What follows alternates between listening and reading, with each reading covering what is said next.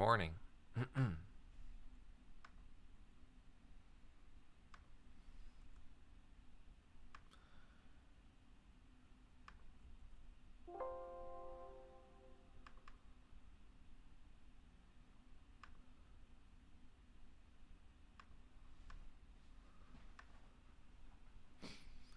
We have some crazy volatility here on JCS, so watch out.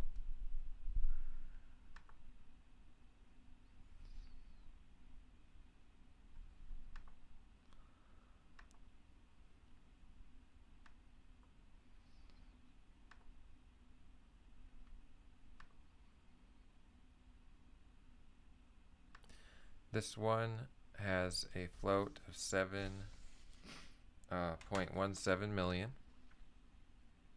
I was actually shorting this pre-market. We'll see what it does here. Right now it's playing around the VWAP.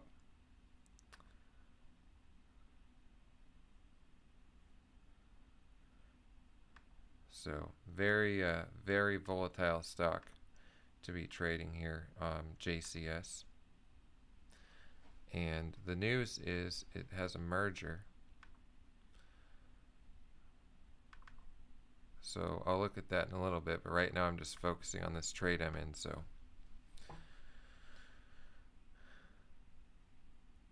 trying to break over $12, but struggling there.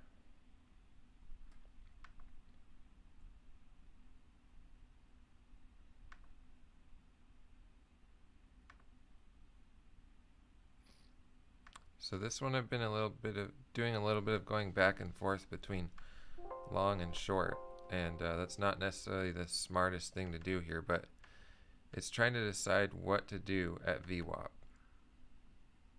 So I might be calling it a day shortly on this one just because it's kind of chopping me out here. I don't want to lose too much on this stock, but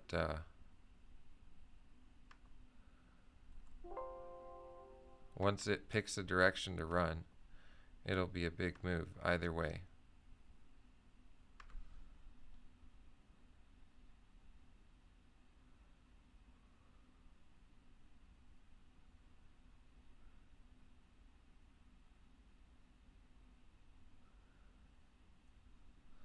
So that looks like a nice rejection of the VWAP on the 5-minute, as long as it stays below the VWAP for this 5-minute candle.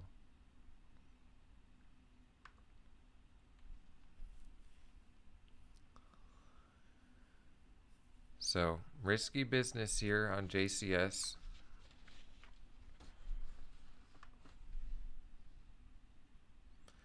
My stop is VWAP at 1142.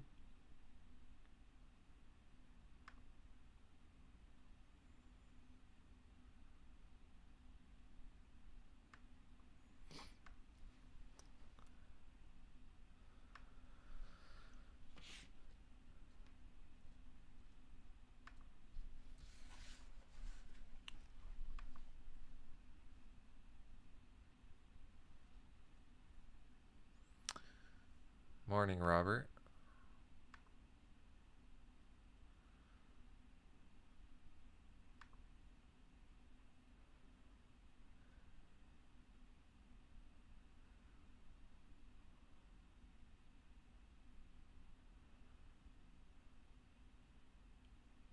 So coming down a little bit here. This does look like a good rejection of the VWAP, so I have that going for me.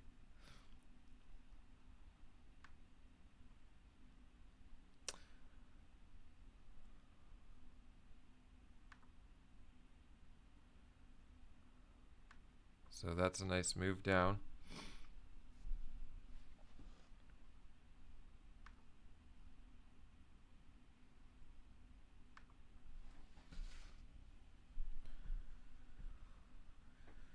Good. Next 5-minute candle.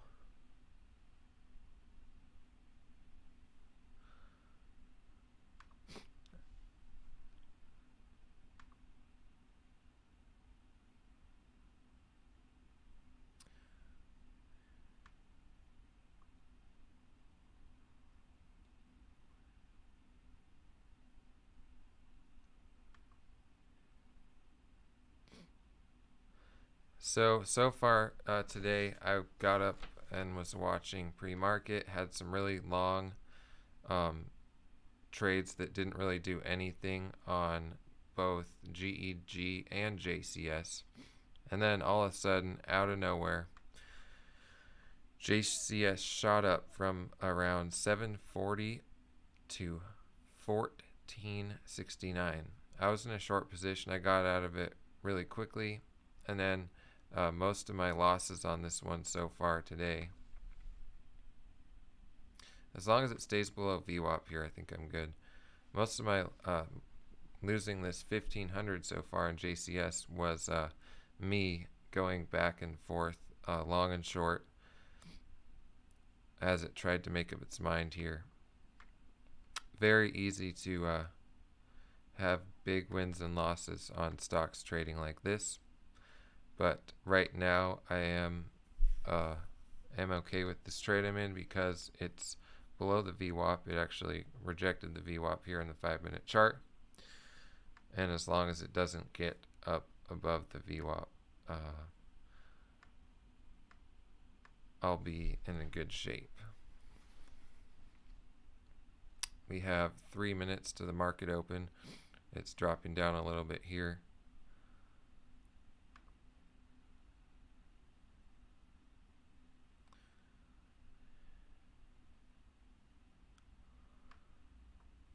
If this one does sell off throughout the day, it could move several dollars. It was trading at $5 yesterday, so it's up basically 100% right now. But there's the chance, there's the potential for insane volatility on this one. Good morning, Kiroti.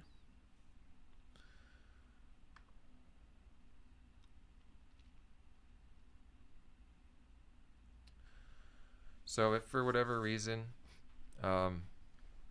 if this stock comes back up above VWAP and I stop out, I'll be, down quite a bit on the day, and might take a little break or might just stop trading for the day. We'll see.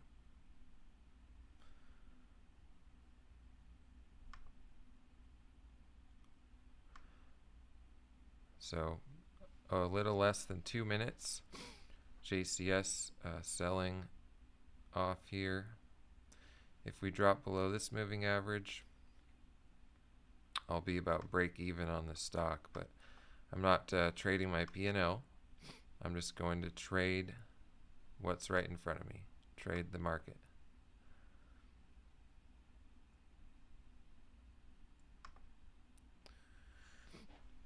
So coming down below $10 on JCS.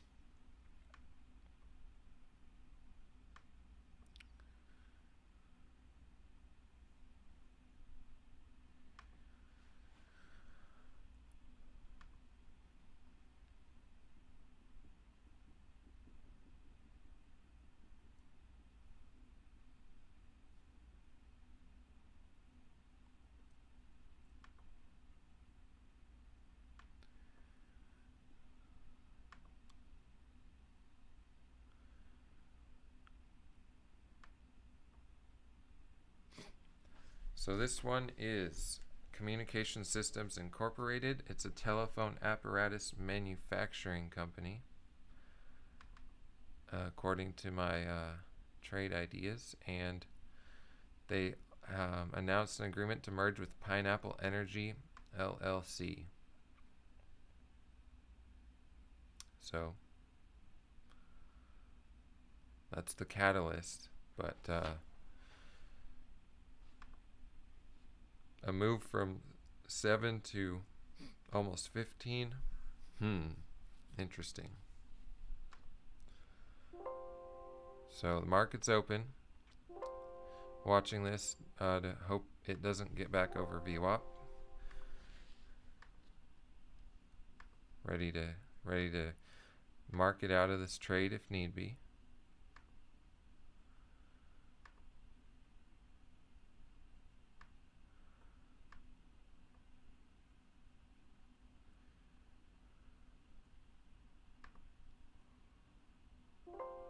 So VWAP is 11.22. Yikes. I want to see it reject the VWAP here. I definitely don't want to be in a halt. So there it came up and rejected the VWAP for now. And now, so you see how volatile this one was. This one is. It just shot up $1, came back down $1, bouncing off this moving average. And I want to see it just come crashing down.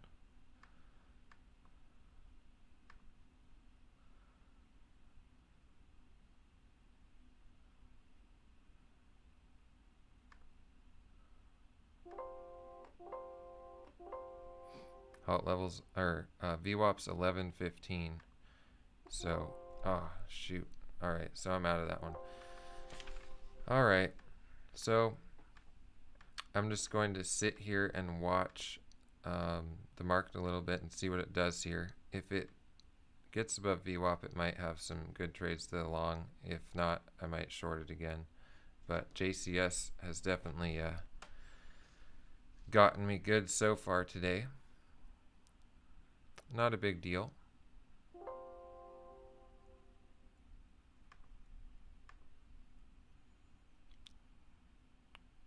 I'm going to short it here at $10.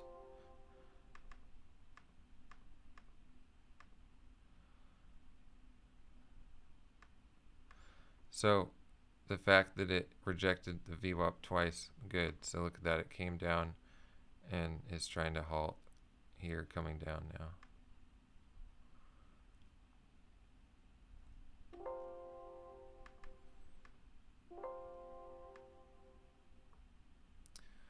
So JCS moving lower here. The fact that it rejected the VWAP there is a good sign. So it rejected it here, came up and rejected it again after the market opened.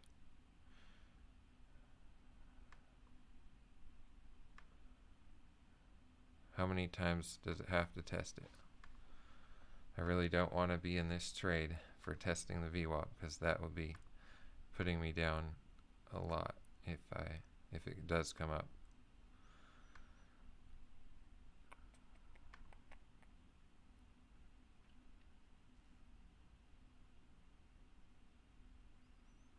So definitely not the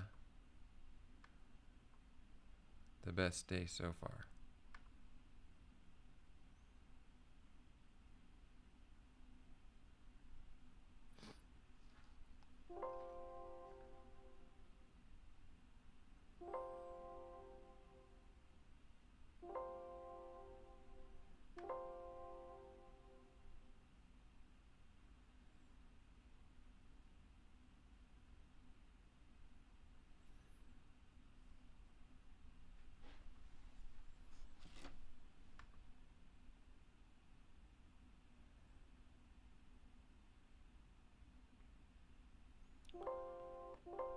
So a little bit of indecision here right at this moving average.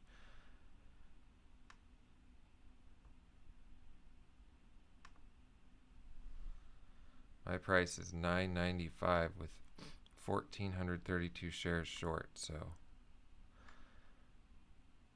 these are the days where I either kill it or give back a little bit.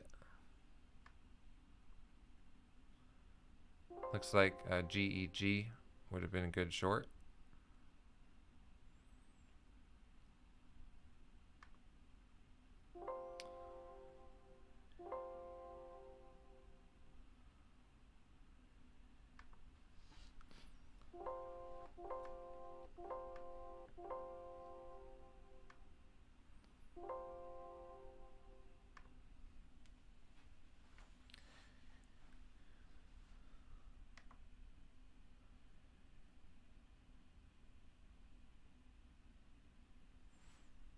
So now JCS is kind of respecting this moving average, but that doesn't mean a whole lot. This can rip in either direction without any warning.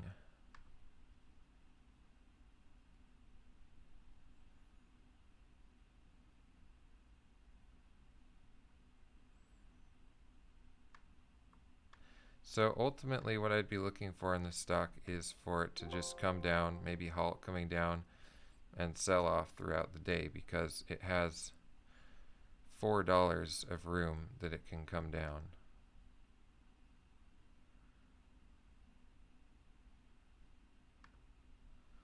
So coming up here, if it gets to 11, or yeah, if it gets over 11, I'll be done.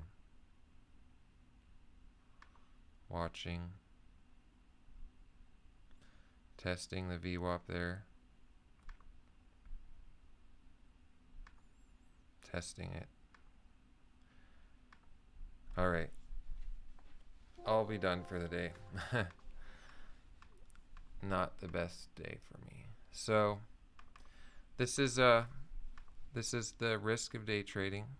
These stocks are extremely volatile. So a little bit of another pullback here. So count still above 10,000. So not a big deal. JCS is just, gosh, now it's going to make the move down. So that's yeah, you can see how volatile this is. It's not the best day for me. But hey, I'm sitting here. I just lost almost $4,000, and it's all right, because I can always come back tomorrow and do my best. So here it comes, making the move to the downside. The way I trade, either I have big winners or I lose out quite a bit as well.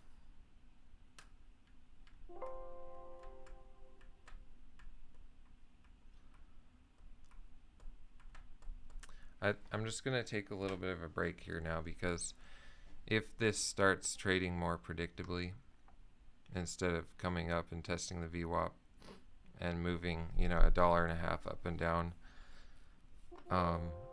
maybe it will give me an opportunity, maybe, but I'll be extremely selective. So that's I'm a little bit fearless when I'm trading these stocks. I don't necessarily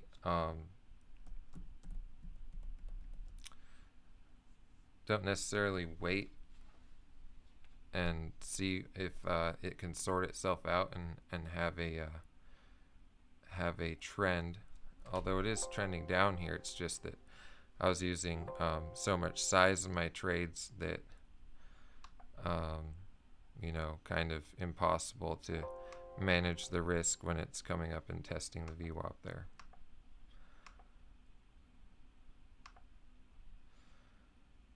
So just watching.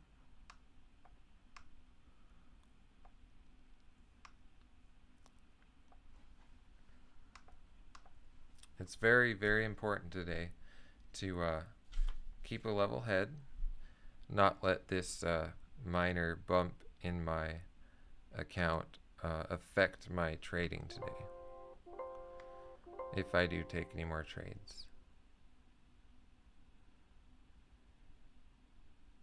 GEG looks like a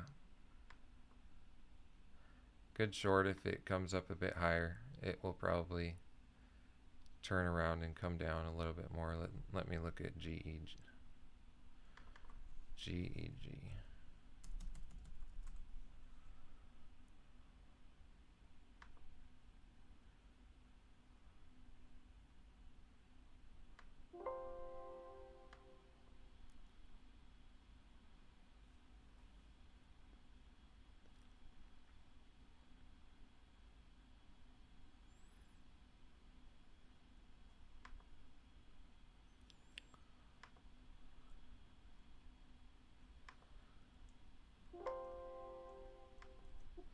So I'm shorting GEG here at 450.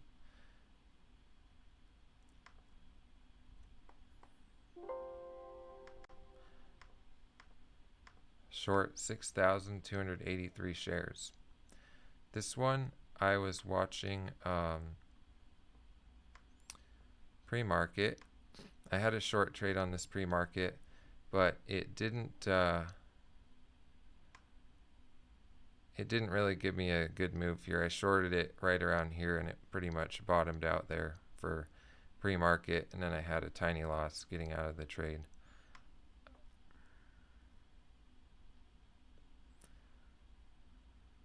Oh, what? Oops. All right. Yeah, I'm really not in my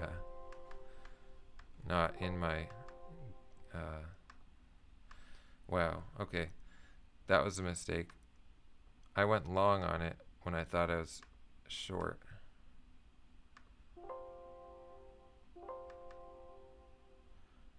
What the heck?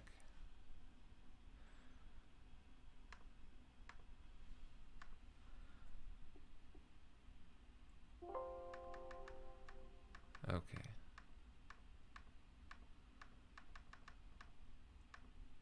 So working my way out of this position here.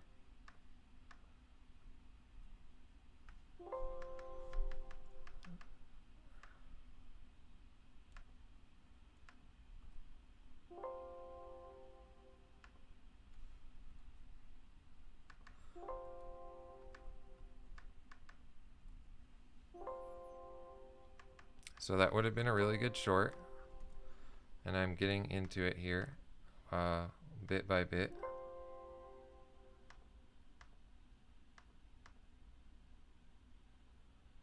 Just not with the price I wanted. Alright. Okay, that was a little bit of a mishap there, but I'm in this trade now. Not the price I wanted, but it's okay.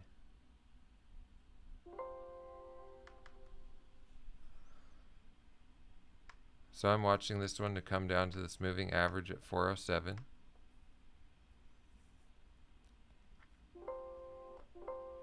And ultimately come down into the $3 area. Could take some time though.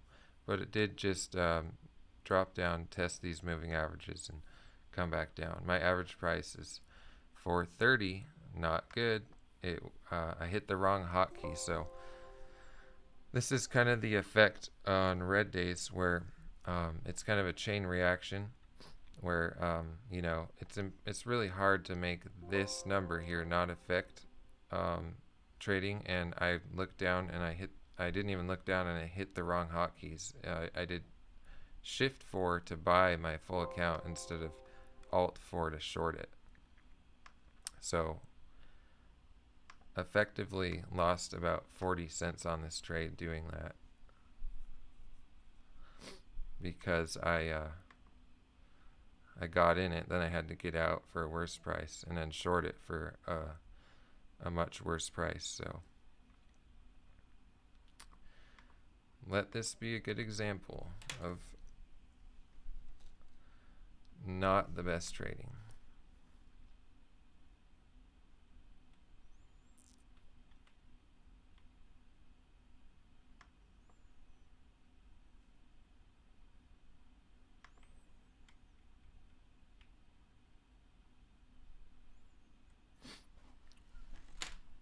So this one could come back to 350 sometime today. I'm looking for it to ideally come down to at least 407 here. So JCS coming down. I just didn't manage to capitalize on that one. Quite the volatility.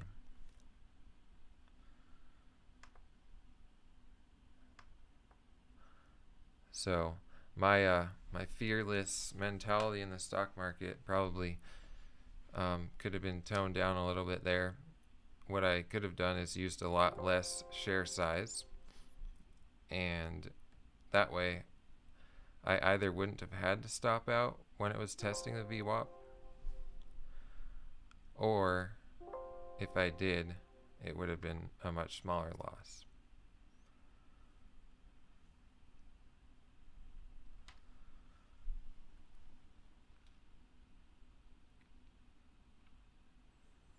So watching GEG here.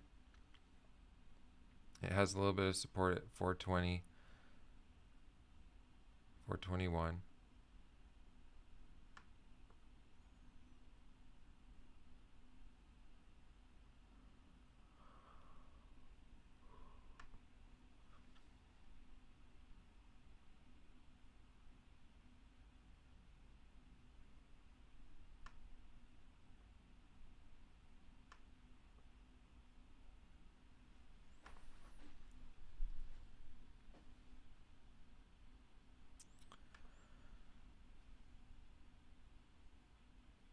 So waiting to see if this one will come lower.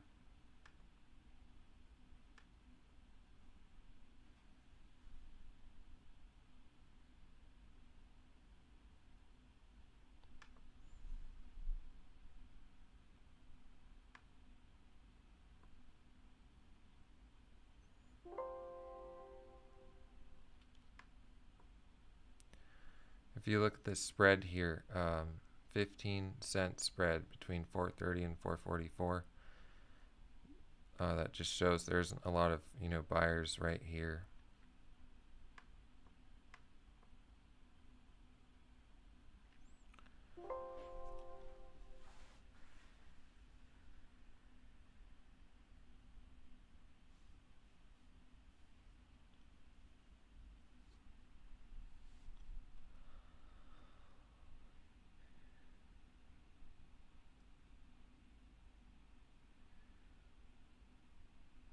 So GEG is a Great Elm Group.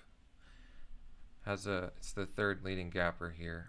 It has a float of 24.5 million. It has 2.9 million shares of volume on the day. So we'll just see what it does here.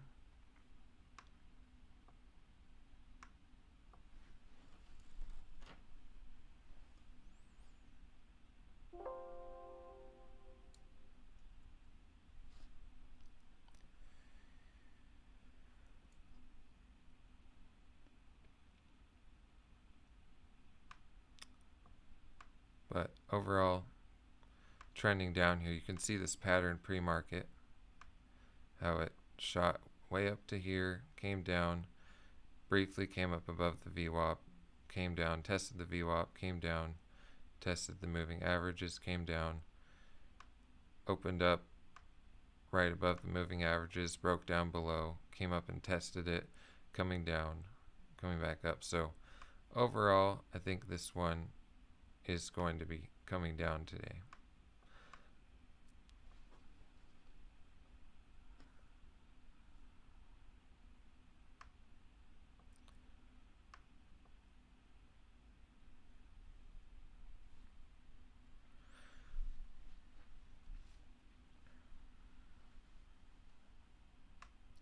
So it's important for me to not to have the mentality of trying to make back losses, because first of all, that's a pretty big amount to make back. It's entirely possible on one good trade, but I don't want to be looking to do that, because that is trading my P&L. I'll be trying to do something that the market isn't necessarily giving me the opportunity, and when I do that, then I usually end up giving back more, like I might here on GEG. If I had hit the right hotkey, I'd be in good shape here. My average price on that entry was around 452, 453, so I would be short with this many shares at 450. Instead, I got in at 430 now, but that's a good bounce down there from the moving averages. We're back down to 430.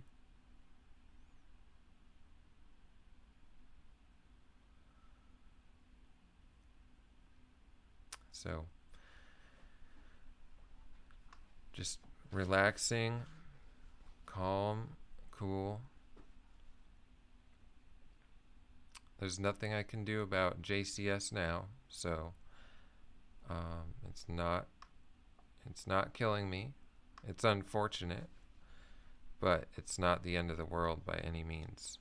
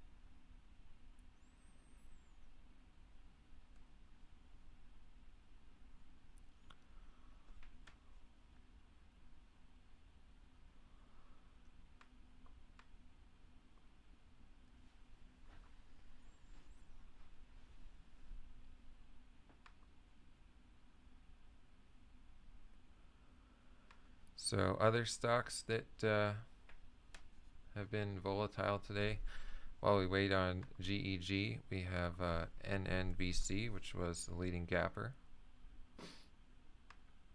This one, Nano Virusides Incorporated, had some a COVID headline here.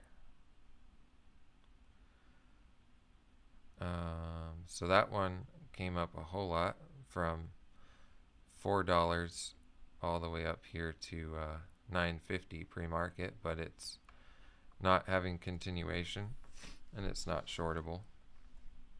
And then we have the two I've traded so far, JCS and GEG. What else? CHFS. So I'm just distracting myself a little bit here, giving GEG some time. CHFS has been a little interesting.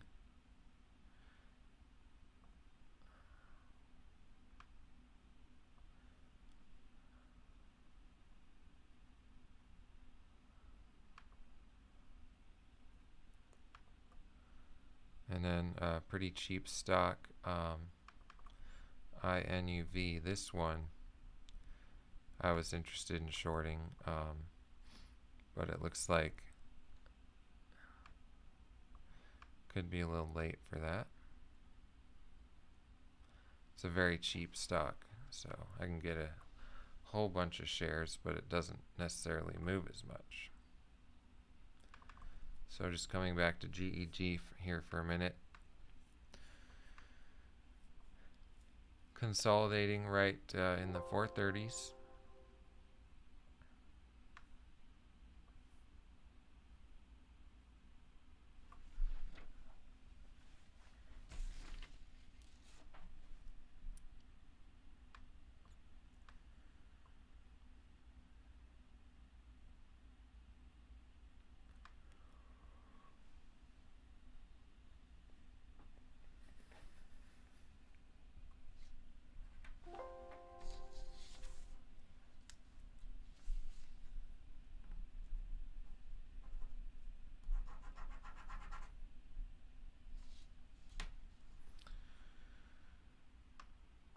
Coming up a little bit here.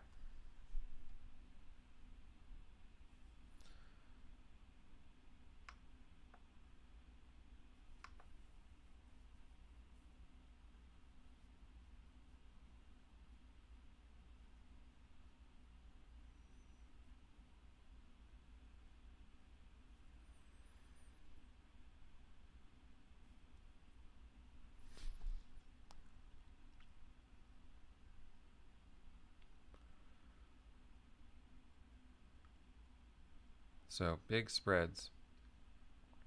The spread is the difference between the bid and the ask, and it's at 13 cents right here, 10 cents. So now we're seeing some more sellers coming in.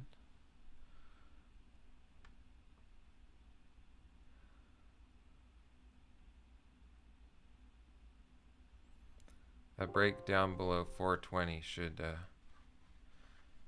be a solid move down to 408.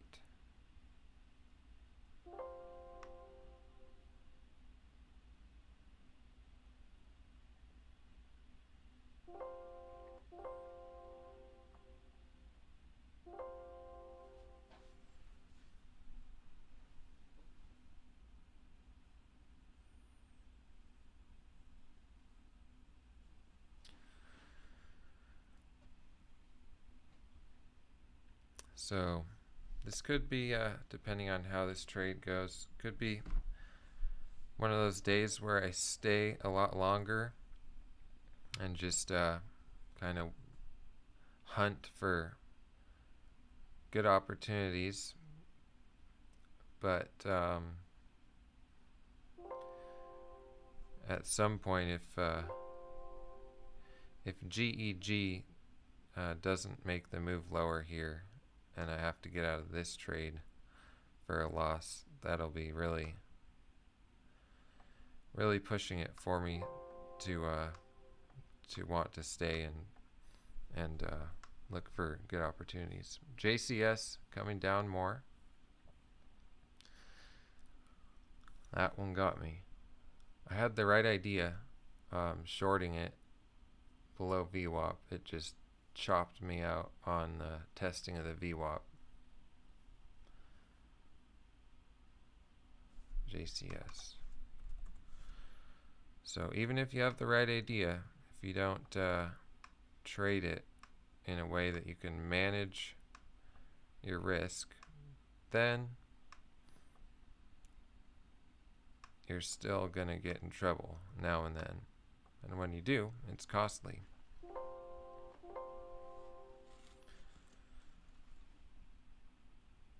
Look at that, that's crazy. 1 5-minute candle all the way up here, trending down ever since.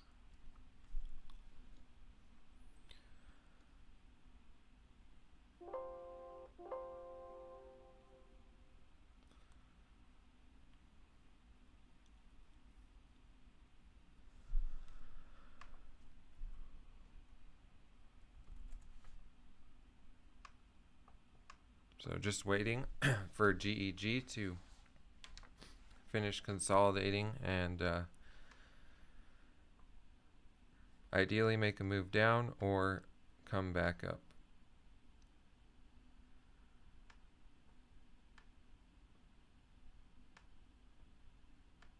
Based on, this pattern pre-market, it could go all the way up and test VWAP sometime. And I'm definitely not going to be in the trade for that.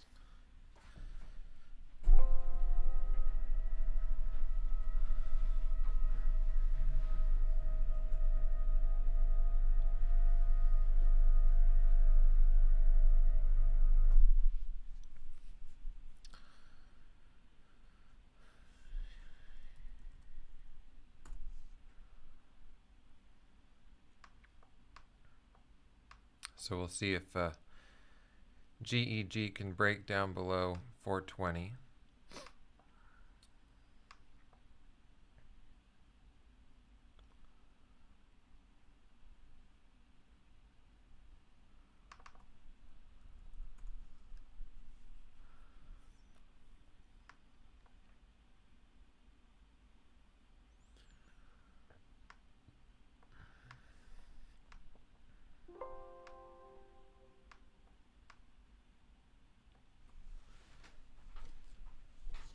So definitely some resistance there at 425. But this is a nice bear flag.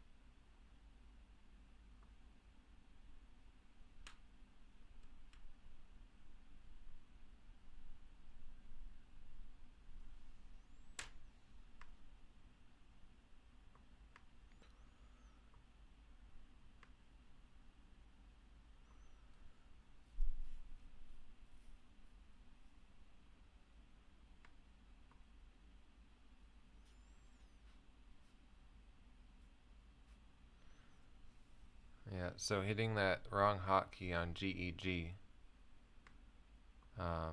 really cost me there.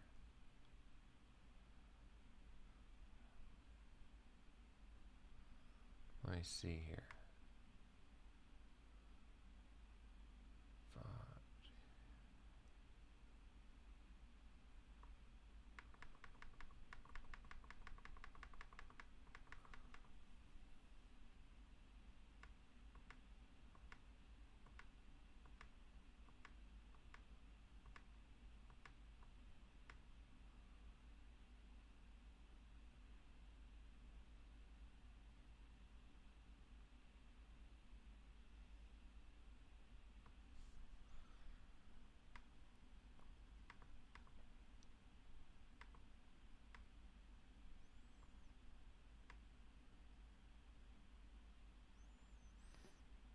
Yeah, I bought GEG at 458, 456, and sold it for a 20-cent loss because I hit the wrong hotkey.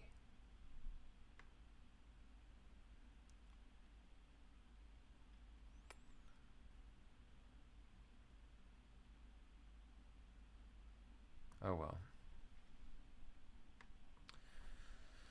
That's one thing that I've noticed in my 2 years trading is that when I do have days where things don't go well, even if I'm green and I took a whole bunch of trades, didn't really capitalize on much, or I was all over the place, up a lot, then down a lot, then up a lot, or just a nice solid red day. Um,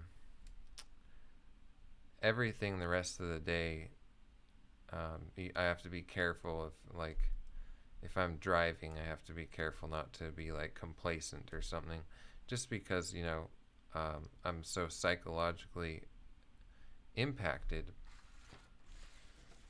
And so that could be a factor. It probably is a very likely factor in why I hit the wrong hotkey on my short on GEG, because I was very impacted psychologically, physiologically, however I could be, by my trading on JCS.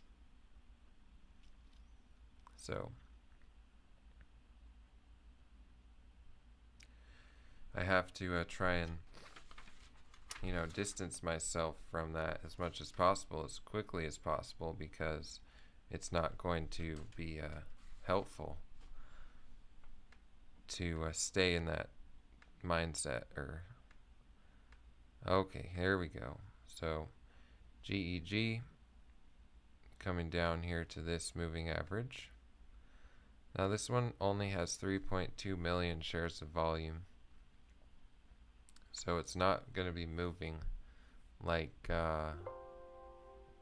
any other, like JCS or anything like that.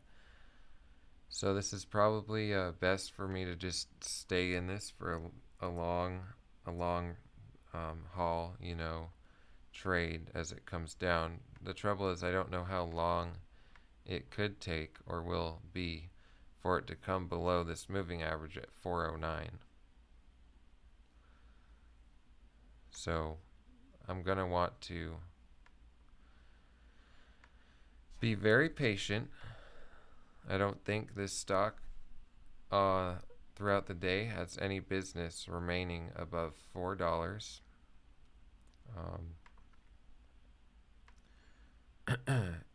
Let's see, yesterday it closed at 345, and the news is it's a subsidiary of GEG. Great Elm Healthcare acquired some medical companies that are providers of sleep testing, PAP, and other respiratory products.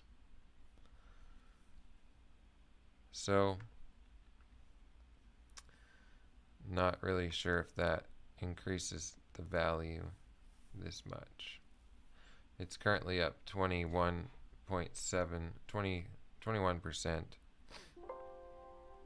So I'm up 10 cents on this short right now, and I think I'm just gonna stick in it for the long haul and see if we can get it to drop down below $4 eventually. But first it'll have to break this moving average at 409.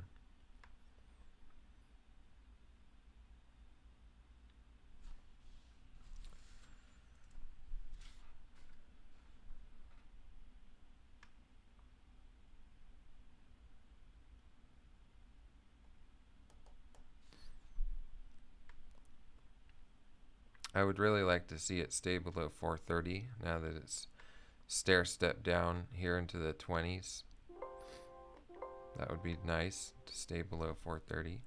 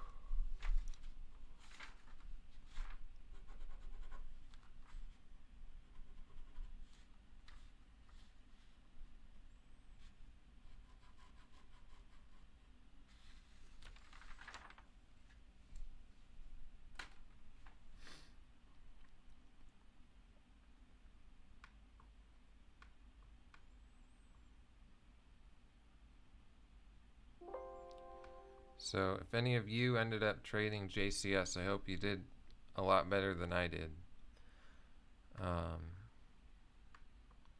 All I can do is learn from it.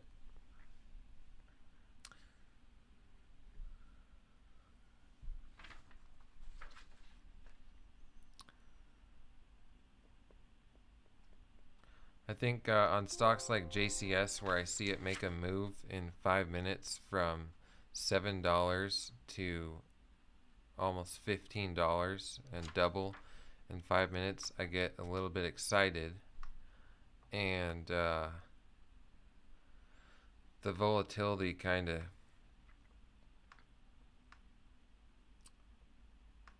causes me to not be in the right mindset. I get the insane movement on that stock. I got all excited about what's it gonna do. It ripped. I just watched it rip through. What is that? 7 to 14.50. Watched it rip $7.50 in 5 minutes. The level 2 was on fire, and because it's pre-market, there was no trading halts, so it has the ability to do that pre-market. It would have halted if it wasn't in pre-market, to the best of my knowledge.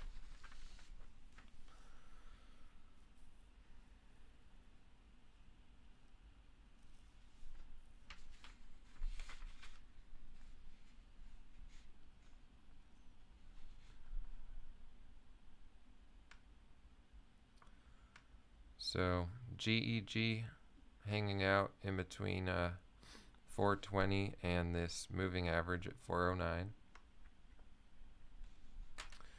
JCS is making a little bit of a move up here from its downtrend. Might just be bouncing off that moving average. Might come up and break VWAP. Who knows? Maybe the stock will close the day at $30.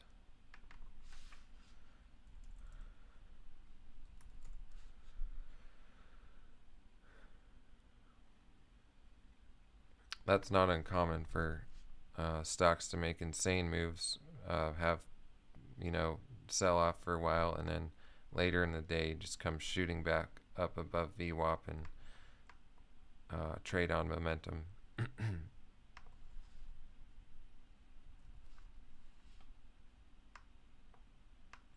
So I'm not feeling too bad.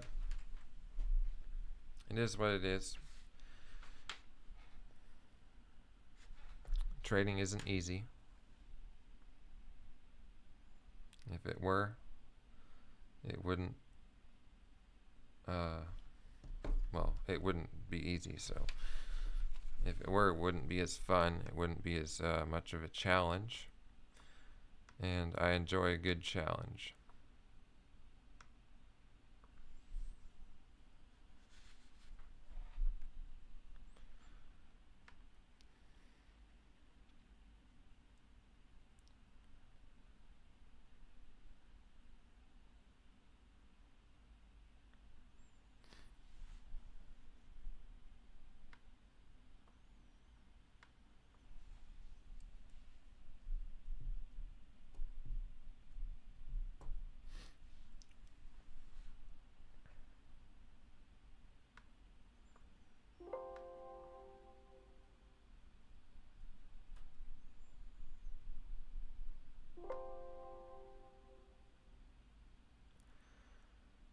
So both of these candles tapped 412.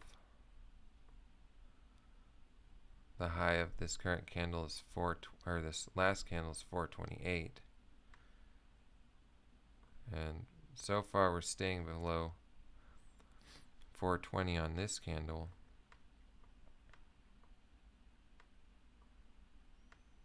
It is a little bit extended compared to, say, right here before it made this move lower. So GEG could sit here for a while, or it could drop down some more, or it could come back to 430.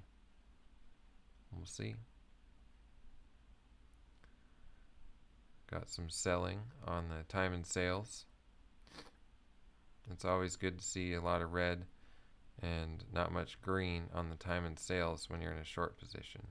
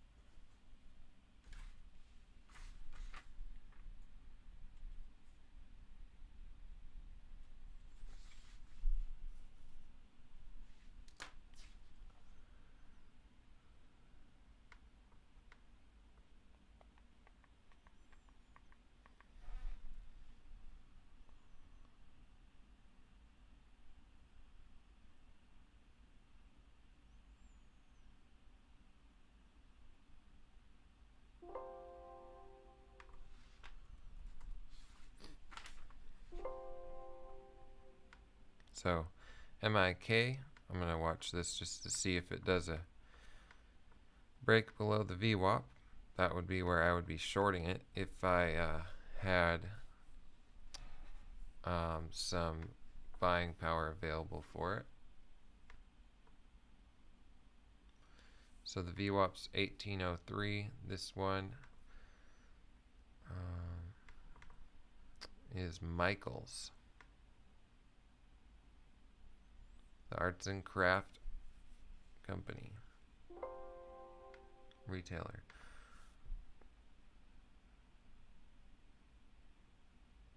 So it has earnings coming up on March 4th.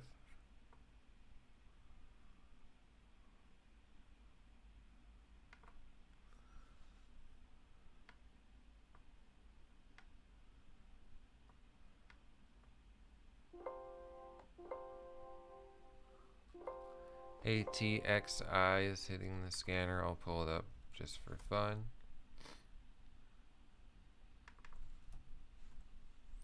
This one has a float of 6.65. It is low on volume on the day, 370,000 shares of volume. FDA says no to ATNX and CRMD.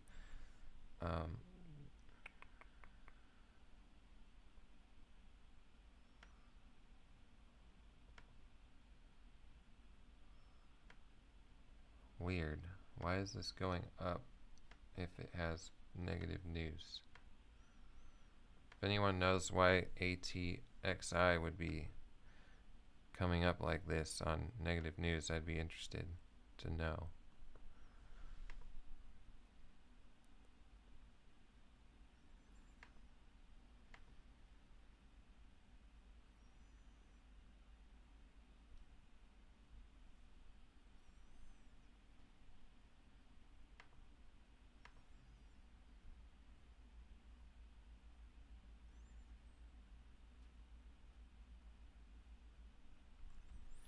I'm actually going to short ATXI here, the small position. I took half my profit on GEG and shorted ATXI at 680. It's come up and tapped this moving average here on the 5-minute chart, and it's extended on the daily chart and extended on the 5-minute chart.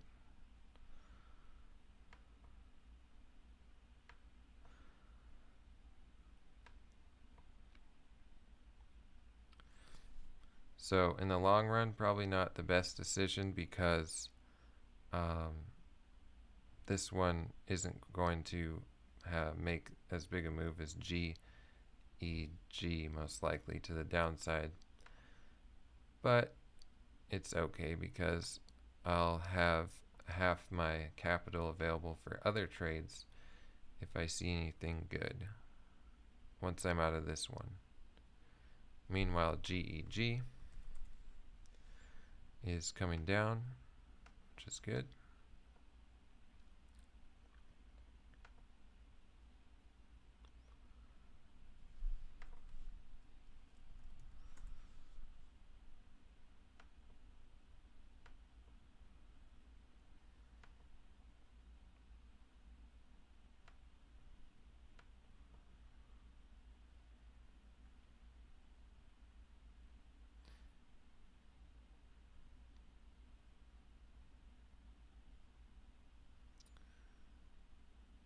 ATXI coming down here towards VWAP. VWAP is at 651.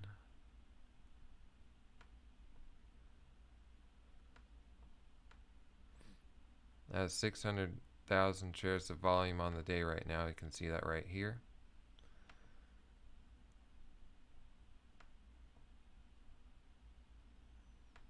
And I wouldn't have shorted this unless it had this moving average right here on the daily chart. I don't think it's too likely that it will trade a whole lot higher than this moving average, but I could be wrong. We'll see. So far it's respecting it.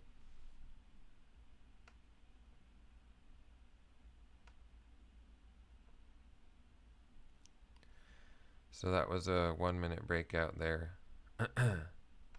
On the 1 minute chart a minute ago, didn't move a whole lot.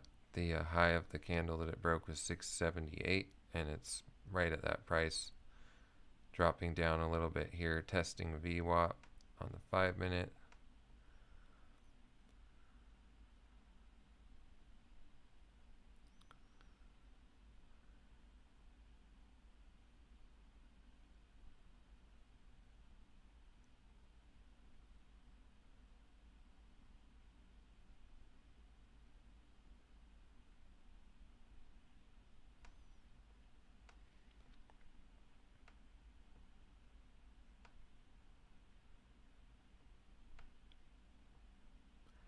You can see how recently on the daily chart it's respected this moving average. This is one of the biggest moves it's had upwards, though. Intraday, it did have some nice moves in December, though.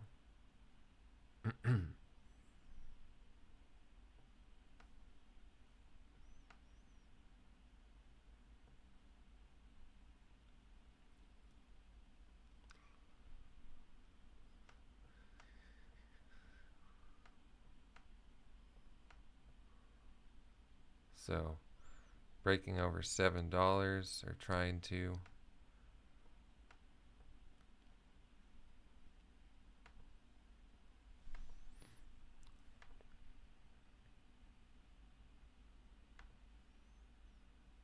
It has a small float, so GEG coming down, that's good.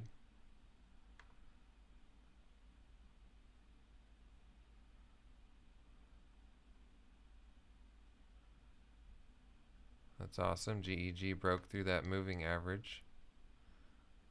I'll show it to you in a minute here after we see what ATXI does.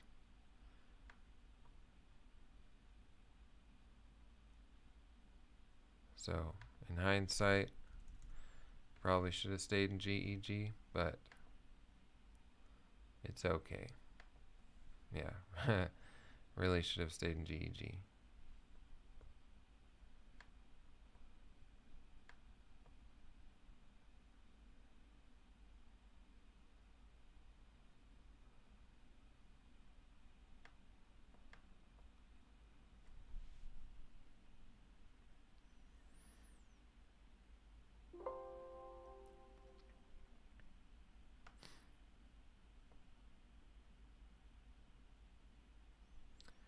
So ATXI still respecting this moving average on the 5-minute chart.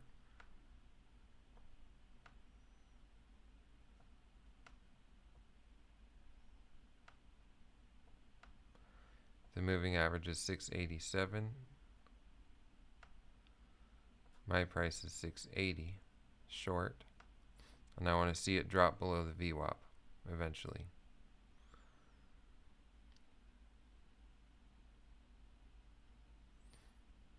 Yeah. So if I had stayed in GEG, then I would have had, I would have been up about, you know, 20 over $2,000 right now on that trade, but it's all right. Can't go back in time. All I can do is trade the market.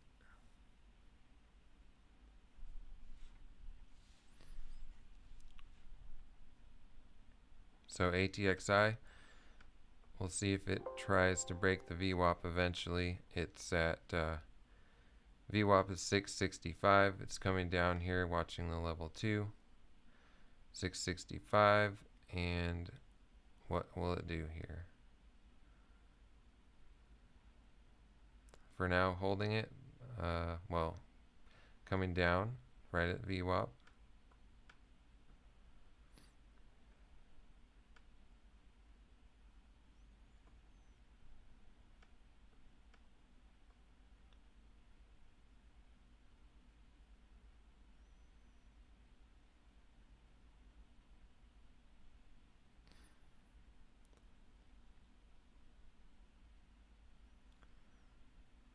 So nice there on ATXI, down at 650,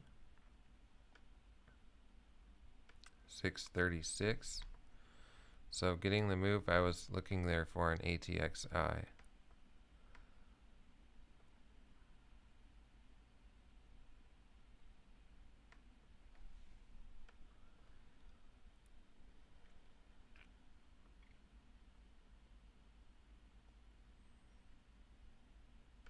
Bounced off this moving average here. That's at 630. On the 1-minute chart, it's now below this moving average.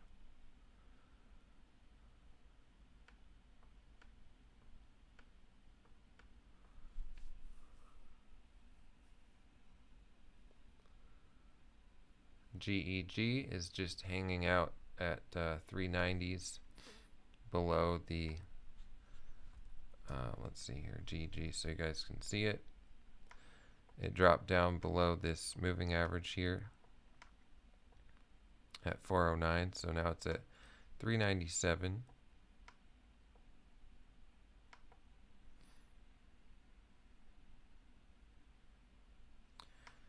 If only I had gotten, if I'd used the right hotkeys on this trade, I would be in really good shape.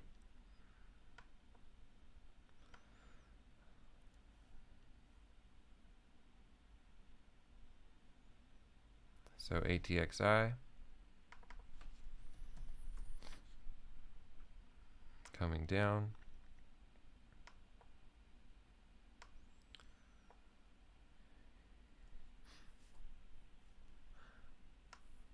This news is just kind of interesting. Oh wait, never mind. Let's see, ATXI. I was looking at the wrong stock here. ATXI.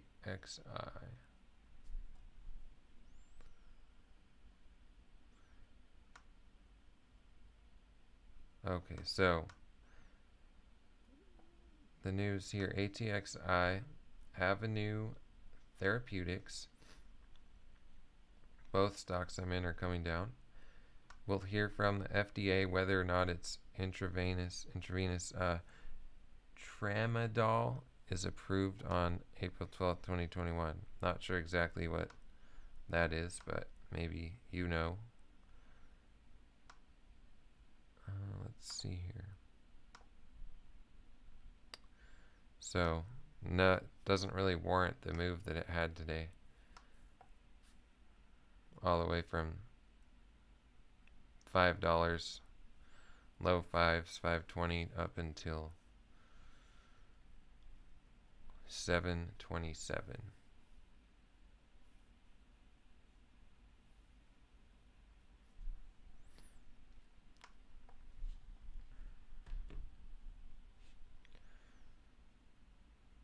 So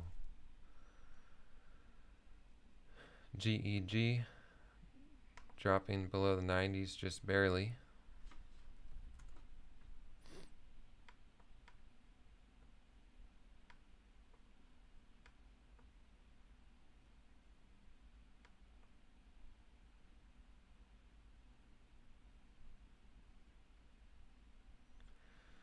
GEG I'm holding for a bigger move. ATXI I'll probably hold it for a bigger move,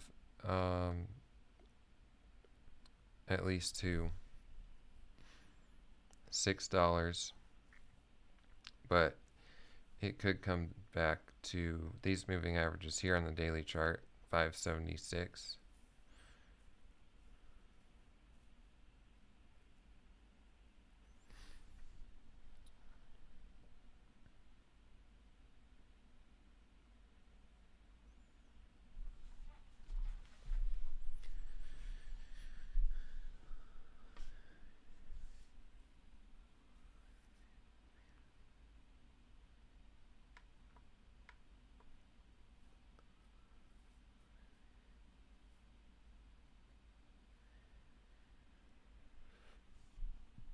JCS is bottomed out at $8 for now.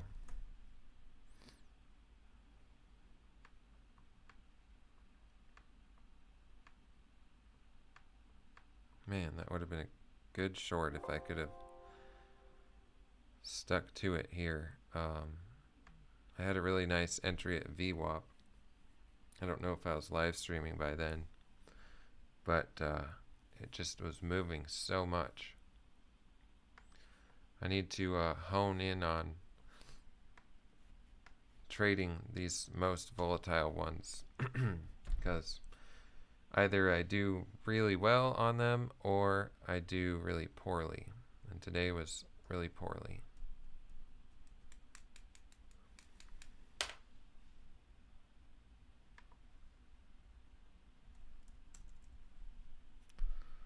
So what could I do better next time? So pre-market, I was shorting this one because it had come up here. It's just, maybe I'll do that after a little bit, after, let's see, GEG.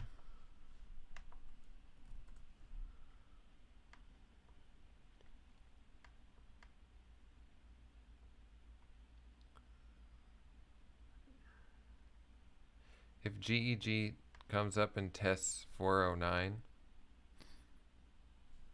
I might take my profit on ATXI and add back to GEG, but I don't know if it will do that.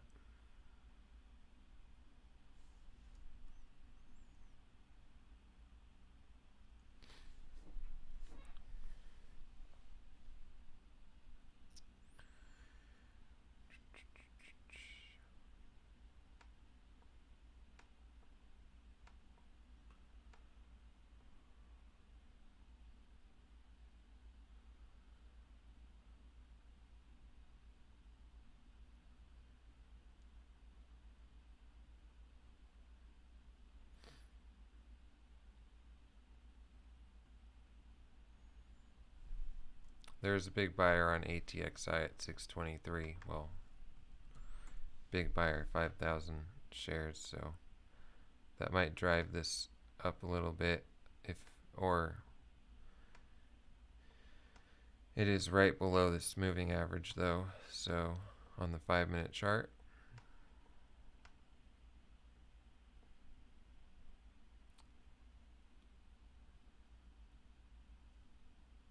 Nice. ATXI breaking down.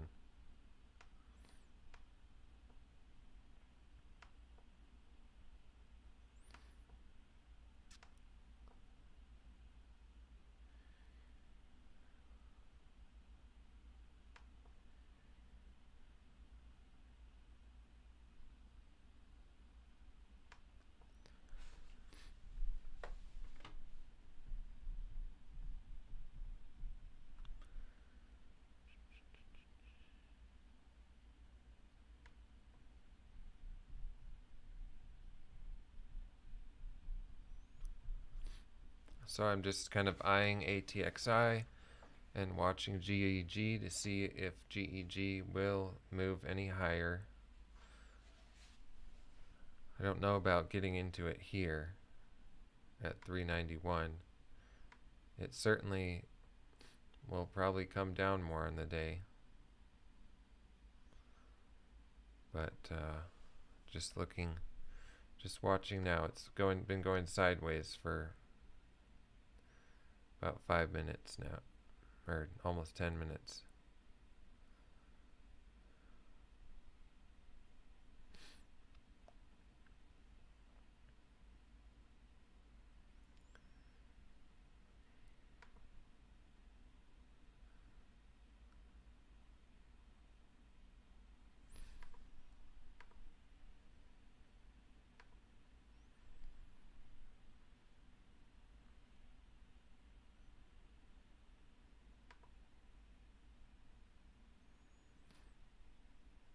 So I'm going to take half my profit at 605 if I can on ATXI.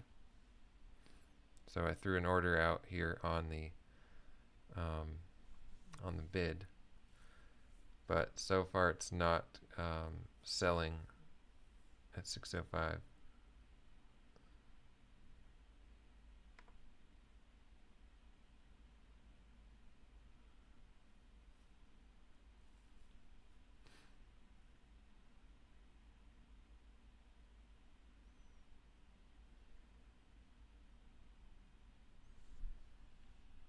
Alright, let's see what happens here.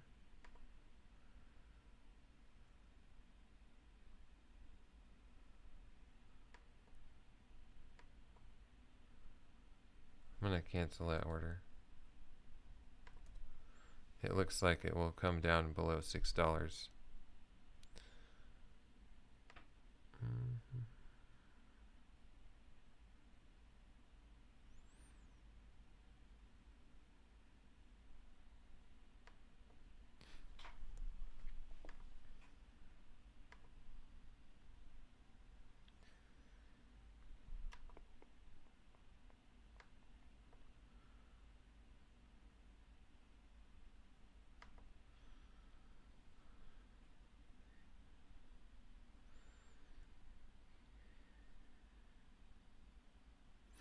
JCS creeping up a little bit.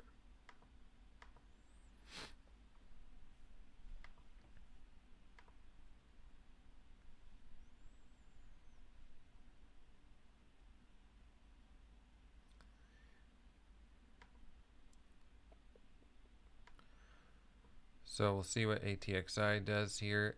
The 9 EMA on the 5-minute chart is at 624. So ideally, if anything, it would bounce off of that.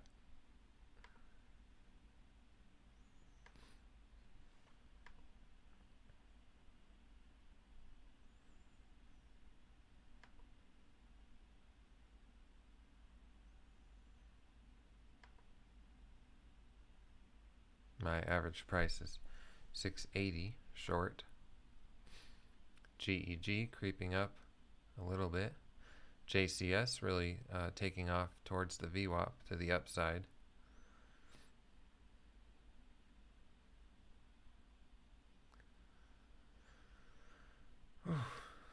Could have done without my trades on JCS today, but oh well.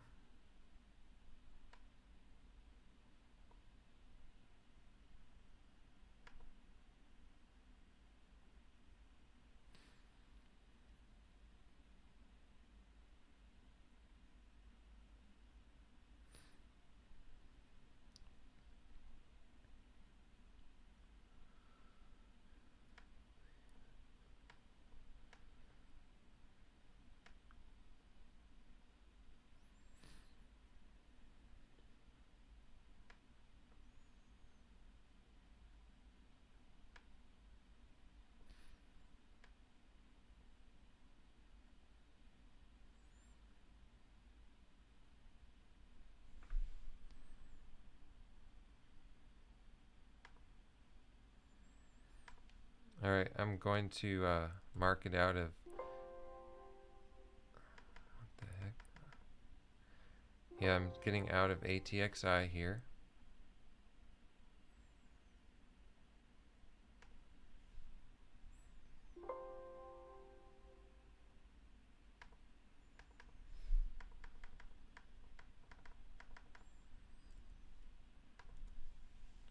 So I'm all out of ATXI. I made 491 on that. It's coming back up here, and I'm watching GEG to add back. So right now it could come back a little bit more on the 5-minute chart. On the 1-minute chart, it's right at this moving average here. So watching.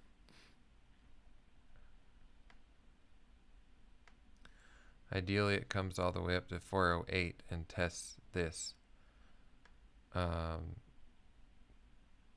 moving average.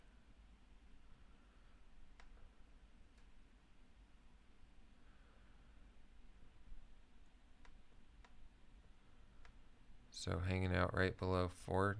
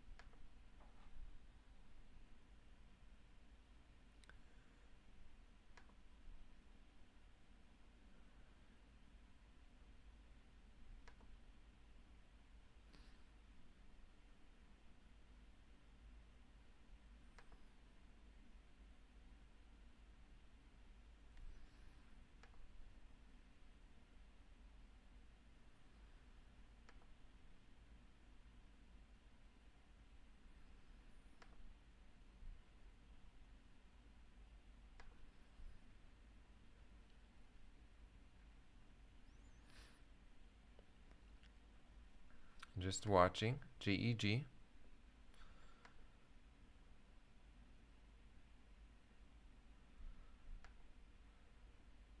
I want to see it come up and tap, get up to 405 if possible. The two moving averages here at 406, 408.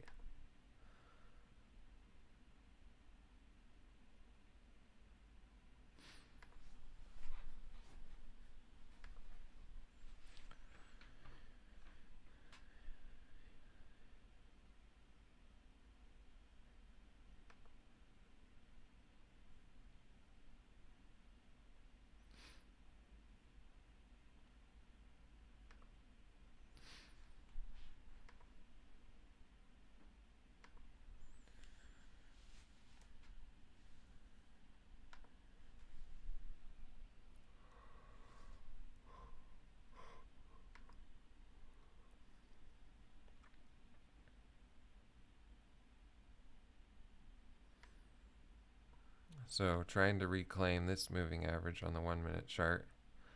So we've been going sideways here for 5 minutes.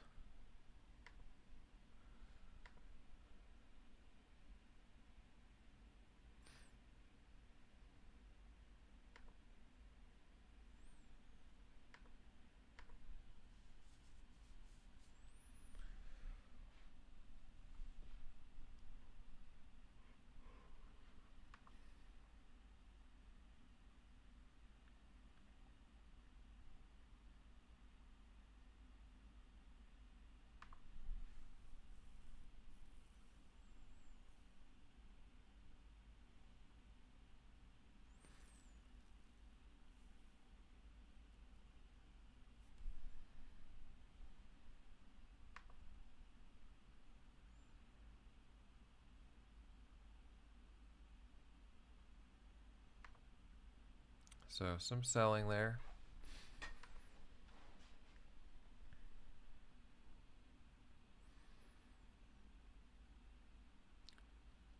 But it still hasn't pulled back as much as it ideally would for a good short entry. I'm still intending to short it if it starts dropping right here, but waiting to see if it can move higher.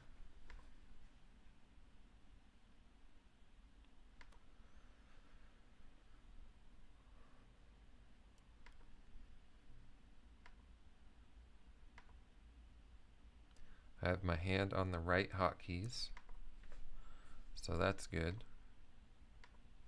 That's an improvement over earlier.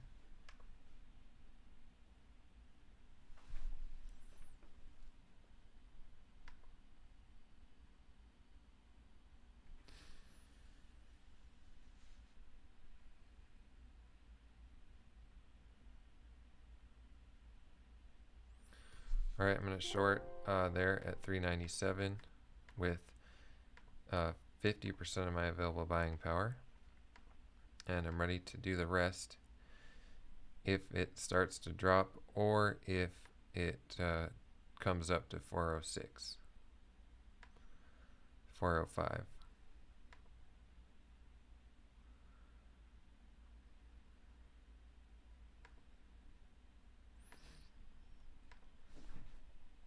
So watching.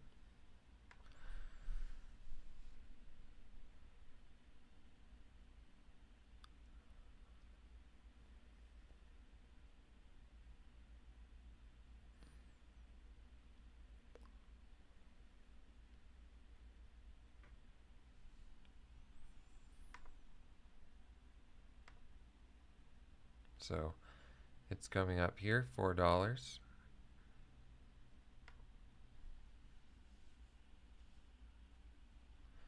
Trying to.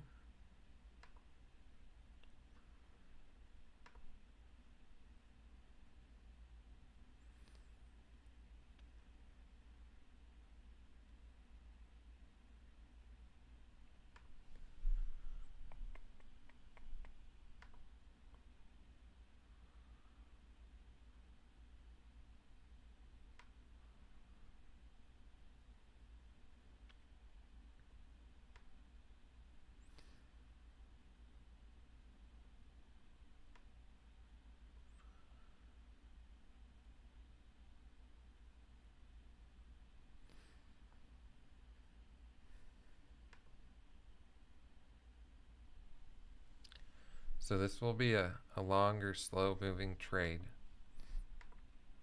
than a lot of trades. If it continues down, could last almost the entire duration of market open today if it doesn't come up too high here, because I'll be watching this for a move down towards 350.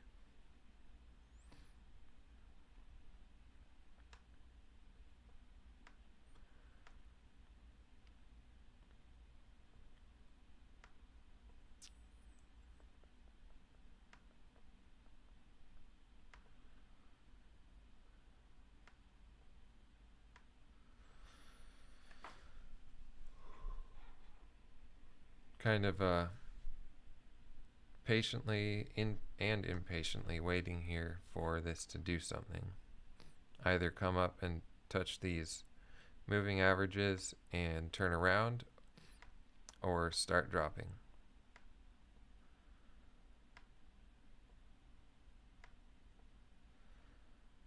Worst case scenario, it will come up to 405. I'll short it with the rest of my buying power, and then I'll have to stop out around 410 or so, 412, 415, something like that.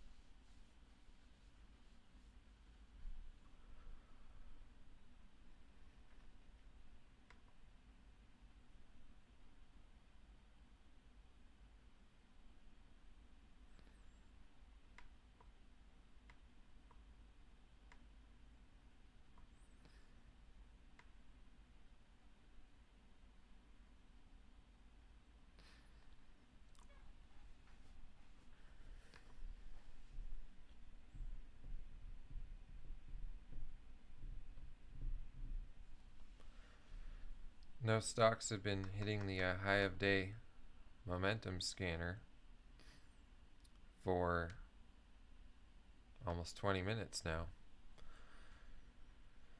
So the market's been open for almost an hour and a half.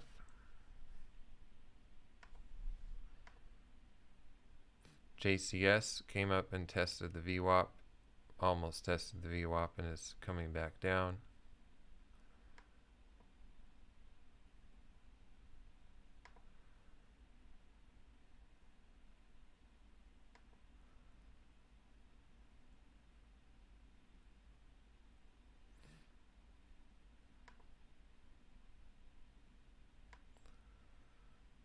That one still has plenty of room to come down. I wouldn't be opposed to trading it if I had a good entry, but right now here, focusing on GEG.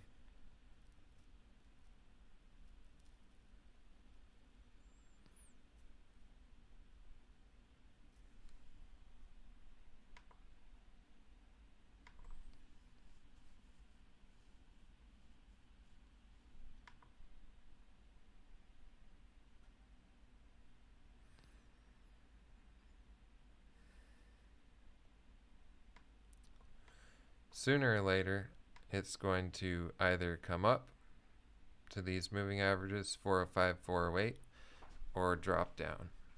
I'm just waiting to see what it does. If it comes up, I'll short the rest.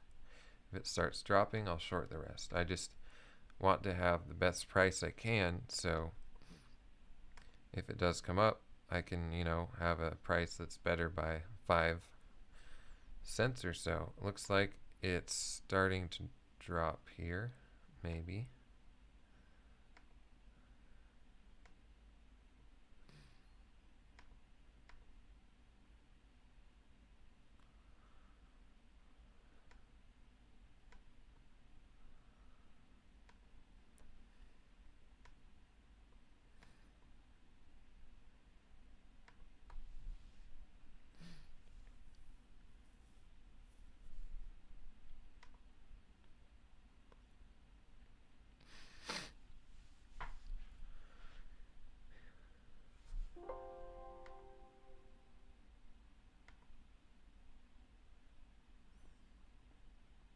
APDN.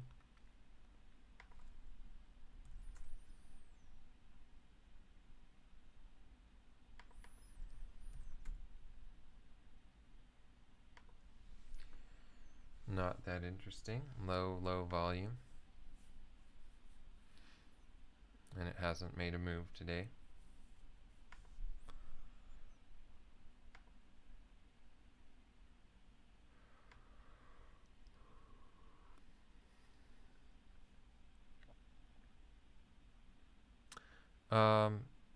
So I use about 3 to 4 monitors for trading, and then I have another one for the live stream and another 2 for anything else. So 1 second, watching GEG here.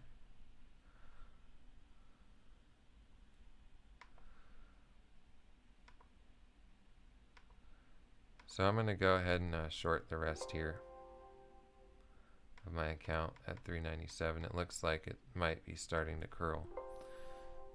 So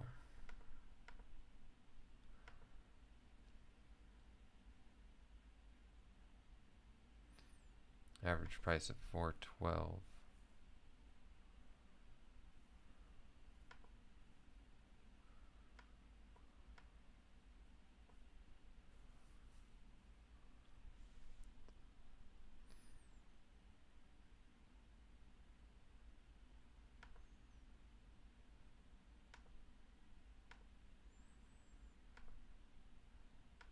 Okay. See what it does.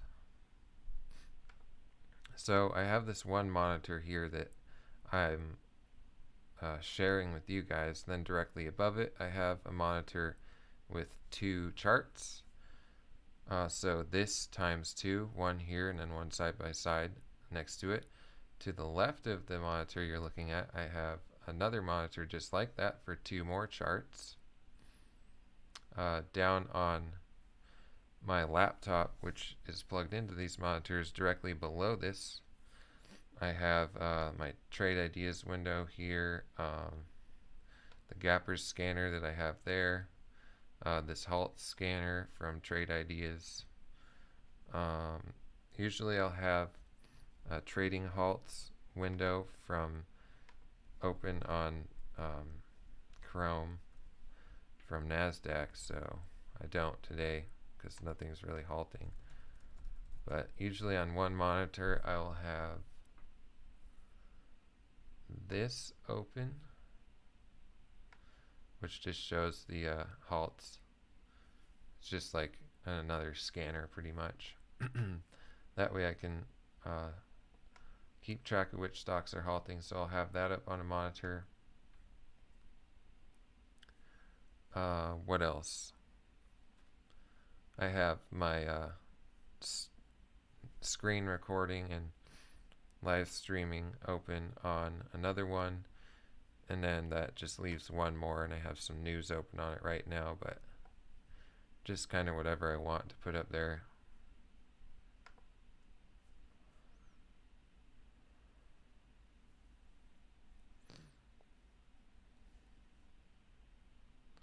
And then right next to my laptop here, my trading laptop, I have the streaming laptop, and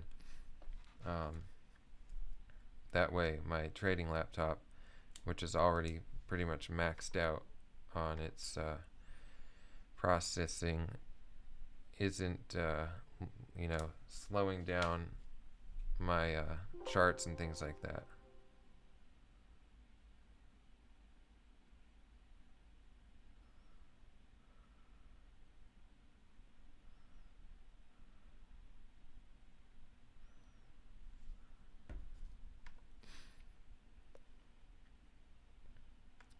So GEG just going sideways here.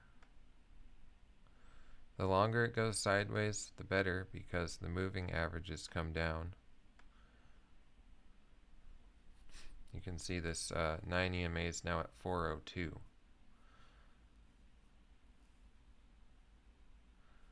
I would prefer, of course, for it to just drop like a rock, but so far just going sideways here for 15, going on 20 minutes.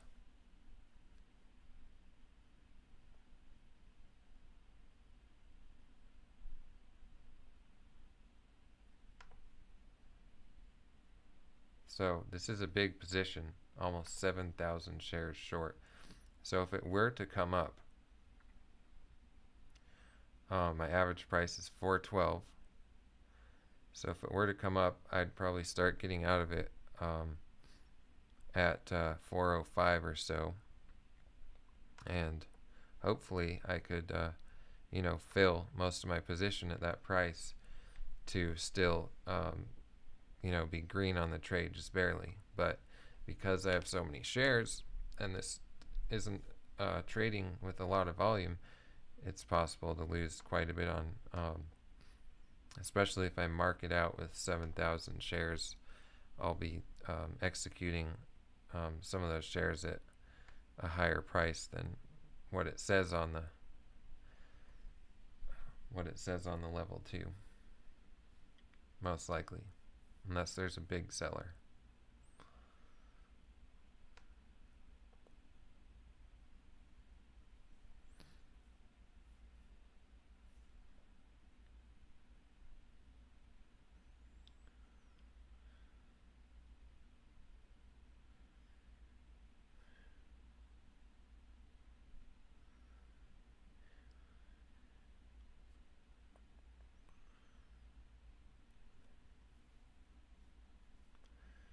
So for every 10-cent move with my position on GEG, it will be $698, which is a lot, either up or down.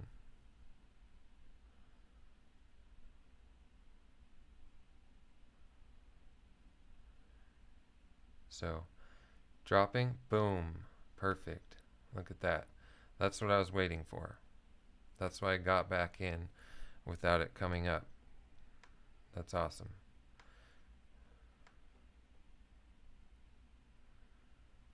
Do you see how quickly it just dropped like a rock there to 680, 685? Now it will probably take a little bit of time to come lower, but it's the right direction. Impressive. I like seeing stocks drop like a rock when I'm short. It wasn't in reality not a huge move, but it was nice to see.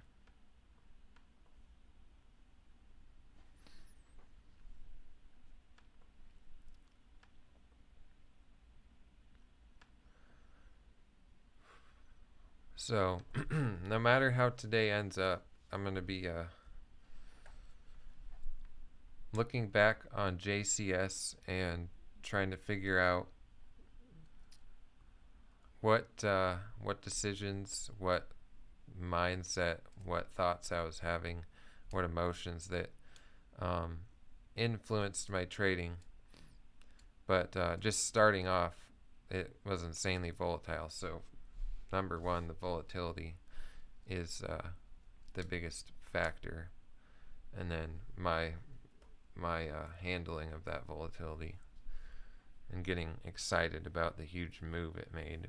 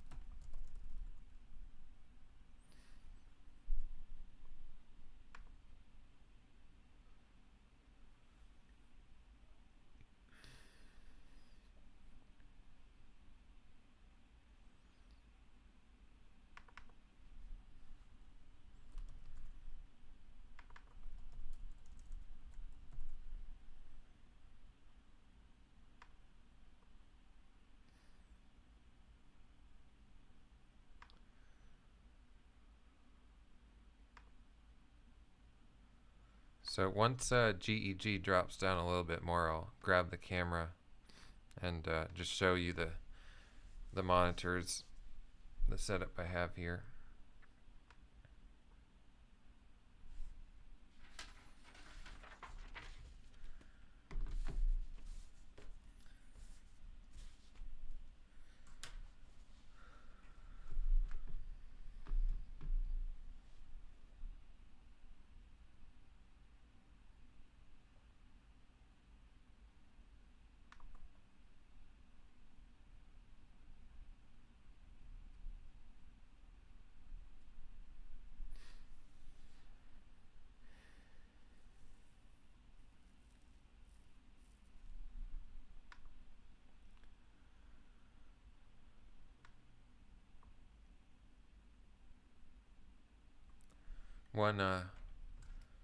One thing I definitely think I got a little bit greedy on JCS.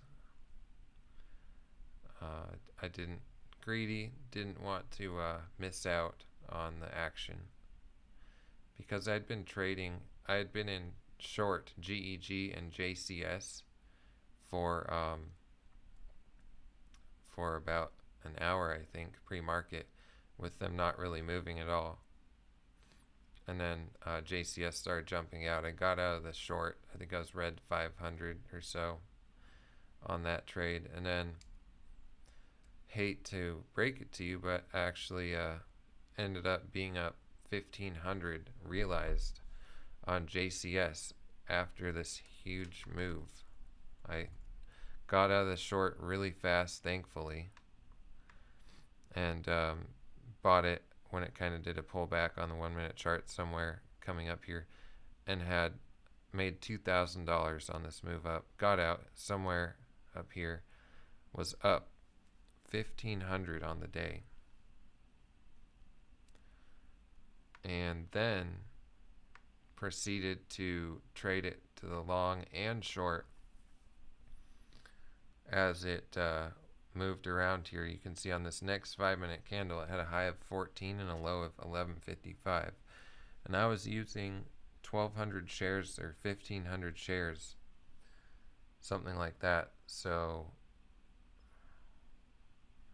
bad decision on my part for the share sizing with that volatility.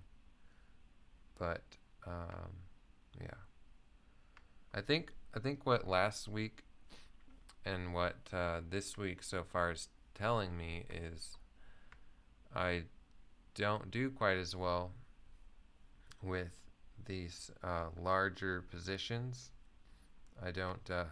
I guess maybe the P&L whipping up and down gets to me a little bit, so I'm probably not trading the market as much as I am my P&L, the larger my position is, because it's pretty nerve-wracking to watch, to see the P&L out of the corner of my eye. I'm usually not looking up here at the P&L. I'm usually looking at the charts, at the time and sales, at the top couple of rows of the level 2 here. But if I am looking at my P&L and seeing, if I'm looking over and see myself make $2,000 in a couple seconds and get all excited and then proceed to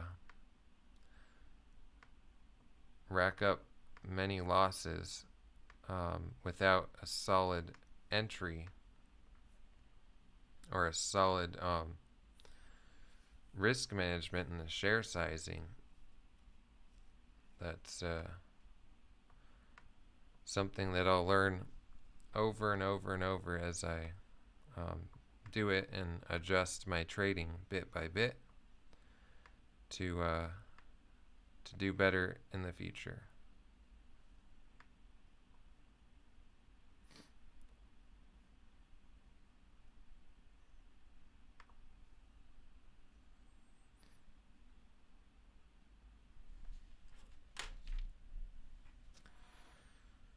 So now that GEG has dropped down a little bit here, I'm comfortable to grab my camera here. I'll try and just show you what I have on the I'm on my monitors right now in a second. Let's see here.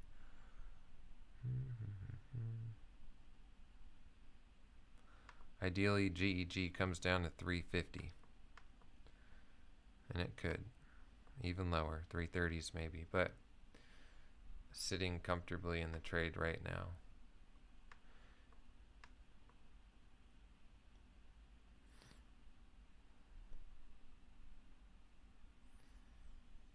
So let me grab the camera here and see if I can, 1 second.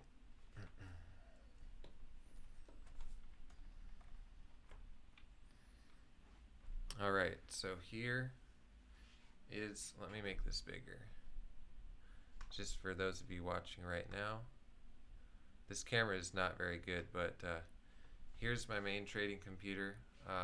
Hotkeys I'm using are Shift 1 for 25%, Shift 2 for 50, 75, 100% of my account, and then to get out on the bid, Control Z, X, C.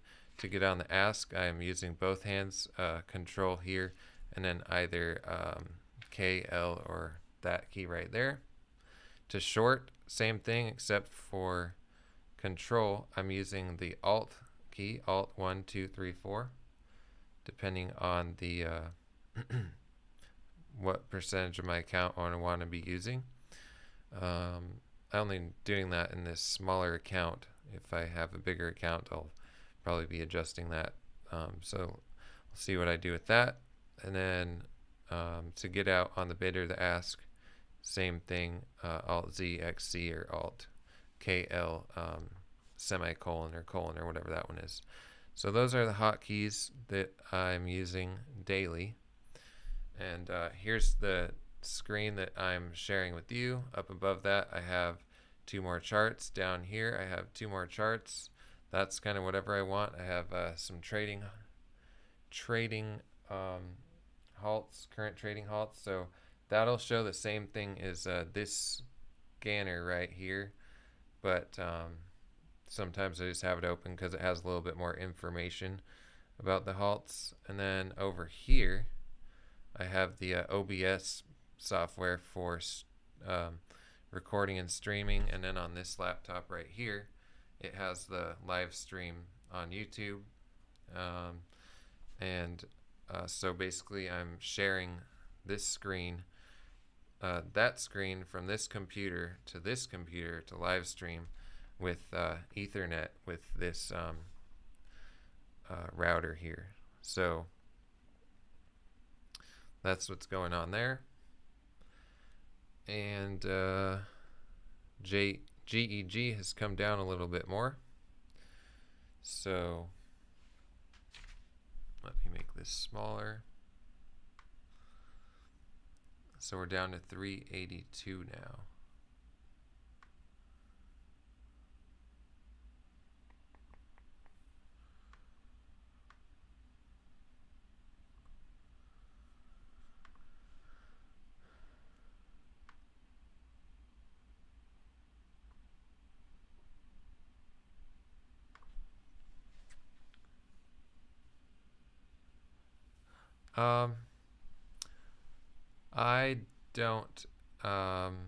I don't have a combined eSignal Trade Ideas package.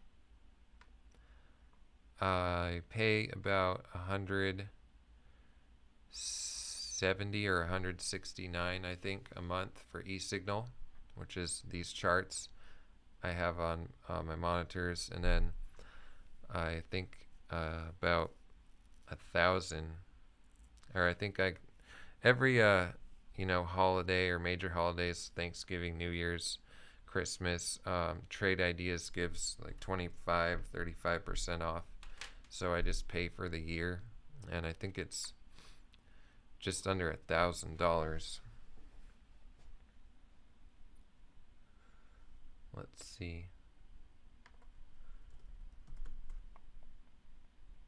Let's see if I can find my receipt.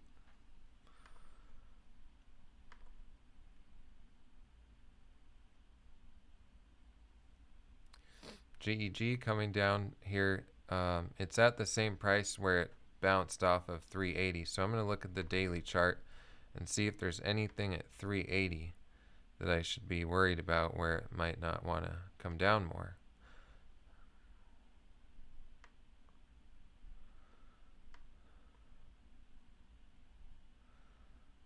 So 380 is a little bit of a level here. You can see on some of these candles back in September, we have, this is 2019. 380 right here was a bit of a level. Right here, you can see these candles were tapping 380 there. So 380 is a little bit of a level on the daily chart, but nothing really. Okay, here's another one right there. See that high of 379. So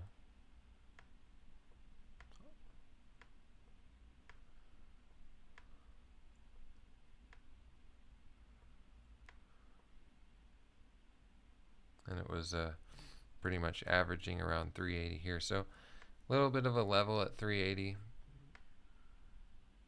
on the daily chart.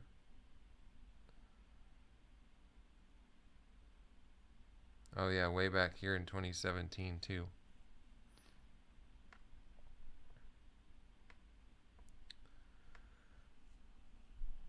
Right there, 380. Look at that.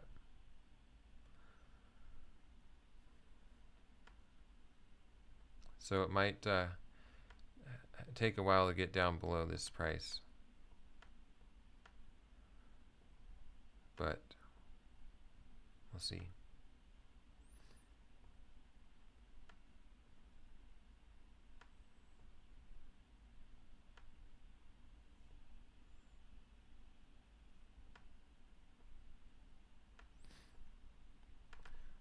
Fun fact, I was living in Los Angeles commercial fishing in the winters several years ago when I started getting into trading. And I actually got, yeah, I was commercial fishing for lobster right out of Marina Del Rey Harbor in Los Angeles. So I'd go out fishing at about 4:30 in the morning and come back at about 2:30 or 3 p.m. before it got way too insanely sunny and hot, but it was still a nice winter vacation from Alaska. And I ended up buying,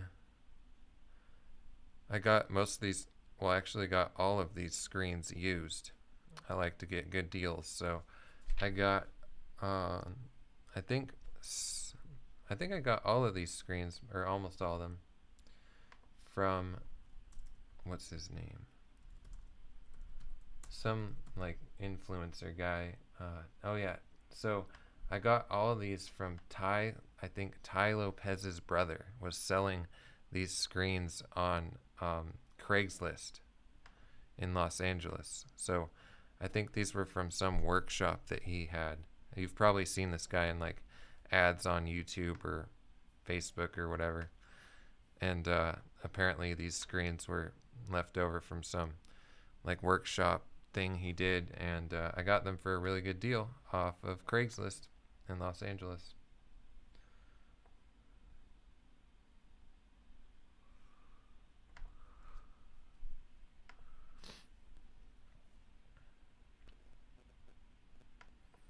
Always hunting for good deals.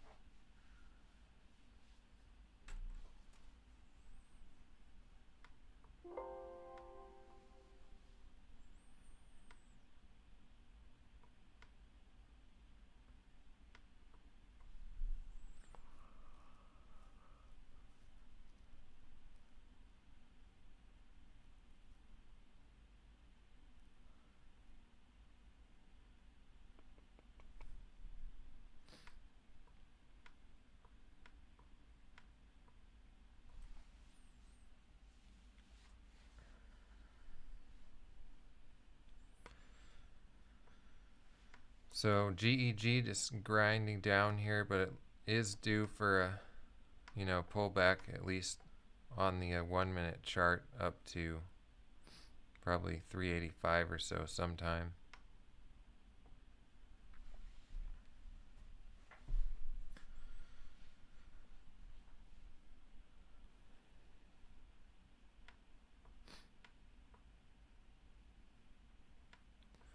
Maybe even 390 if on the 5 minute chart, if it does a little break up above the high of the last 5 minute candle.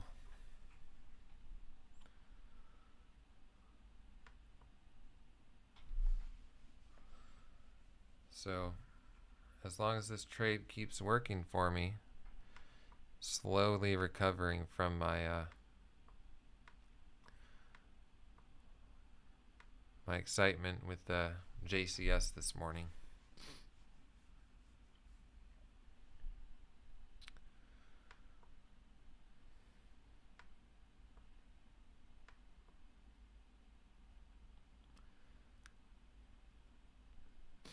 For me, if I do something like what happened on JCS this morning, I'm not, I'm just getting, stopping myself out with large losses repeatedly.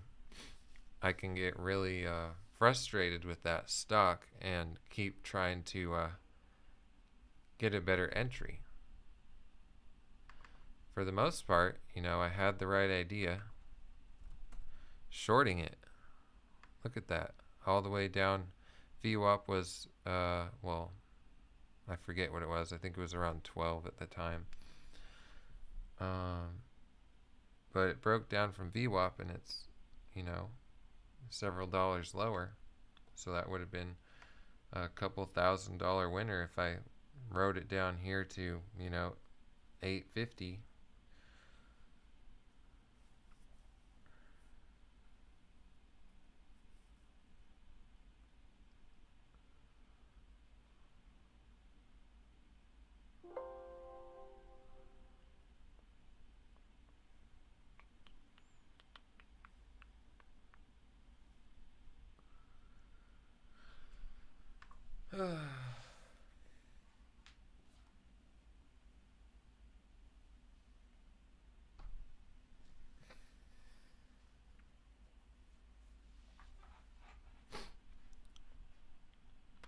So lots of good movement today.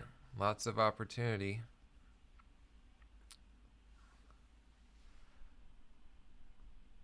It's surprising how many mornings we've had the last couple weeks where stocks have these big jumps in pre-market and then just come down. It's very common to see that. So as long as you can get good entries and not stop out with huge losses, you're golden.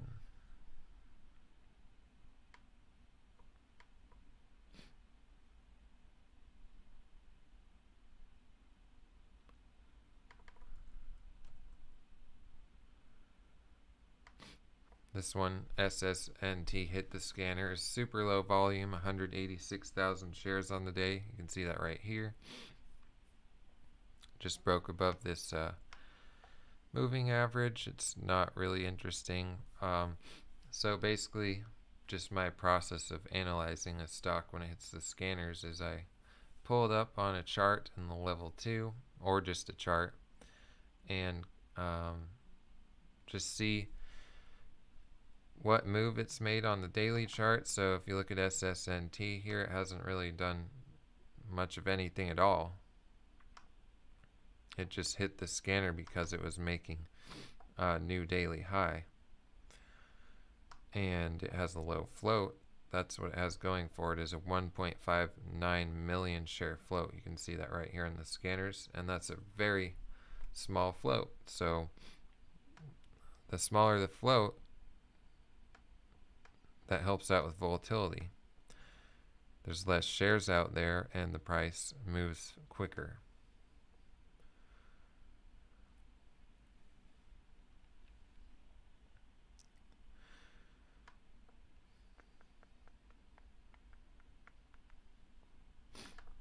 Just kind of distracting myself while GEG does a little bit of consolidation here in the 80s. But looks like it's wanting to drop down lower sometime. So let's just check in on some other stocks. So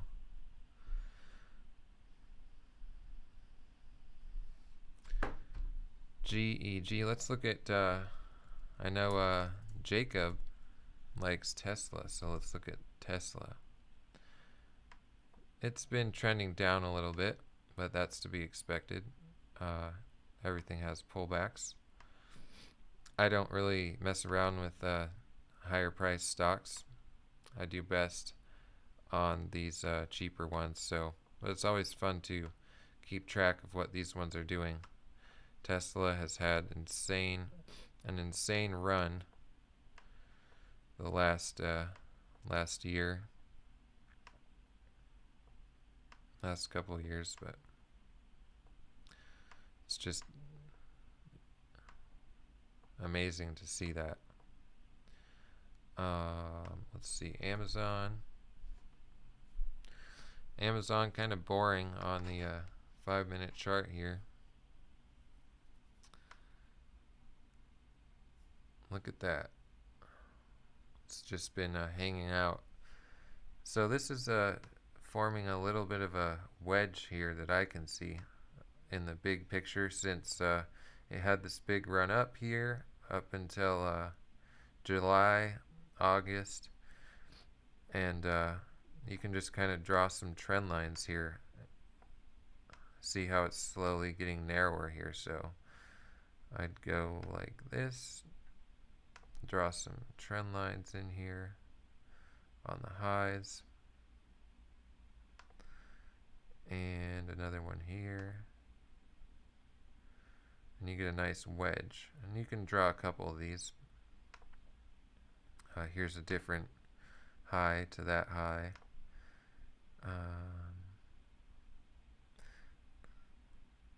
So you can see it's kind of consolidating here, Amazon.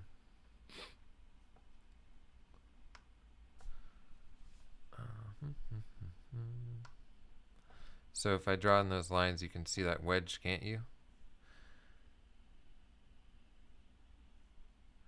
So when it breaks, so the more you can like draw good trend lines and see where it's consolidating, when it breaks out of those trend lines is a really good indication of a move that will go somewhere else, either up or down. So that's what I see just looking at Amazon.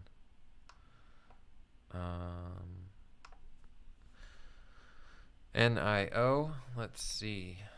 Here's the daily chart on NIO.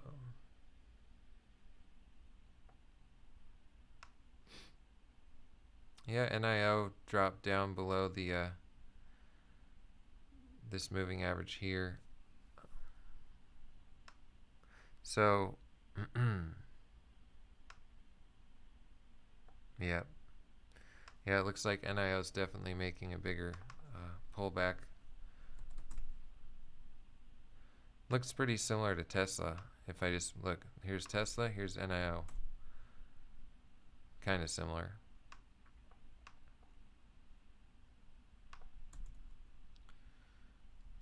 Apple.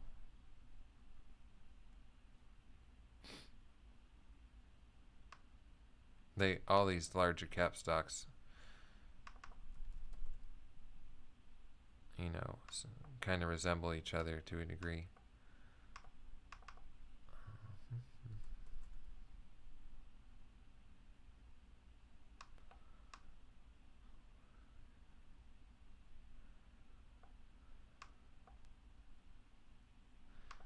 GEG taking its time here at the 380 level.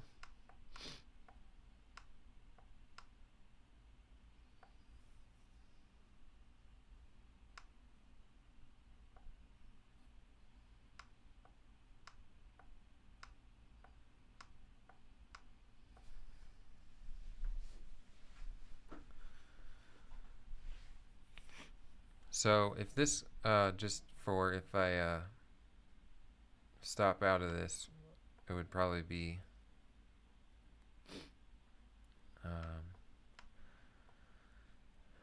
388 or so if it were to come up. I don't want to get out of it if it starts going against me here, unless it comes up over this moving average, as opposed to bouncing into it and coming down more.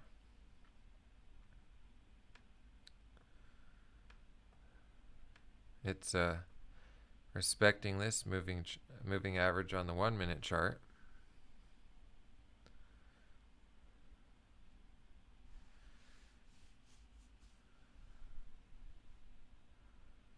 So a little bit of a roller coaster today. That's all right. As long as I can live to trade another day and always be learning, then that's good.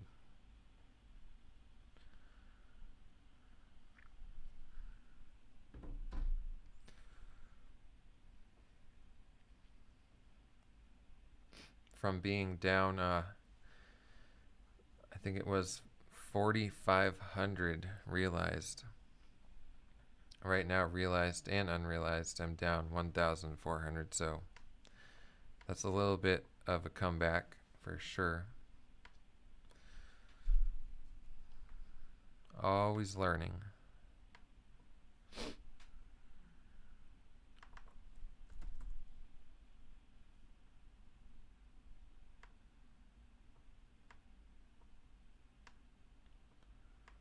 A 1,000 or $2,000 loss isn't too crazy for me with a $14,400 account.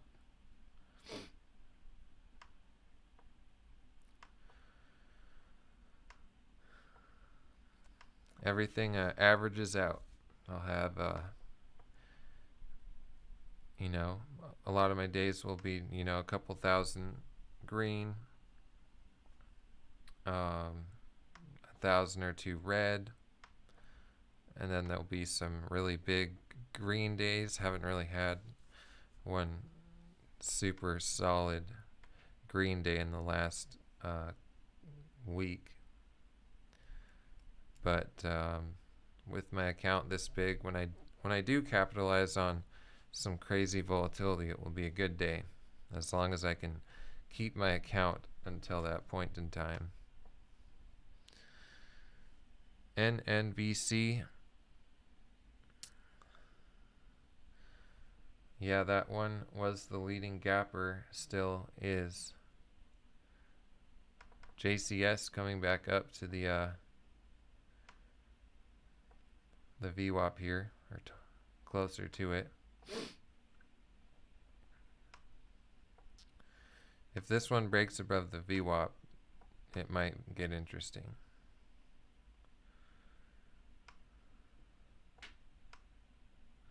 So on this one, kind of like I did on Amazon, but on a completely different time frame, you can draw these trend lines here. So see how it just bounces into here, and then depending on what it does right here, I can draw another one like this,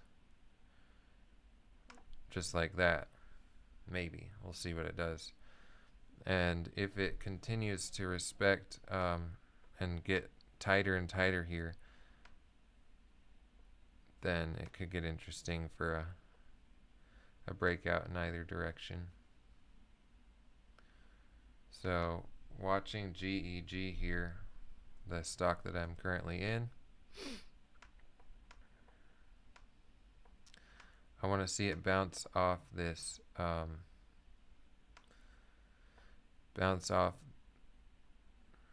moving average, 9 EMA on the 5-minute chart. But there is some strength here, so 387, getting ready to take some profit here.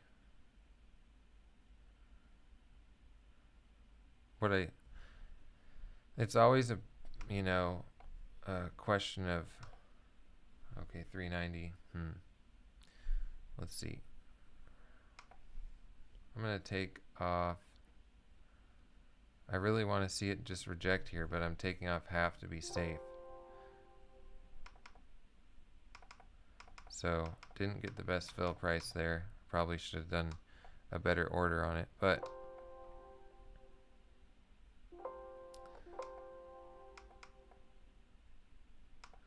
oh no, the fill price is fine.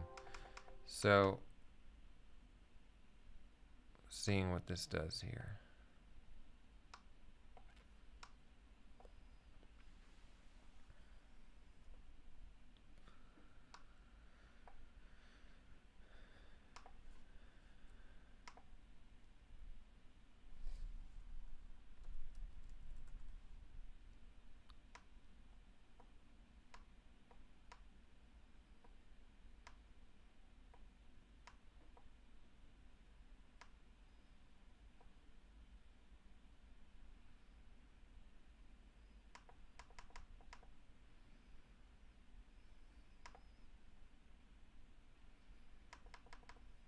So the majority of that trade executed at about 394.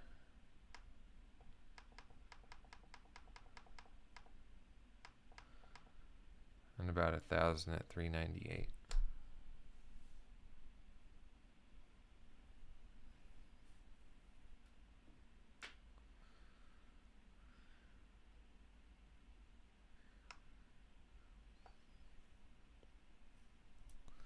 So pretty much at my average price now, because I added a bunch to this trade at 397 earlier.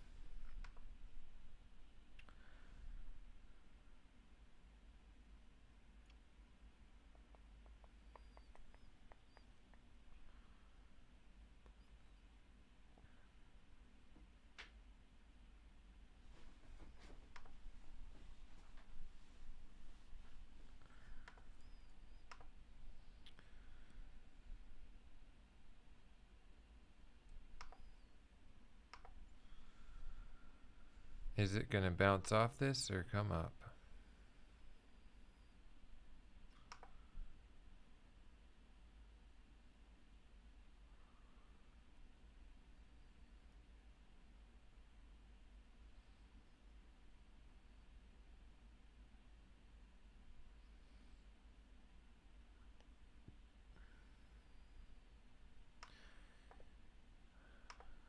Really want to see it bounce off of here. Bounce off of 407. Holding just a little bit longer. If it can stay below this moving average, that's really good.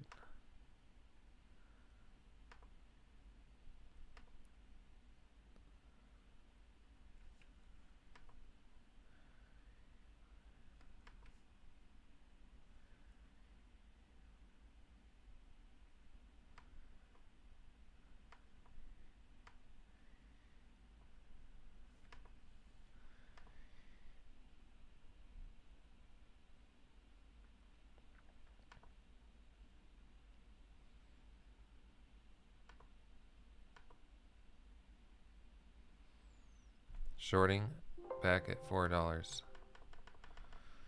So added back at 399. So we'll see what this does here. It's bouncing off this moving average at 407. So I'm ready to stop out with half or the whole position again, but betting on it coming back down towards 390, 380.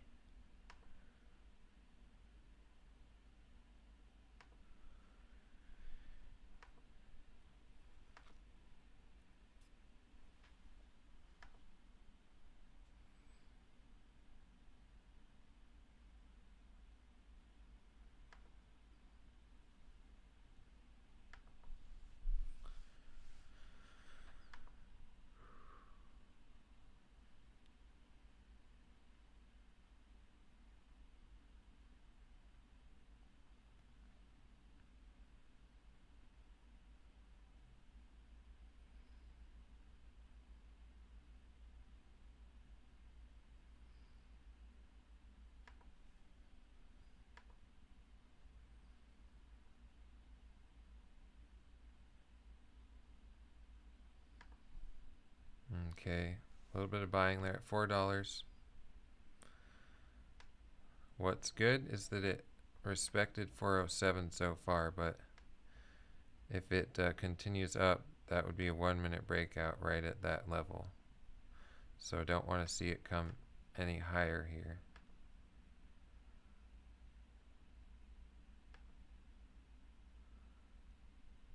What's it gonna do?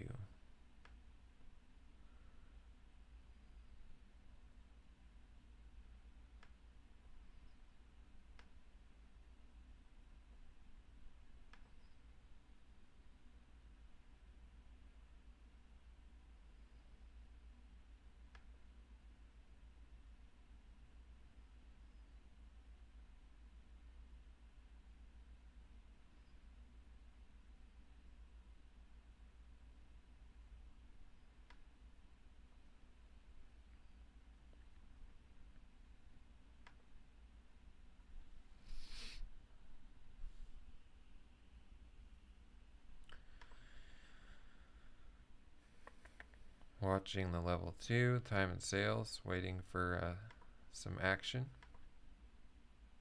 Not as much volume today on this stock compared to a lot of other stocks that I trade, so it's a little bit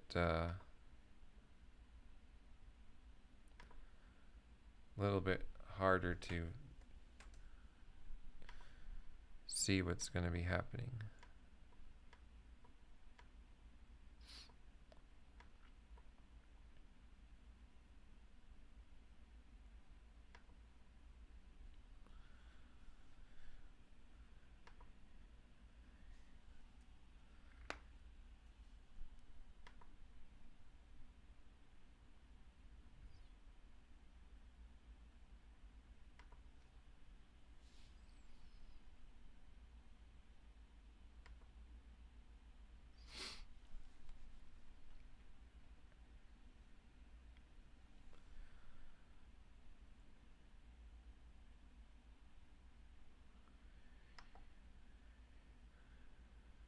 Orders went through at 402.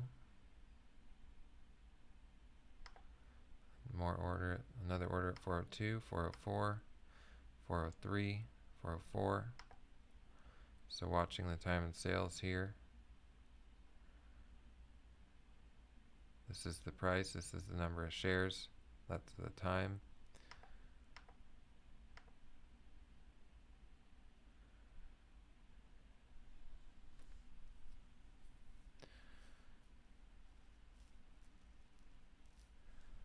I think if it breaks below $4, it will kind of drop quickly, at least 5 cents.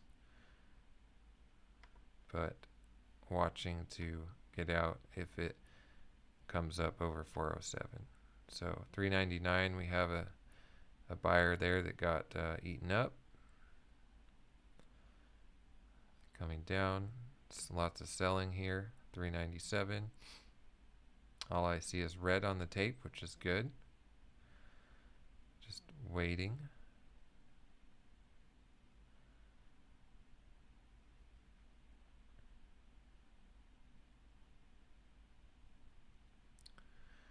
So I'm going to want to see it come below, get down to 390, because we do have these moving averages on the 1 minute and 5 minute chart that are below the current price, 394. So we want to break below 394. That's what I want. Is that what it's going to do? Who knows?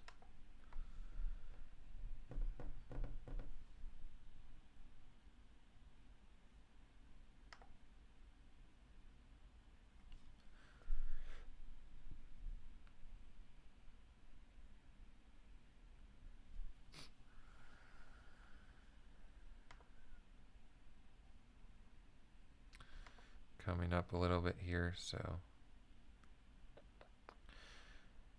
over this price here, 401 is a 1 minute breakout technically, but this stock isn't really trading like 1 minute breakouts will be a big deal.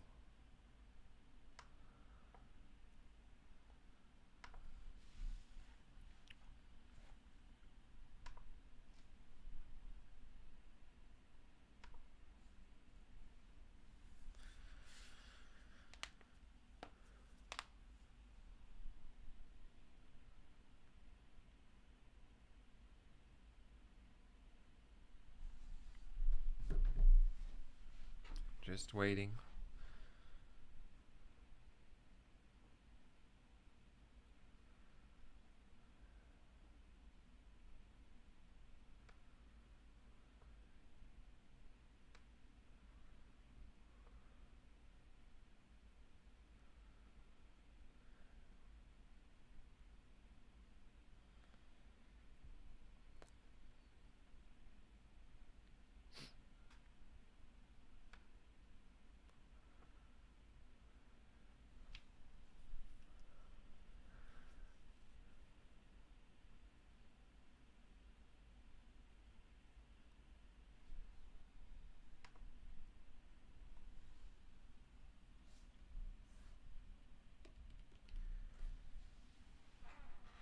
Want to see a break below 395, 394.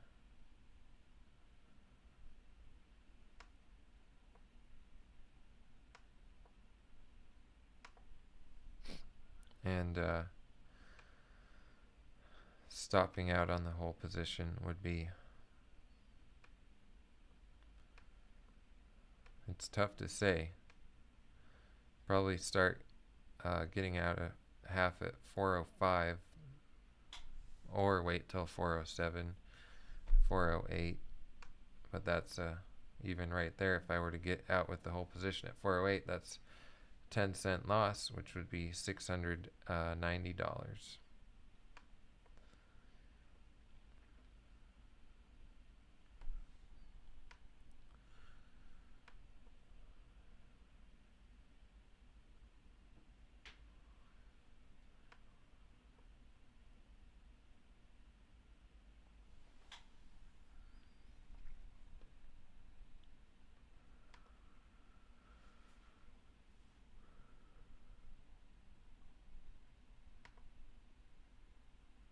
All right, big buyer here at 399. That's not great.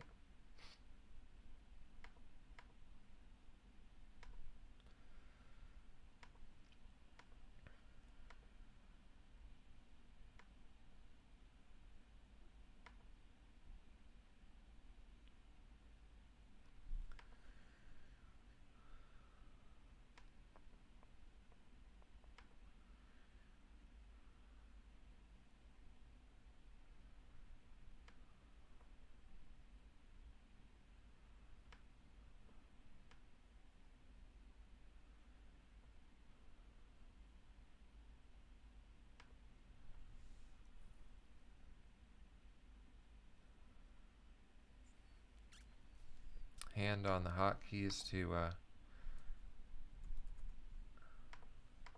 get out of half or hold the whole position.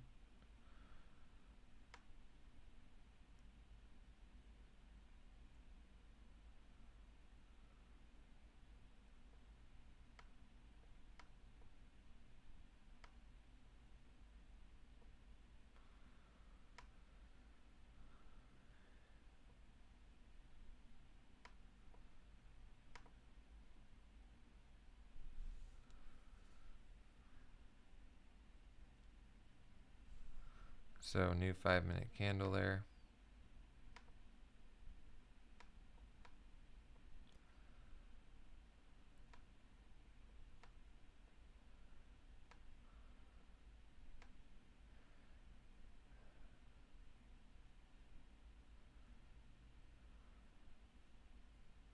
Charts can be deceiving if you're not in tune with the level 2, because when you see that drop there to hit $4, it could be like, oh boy, it's coming down, but there's still this big buyer here at 399, 100, or yeah, so a little bit deceiving unless you're paying attention to the level 2.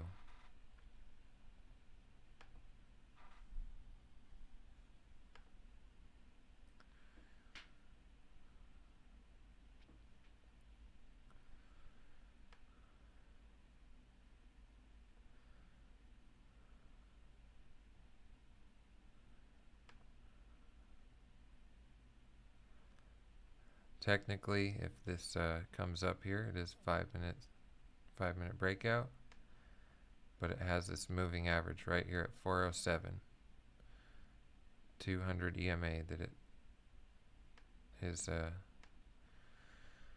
respecting. My belief is that this stock should close lower on the day, lower than $4. If you look at the daily chart here, has plenty more room to come down. That big buyer is no longer there at 399, at least not showing on the level 2, so that's good.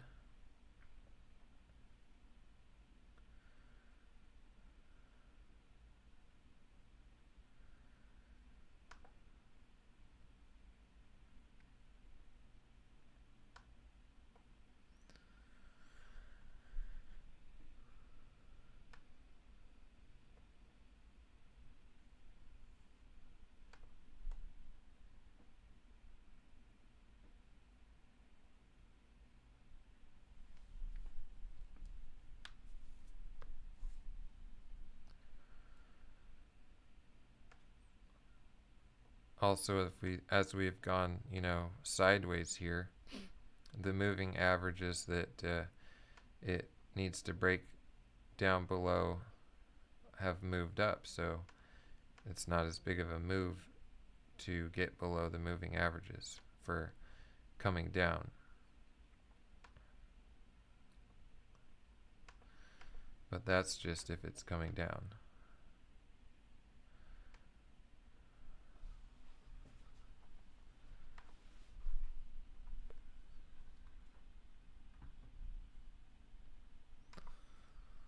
So, dug myself into a nice deep hole this morning on JCS.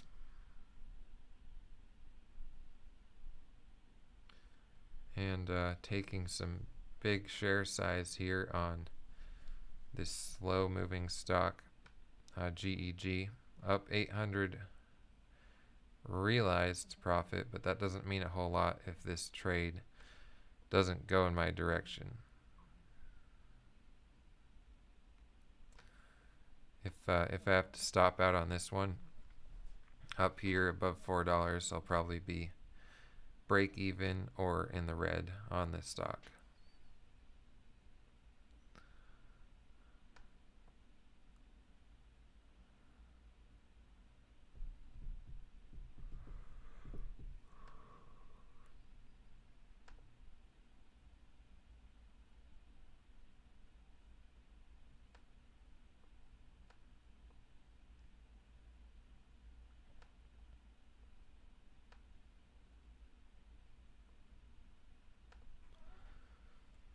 So hands on the hotkeys,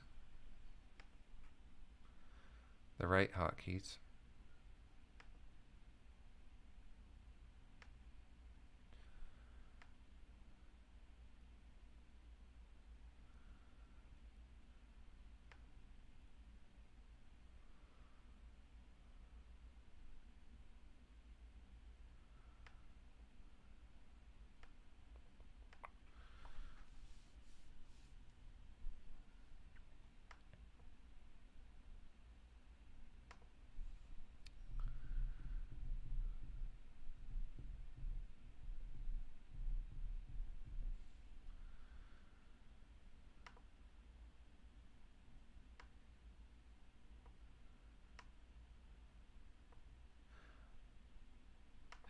It is entirely likely that it will come up above this 200 moving average and I'll have to stop out. If it doesn't, if it breaks down, all it has to do is get down to 396, 395, and it's blue skies all the way down. Well, should I say blue water or blue ocean, all the way down to back to 380.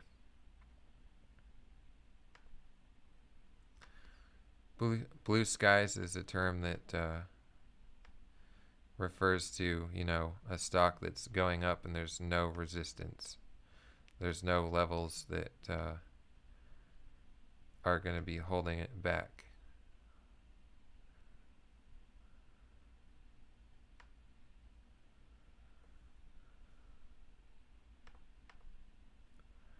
But since I'm talking about coming down, maybe it's not the sky.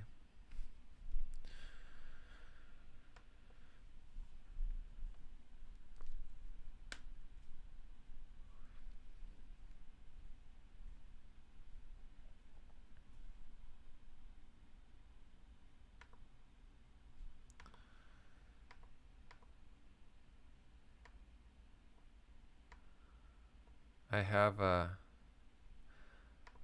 some margin left, so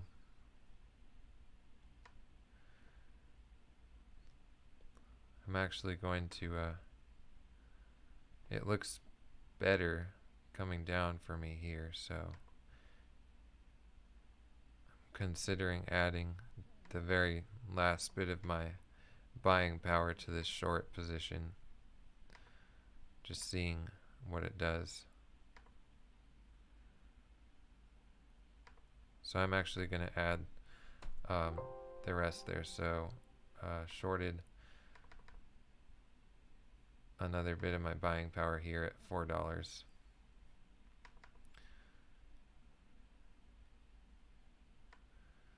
And it's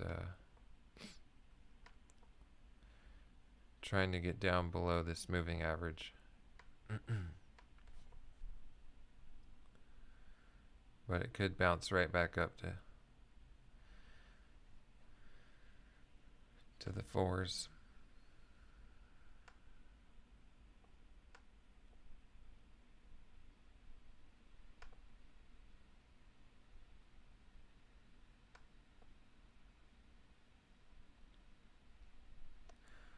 So big position here.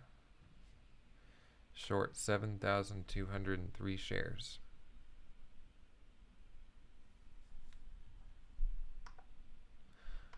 Fully prepared to stop out if need be.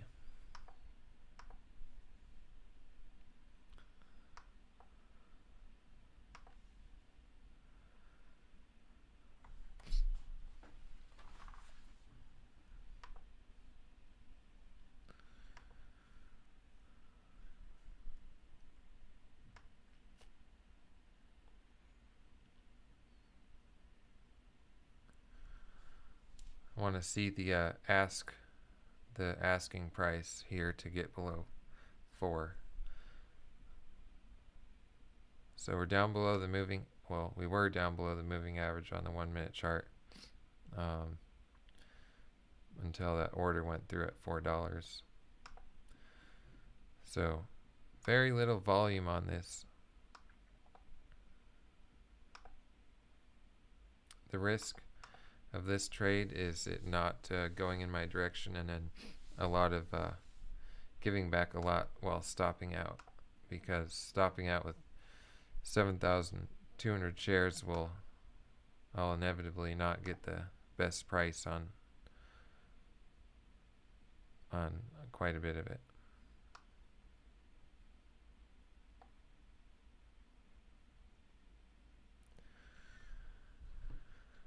So trading for a little bit longer today.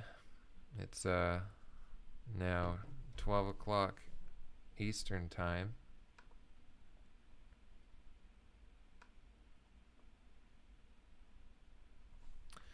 Four more hours of the market being open. Who knows? Maybe I'll be trading that long. Maybe not.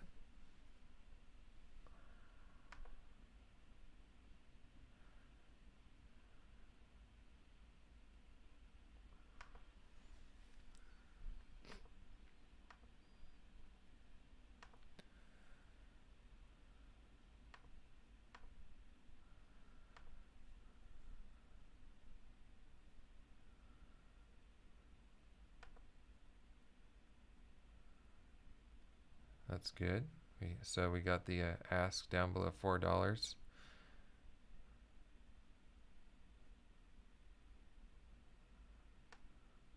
So this is one of those stocks where it does like drops all of a sudden. I think you saw me shorting it right here for this drop. And I think it could do another drop kind of like that sometime here.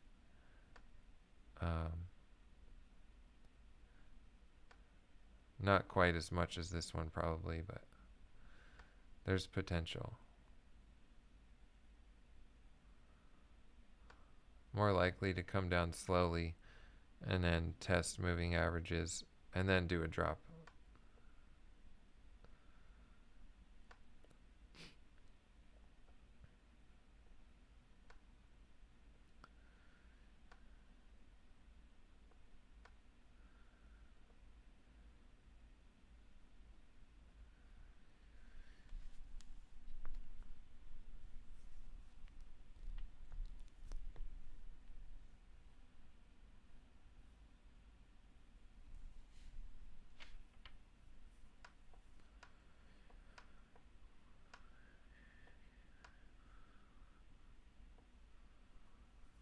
So a little bit of a buyer here at 395.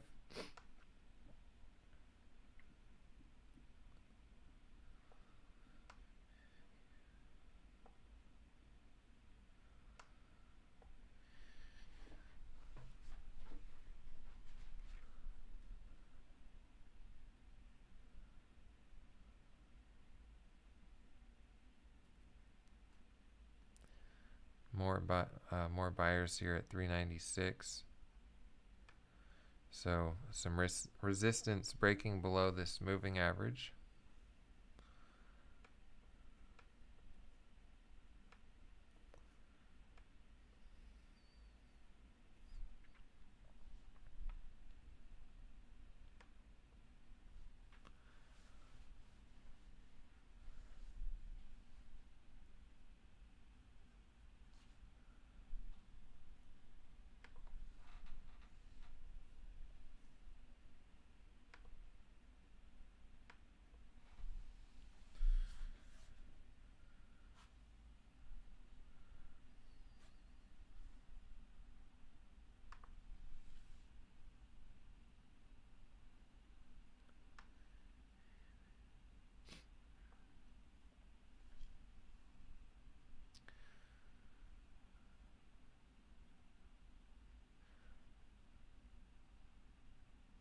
While it's below the VWAP, JCS, if you look at JCS, looks like it's on a very slight uptrend below the VWAP for the last 2 hours. So watching GEG here.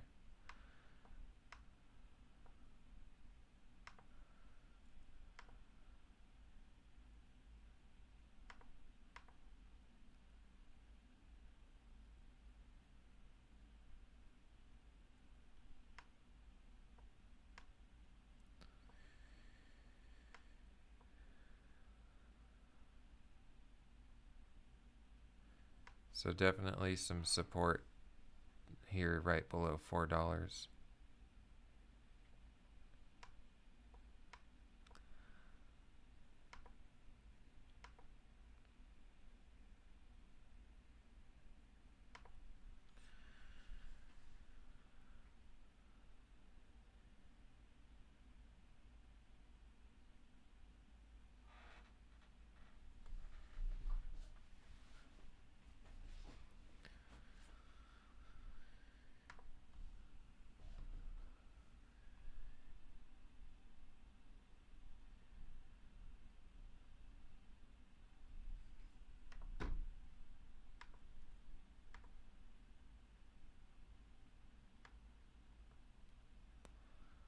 So the moving average here is at 406. Big buyer at 399. Big relative to the volume we're seeing. I don't really want to stop out unless it goes above 406.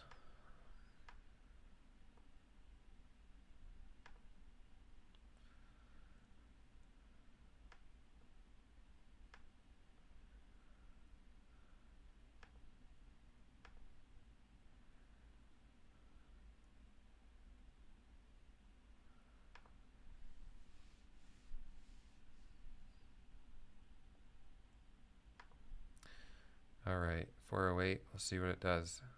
Can it reject this level?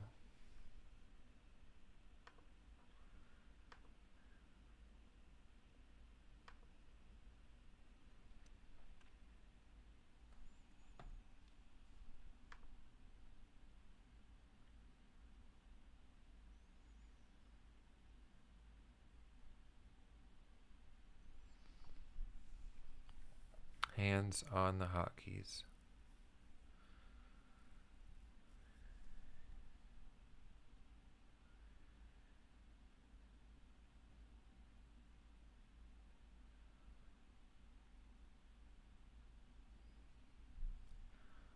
So some buying at 408, the spread 7 cents. If people start selling, it will be right at 401.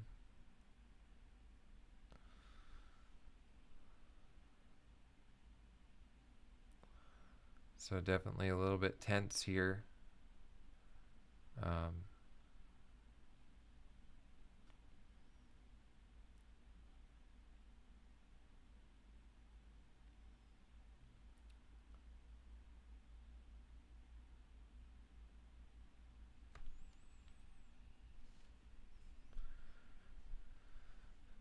So back down to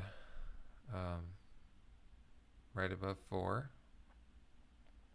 So as long as it stays down here, that's a rejection of the moving average, the 200 moving average on the 5-minute chart, this purple one. So definitely high tensions here in terms of stopping out or not stopping out as it tested this moving average.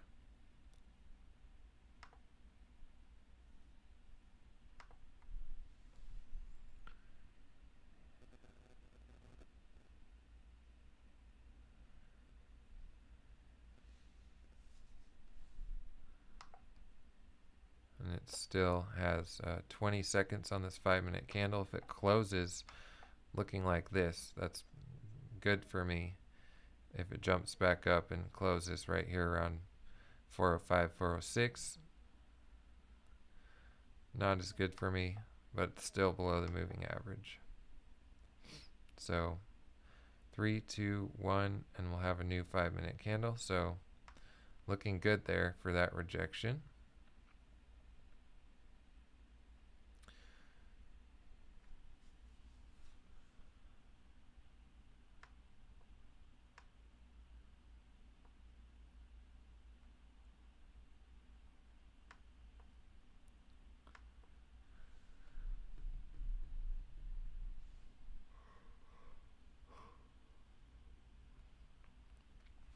I've probably gotten a little tunnel vision on this one and could have had other good opportunities on other stocks, but the ones that I have up on my screens, nothing too interesting going on.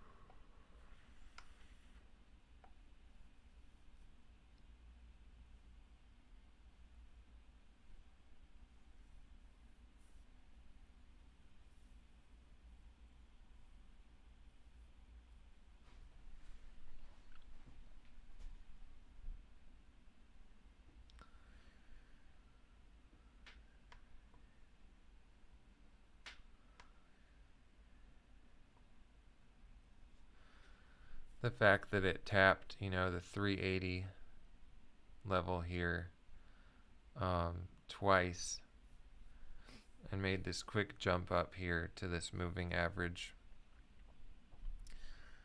could mean it might not be coming down more anytime soon, but it still has room if it is going to.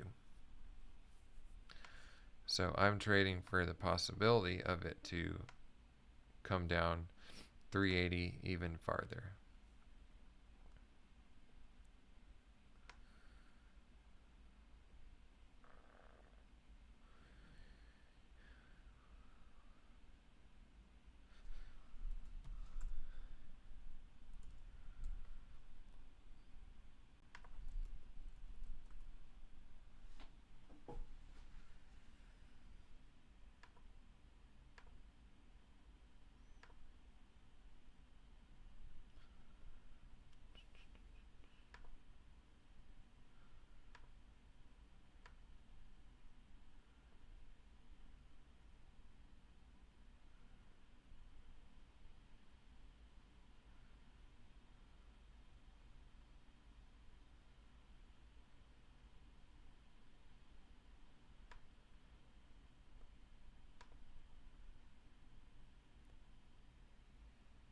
So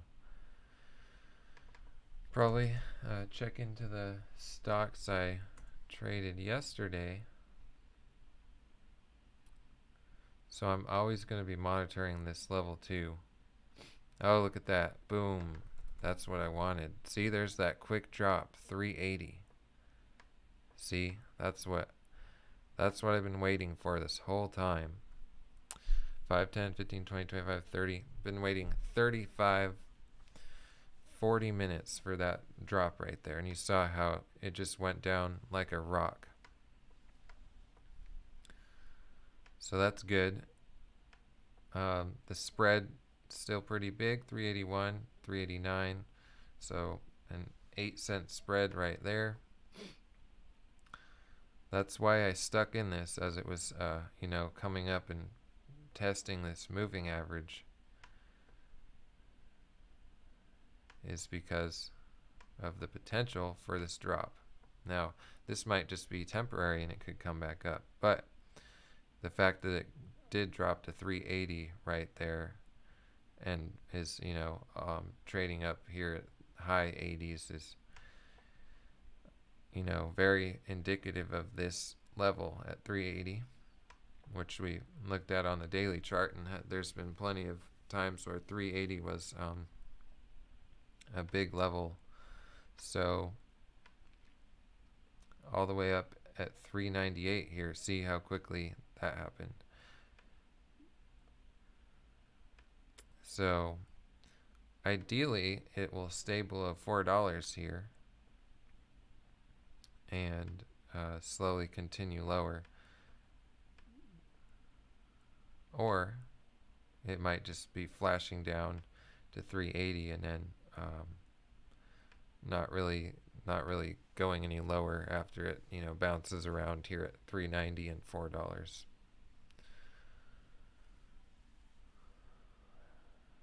So I usually like to trade stocks that have more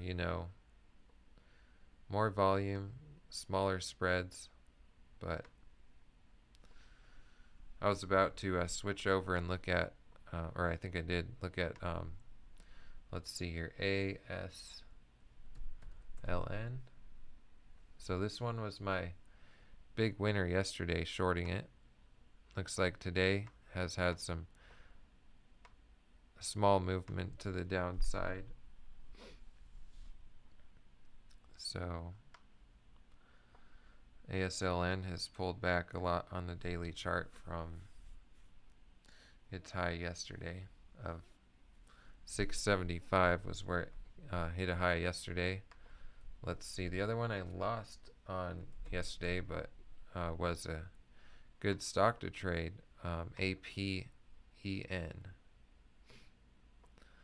So APEN is kind of holding its gains from yesterday here and coming higher. I would even be, let's see how much volume it has on the day. 1.3 million shares of volume.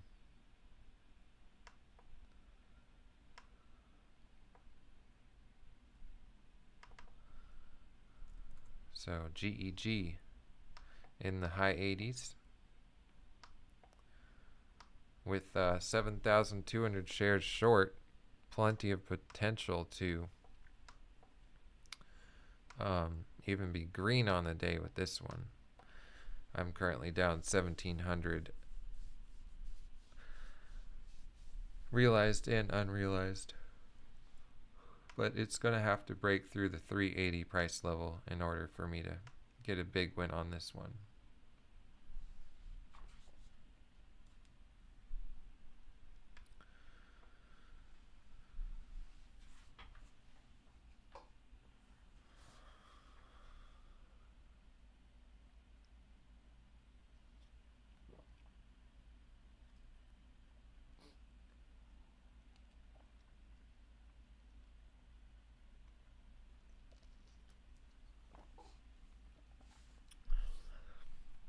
So it's right above 380 now.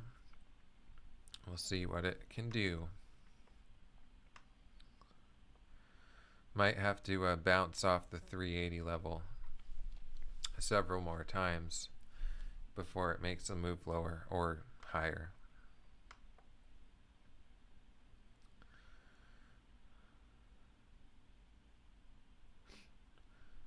I was mentioning how JCS, the one that I killed myself on this morning.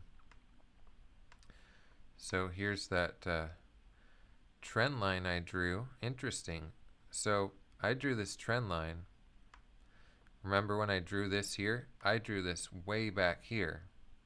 And with the exception of it coming up and testing the VWAP right there, it's come back into this area and is still basically, you know, trading within these trend lines.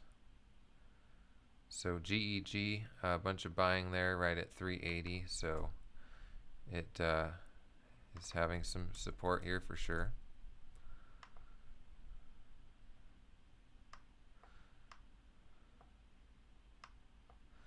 Just waiting for this one to finally sell off below 380. So while that is doing its thing, I'm just going to stay looking at some other stocks. So back to JCS. Oh wow, 396. Come on, I'll stay here. So look at that 11-cent spread, 385 to 396.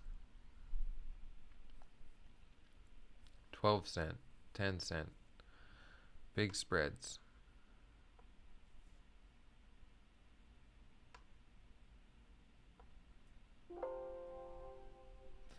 OLB, I'll pull that up just because it's hitting the scanners. So OLB, the OLB group, 1.717 million shares of volume, 2.1 million share float. It has news, simplifies social media app payment acceptance for merchants. Making highs of day here, had a nice you know, break above the VWAP consolidation, and now it's extended, breaking up above the VWAP here. It's not shortable. Daily chart looks good. Here's the daily chart. This one could be an interesting one to trade for anyone looking at it.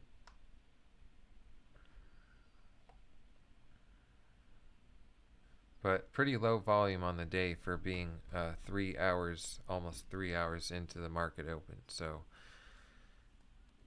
still not a lot of volume.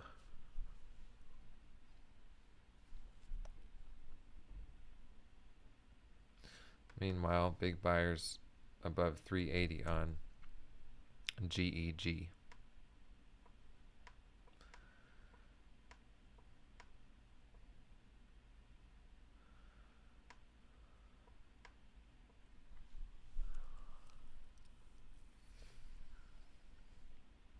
So if my dream were to come true, someone would sell a whole bunch of GEG here and get rid of these, buyers at 385. But there's probably more behind the scenes here supporting this at 380.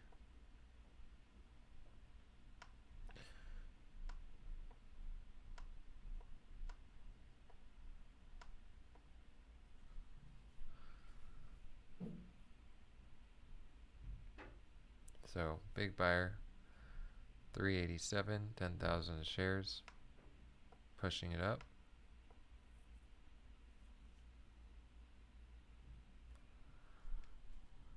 Going back to JCS for a second just to check in on this. So see, I'm just going to move this line a little bit.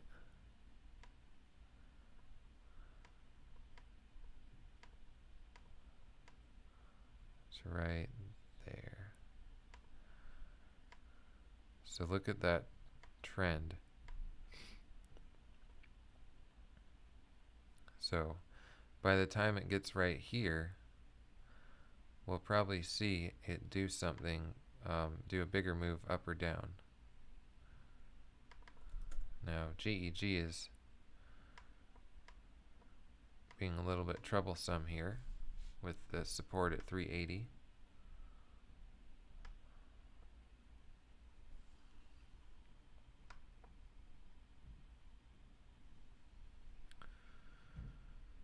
My price is 398, and I'm betting on this one to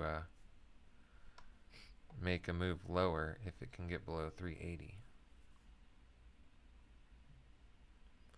But so far, no luck with getting below that price level.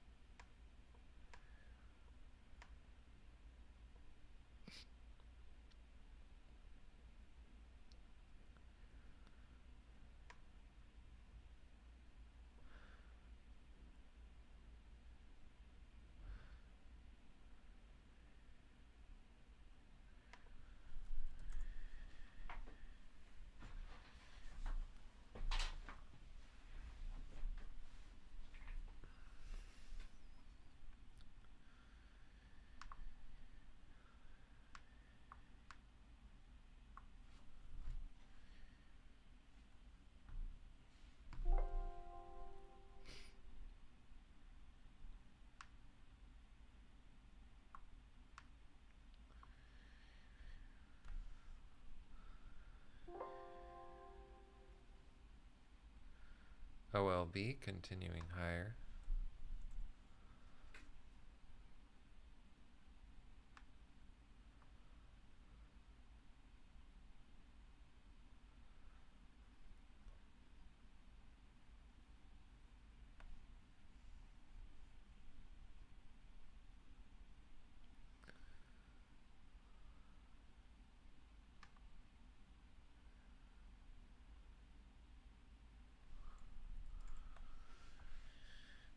Very, very little volume on GEG.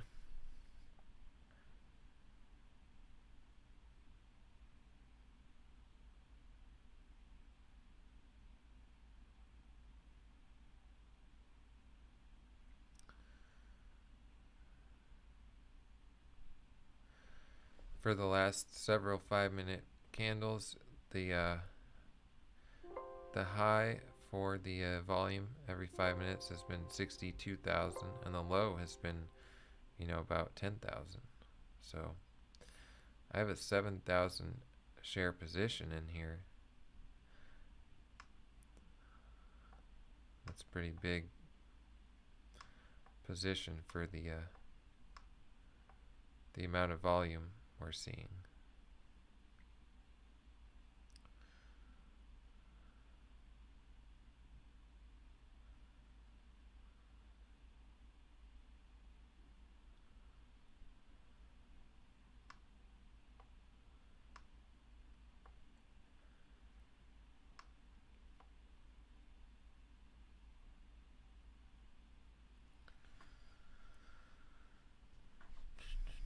So 3.5 more hours of the market open.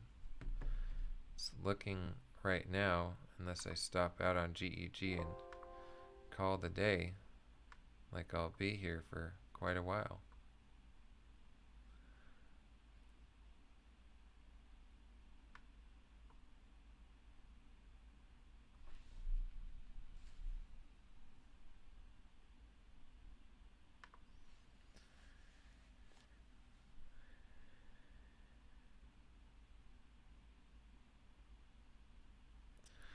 Guess this will be my longest live stream probably, and not Not the best one, but the longest one.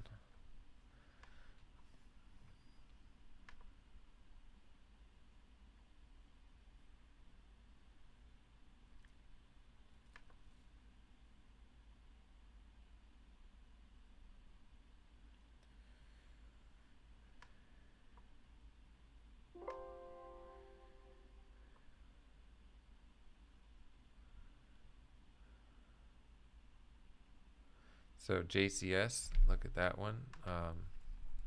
It's testing the VWAP here. So this one seems like it wants to break above the VWAP.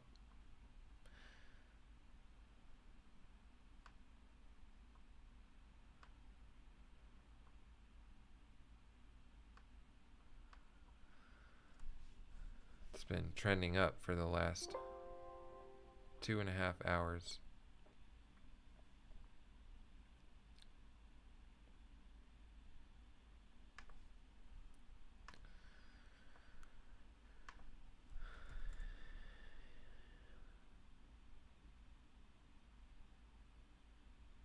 OLB continuing its move upwards.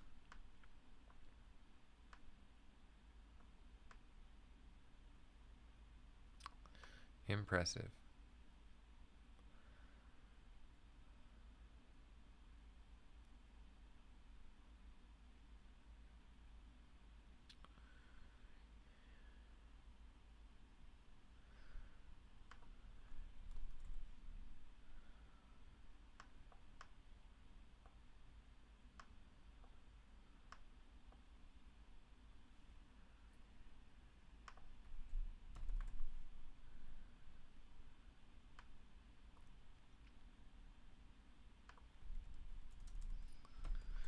PERI has also hit the scanners intermittently the last little bit here at 8:30 and 8:27 Alaska time, so not too long ago. Let's see, GEG looking good coming down. So this one is having a nice day. It's a little bit more pricey than most stocks I end up trading.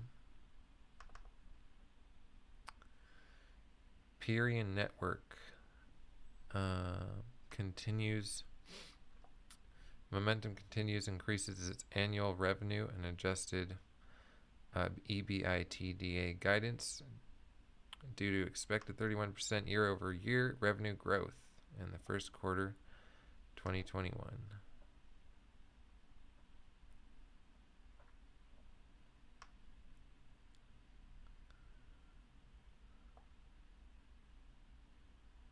It's a global technology company that delivers its synchronized digital branding solution across the three main pillars of digital advertising: ad search, social media, and display, video, and CTV advertising. So that's PERI. Having a nice day here. Opened up at 24.39 and it's trading at 28.15.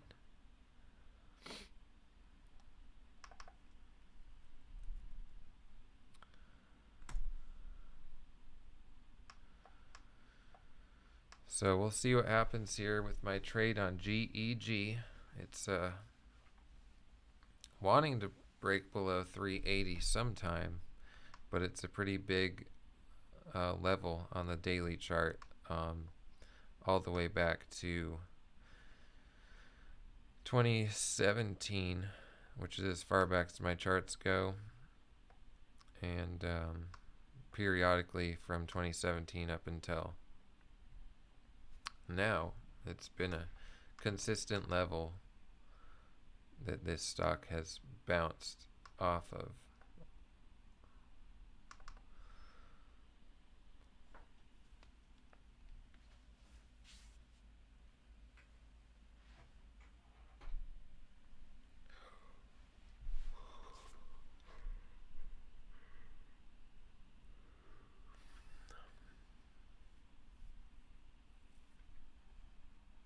JCS breaking above the VWAP or testing it, breaking above. Look at that.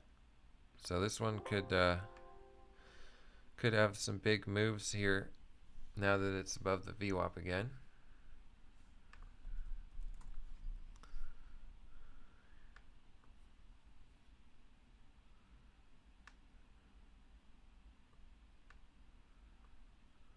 So you see how I drew that wedge in here. It kind of became less of a good wedge, you know, because of this testing the VWAP, but then it came back down and stayed in here until it broke above, and that would have been a reasonable place to be a buyer. And then as it broke VWAP, especially once it's over VWAP, but you can see how consolidation works, you know, it's trading within a range, and the range gets smaller and smaller, and then eventually it's going to have to either break up or down.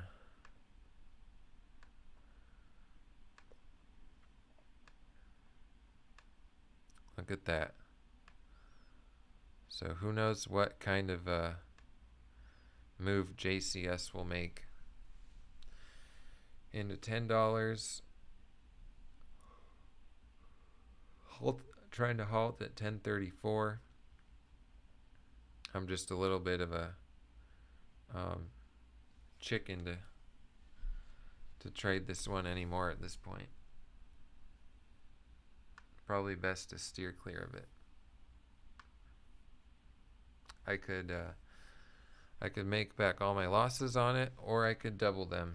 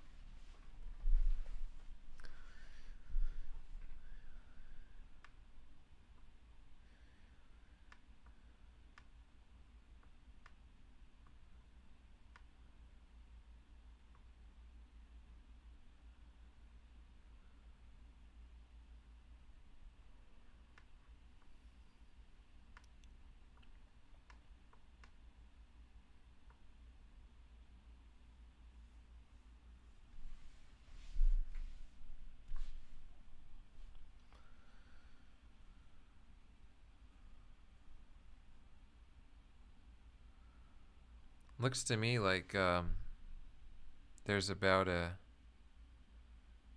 let's see here, about an 18-second lag on the live stream. Is that what you guys are seeing? But from what I see, it looks like about 18 seconds now, which is a lot more than it has been in other days.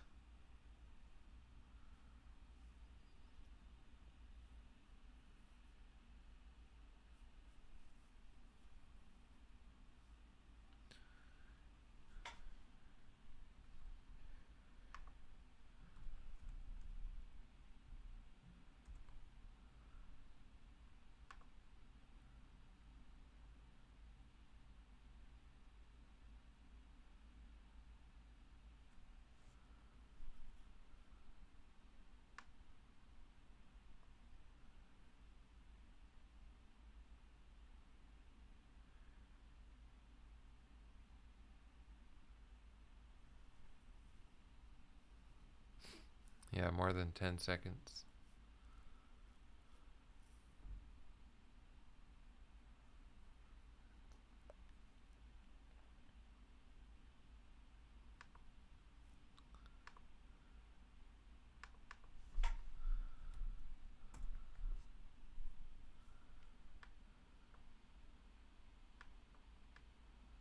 So watching GEG here to see what it does.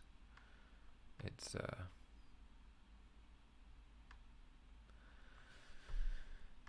anything below 404 I'm okay with. 404 being the moving average here.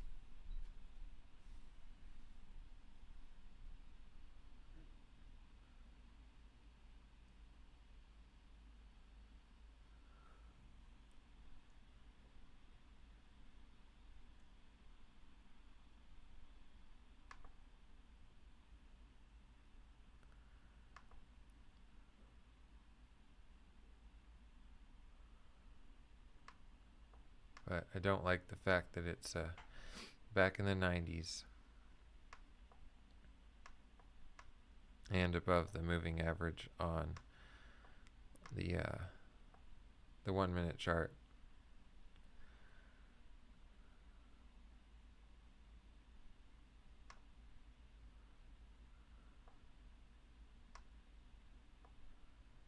I'm trying to look at this one in the bigger picture today, but it's hard to do that when I have a 7,200 share position short on this, because I can't be in it if it starts going up.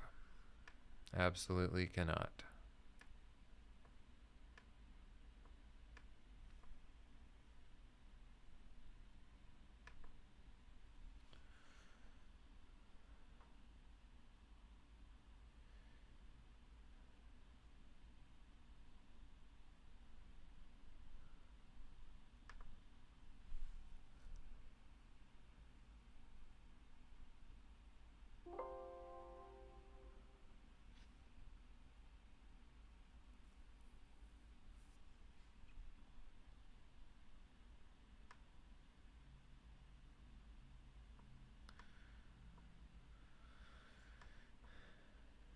So it looks like above 396. Looks like 396 or so is kind of a level that this doesn't want to, that it wants to get above, but it hasn't been able to. So it's been consolidating, you know, up here in the 90s as opposed to down by 85, where I'd rather have it consolidate for a move down.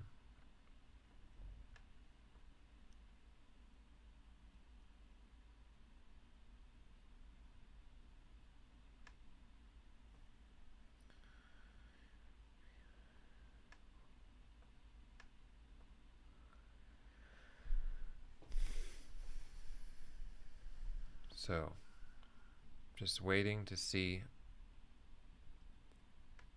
what it'll do. That's the name of the game right now for me, is waiting on a GEG here, stopping out as quick as I can if it goes against me, or being very patient and letting it come down on the day, which has been its trend. Pre-market, it had some big moves and has been trending down, but it's very far off the VWAP to the downside, and here it is at 395.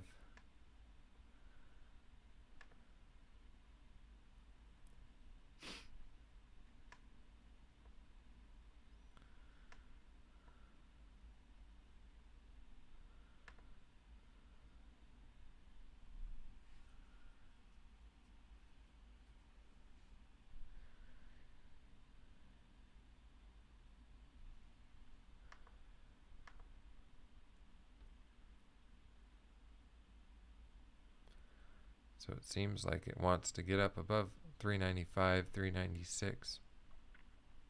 There just isn't much volume.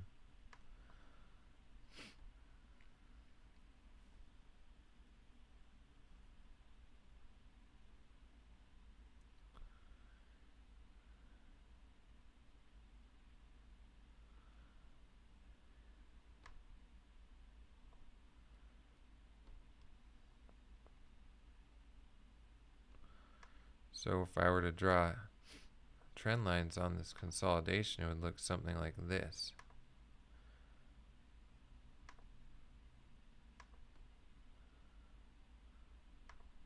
Which is not the best shape of a,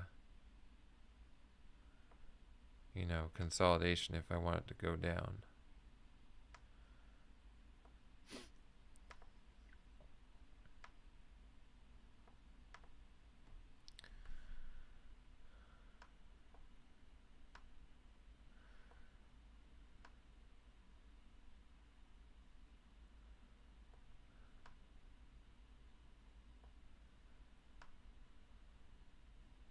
So you can see that wedge there. And if it consolidates closer to, the upside of the wider part of the wedge compared to the downside, it's a little bit, seems a little bit more inclined to end up breaking to the upside than the downside.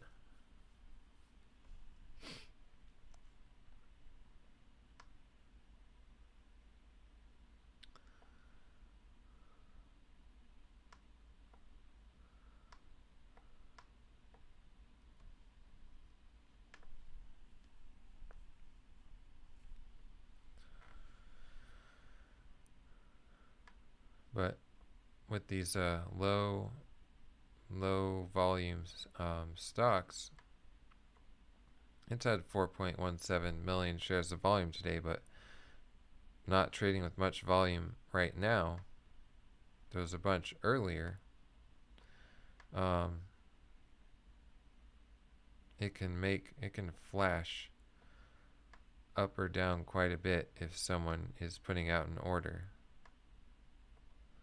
If I were to put out an order to buy my whole position back, my whole short position, it would probably be up here at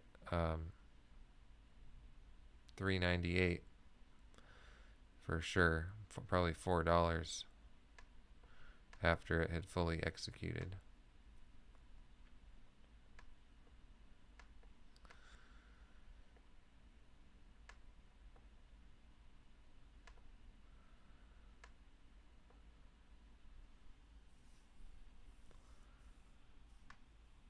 And likewise, if someone sells, it can flash down to the 80s.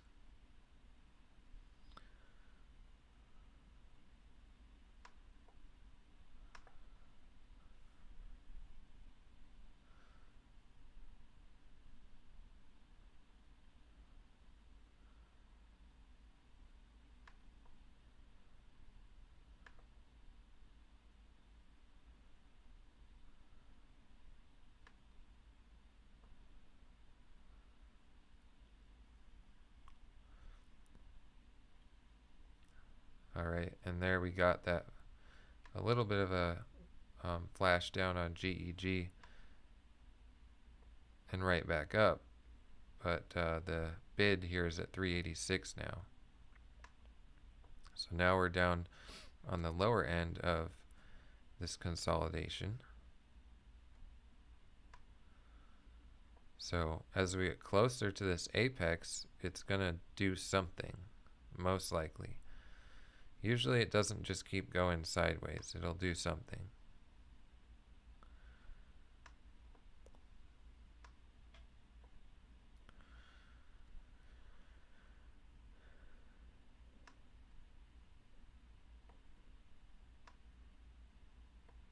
So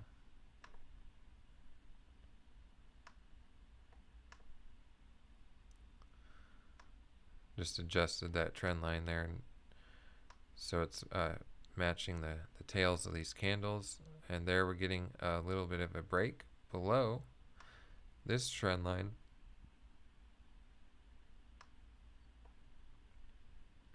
The ask is still at 390.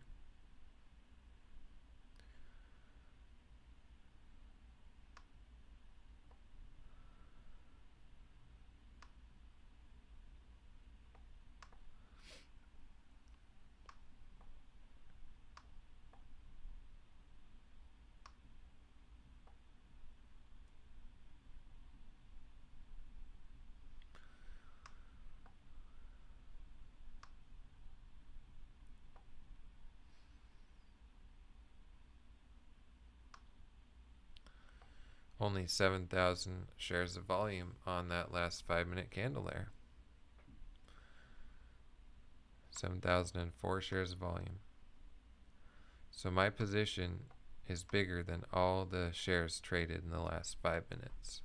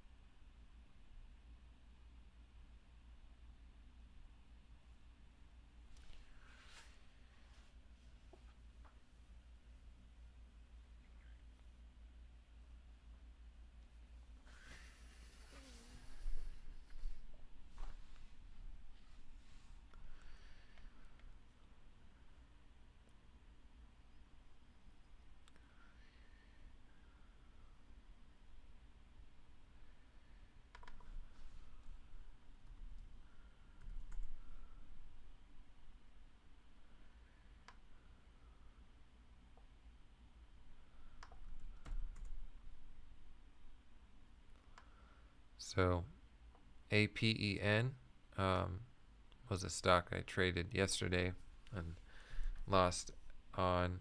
It's doing a nice move down here towards the VWAP.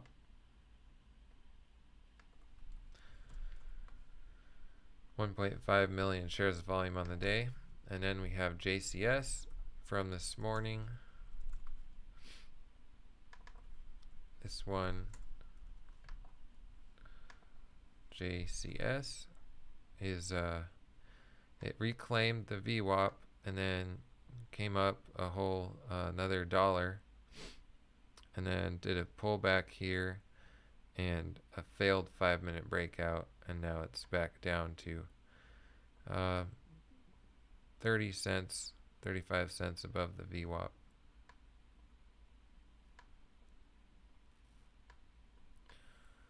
But you can see, just as I drew this wedge in here, I drew my wedge in on GEG, and I hopefully right now we're seeing it break out to the downside. It might not be there yet. I might just have to adjust the trend line here if it doesn't come crashing down. So if that's the case, I'll leave this one here and I'll adjust this one to about right there.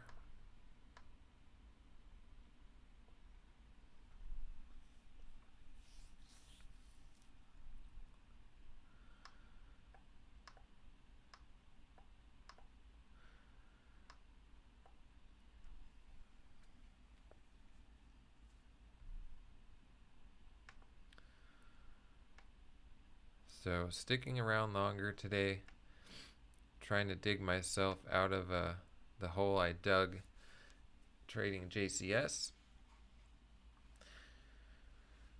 And we'll see if I can do anything about that, or if I'm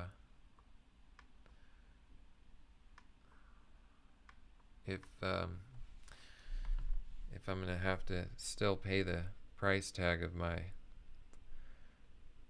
poor decisions on JCS this morning.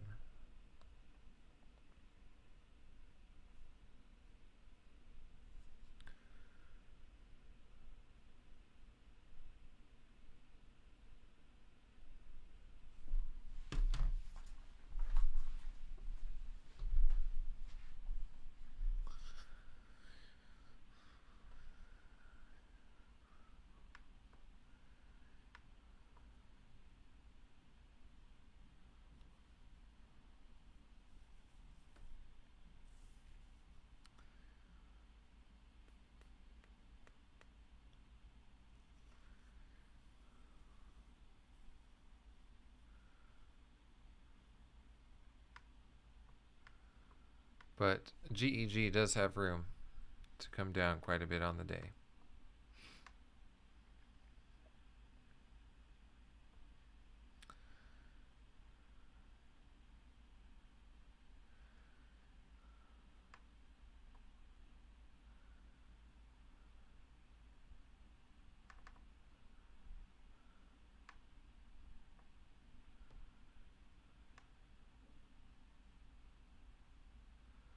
After a 380, the next price level would be 360.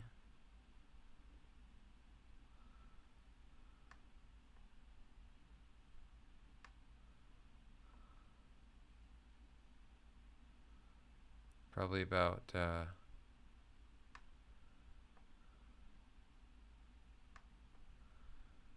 340. Okay, let's see. Some more buying there.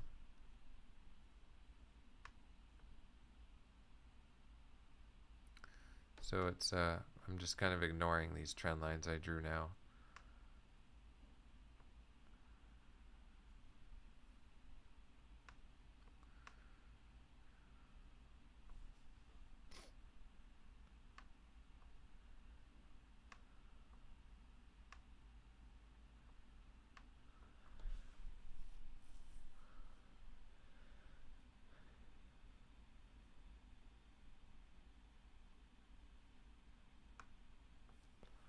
So my current stop out price is right around 405.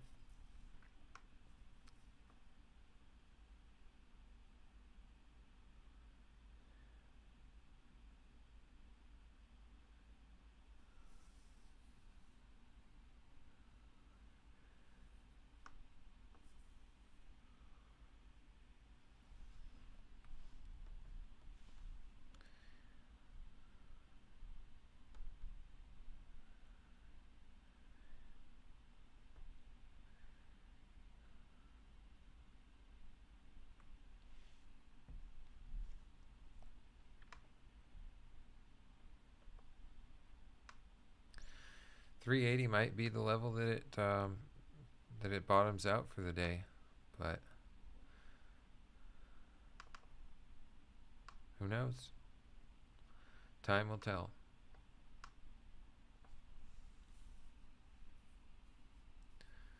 So JCS getting closer to the VWAP coming down.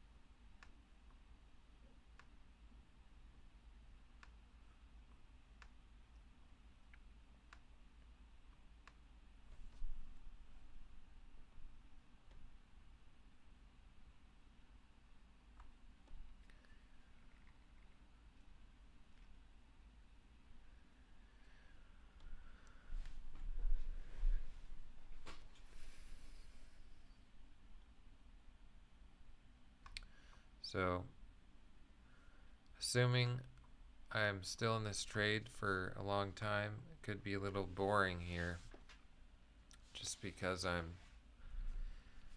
there's 3 more hours of the market being open, and I'm taking a longer trade here on GEG for it to break down below 380 if it does.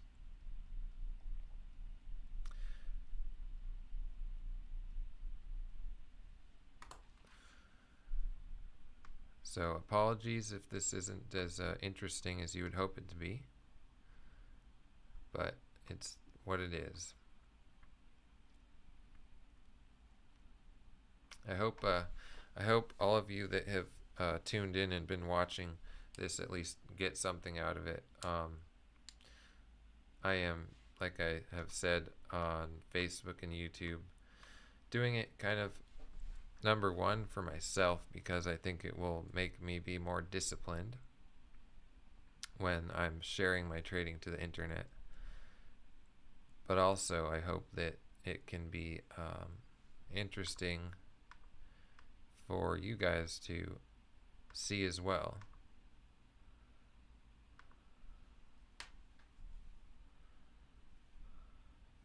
Thanks, Kiroti.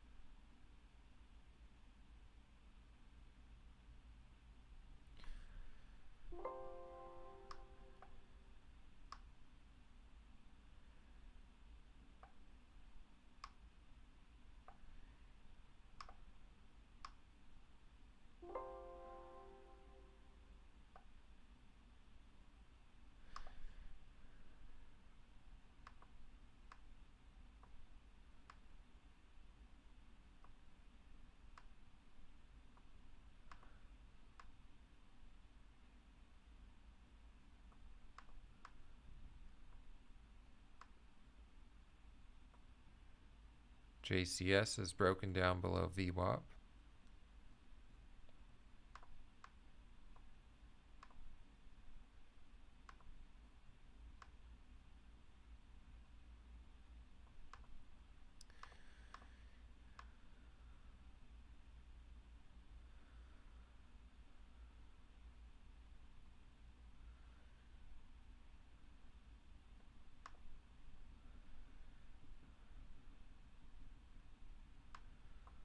So I'm just playing around with the trend lines here on GEG to see if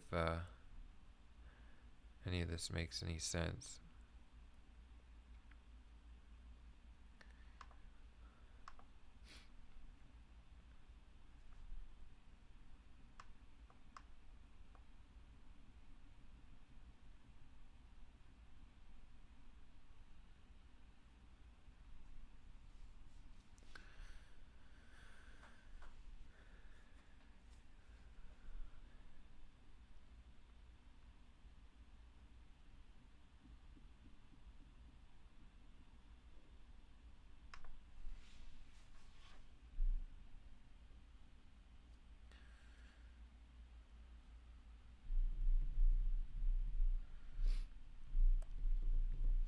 Day trading and having to go to the bathroom don't work together too well. So that's where I'm at right now.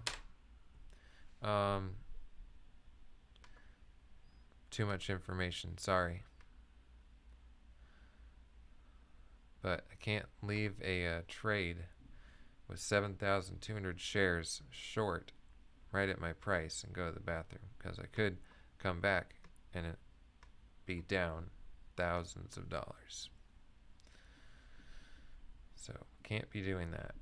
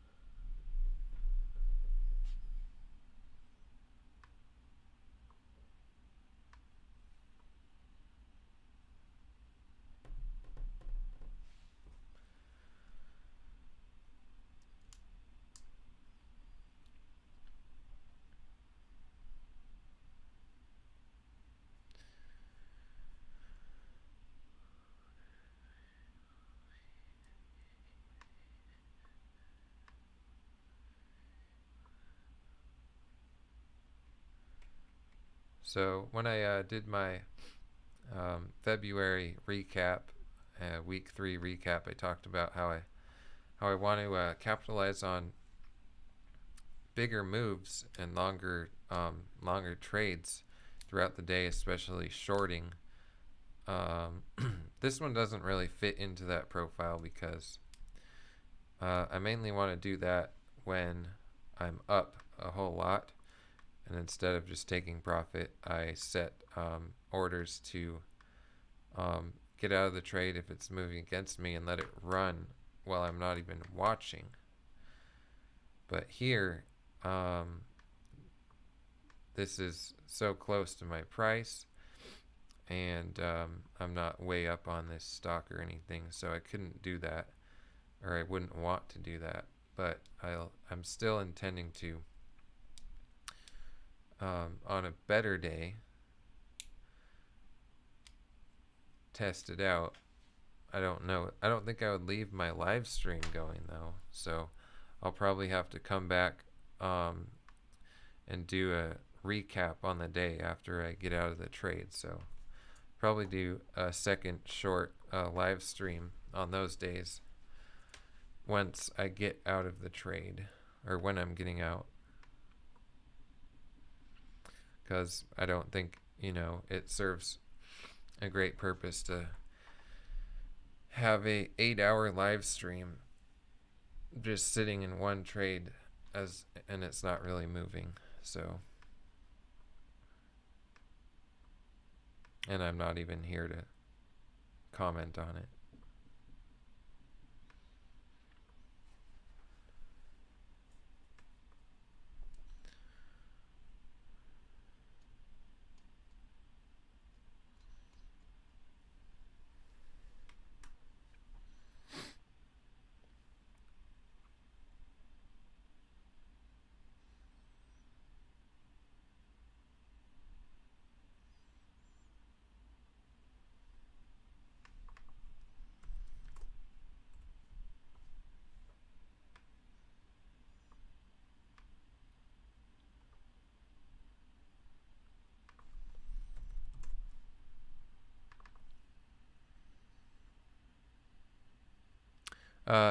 Kiroti, were you shorting NNVC today? I'm curious if you're doing that with real money or paper trading account. NNVC isn't easy to borrow for me at light speed, but definitely some nice opportunities to short NNVC.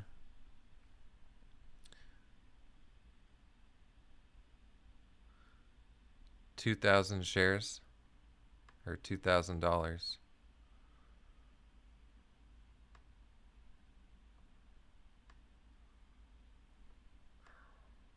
Yeah, I saw you mentioned that you were shorting APEN yesterday. Yeah, I mean, it's, you know, bouncing off the VWAP here, but yeah, it could be good. I don't know. It's very extended, so.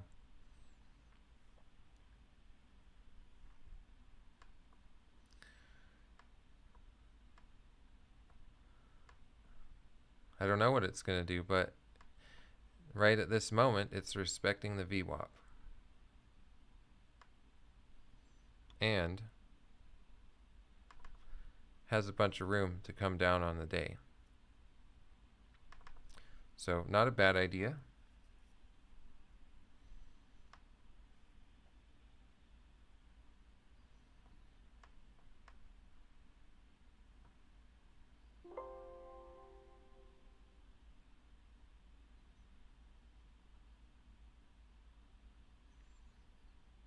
If you, one thing I'm seeing, they're, you know, quite different, but completely different, but JCS has reclaimed the VWAP, came down to the VWAP, traded below it just a little bit, and now it's moving back up. So, but NNBC is a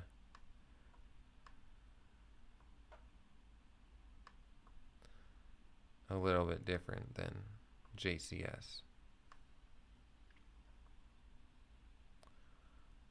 I'm just sitting here in GEG waiting for it to break out of this consolidation. You can see my trend lines there.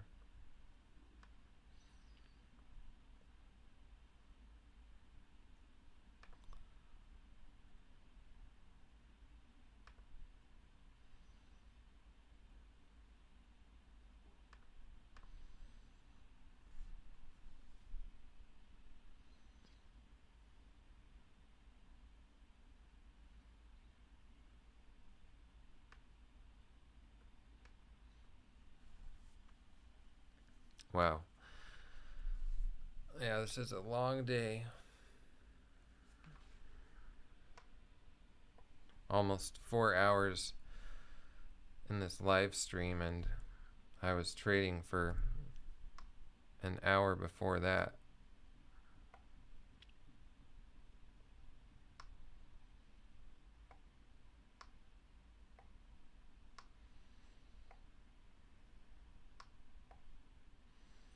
So my trend lines here, trend lines are only as good as um, whatever you draw. And so I have two, both on the upside and downside here. One of them is for the tails of the candles here, so you can see hitting this tail here and this tail there. And the other one is for the bodies of the candles. So the body is the fatter part of the candle. So just kind of putting them all in here to see what happens, see if they're of any use.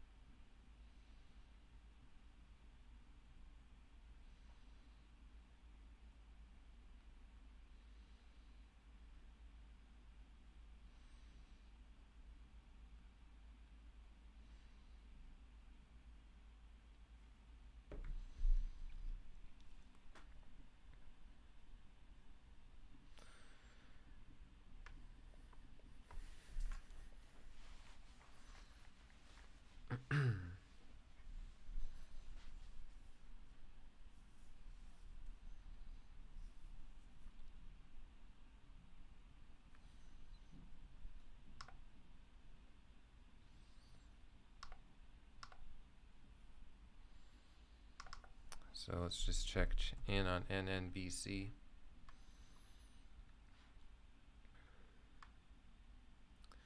It has been trending up for a little while, so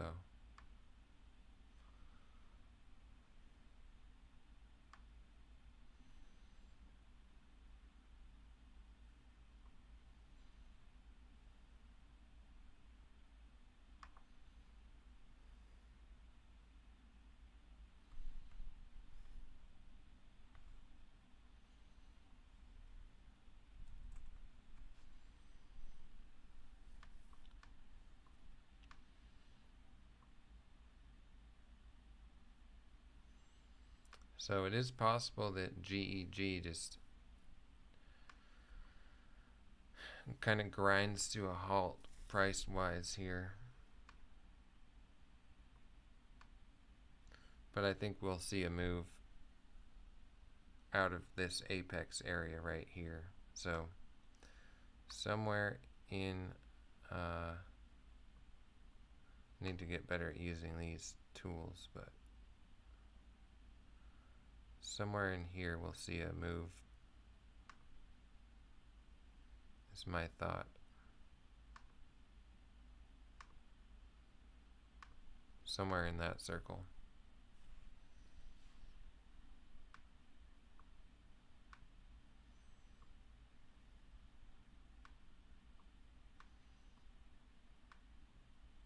So that's kind of the apex of this wedge we've been forming.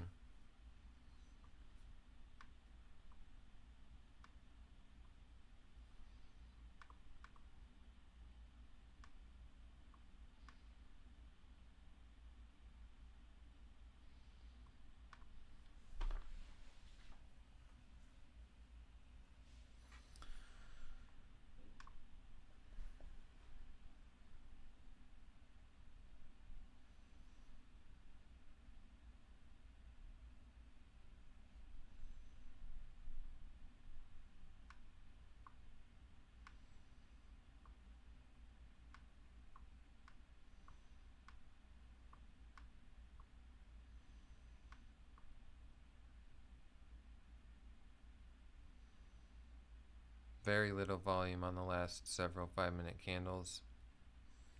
1500, 3700, 5200.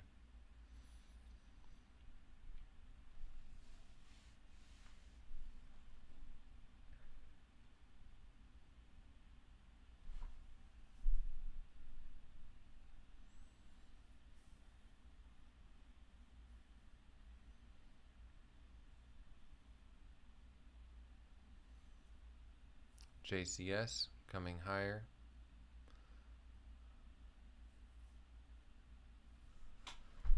Breaking $10 for JCS.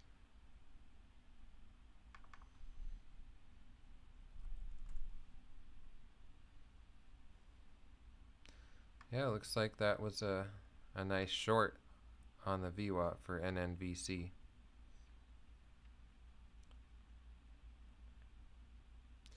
It's just that it came way up above the VWAP right here. So, not sure where I would have got in there.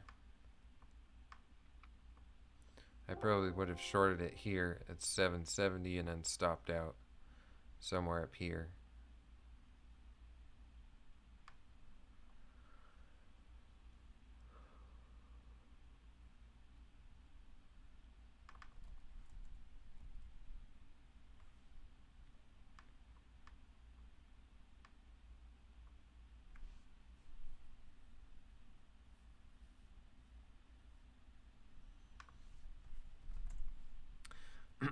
JCS now has 64 million shares of volume today, which is impressive.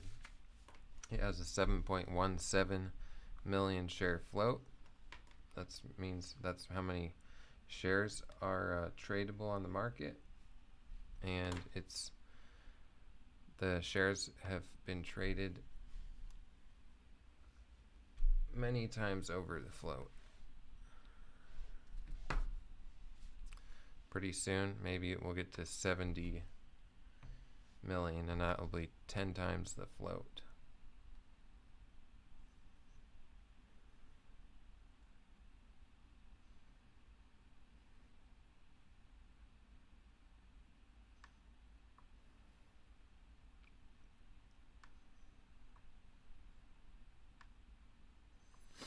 So you can see GEG getting to the apex here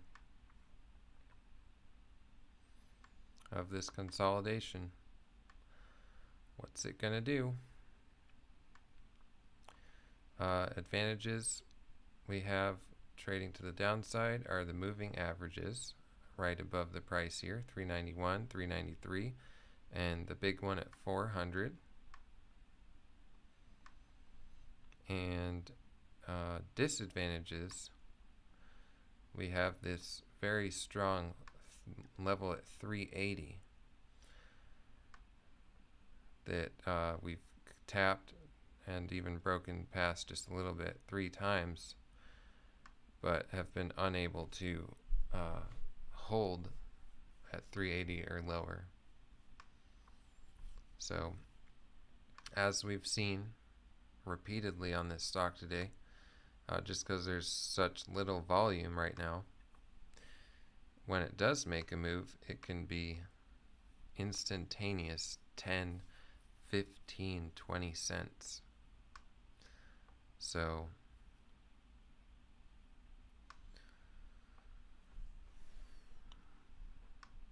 we'll see what happens.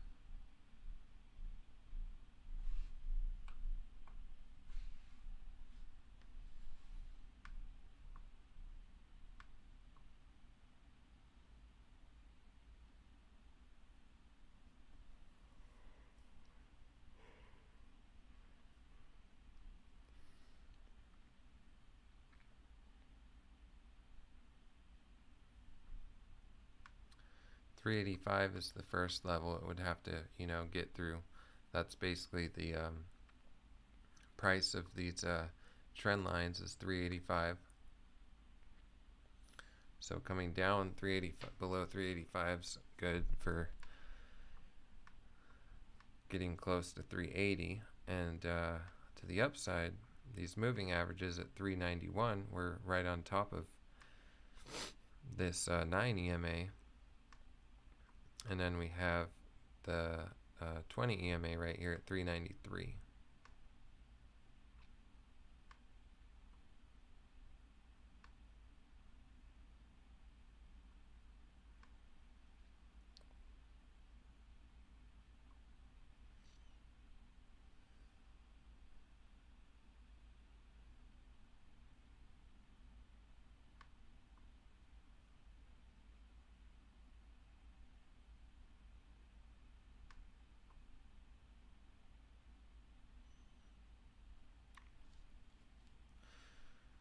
So JCS looks like it's consolidating above the VWAP.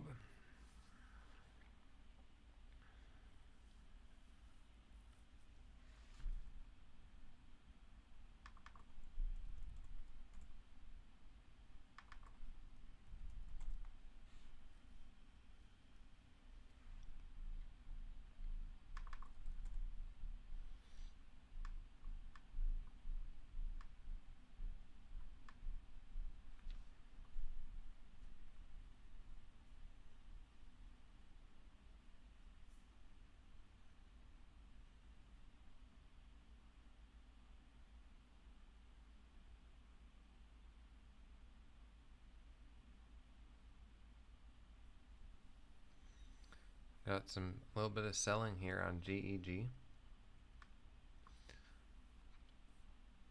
at the 388 level, so down to 386 on the bid.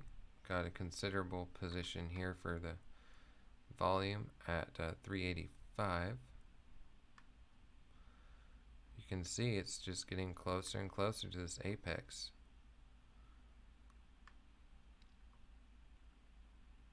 We're pretty much at the apex. Next 5-minute candle is the apex.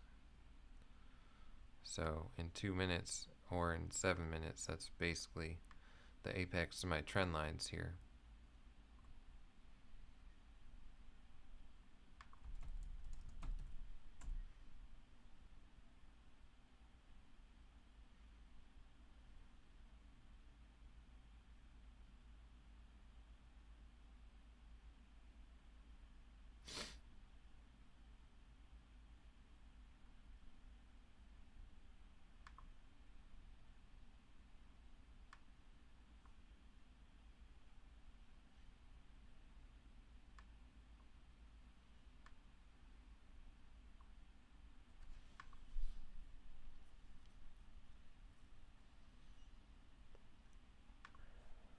So the suspense is real on GEG.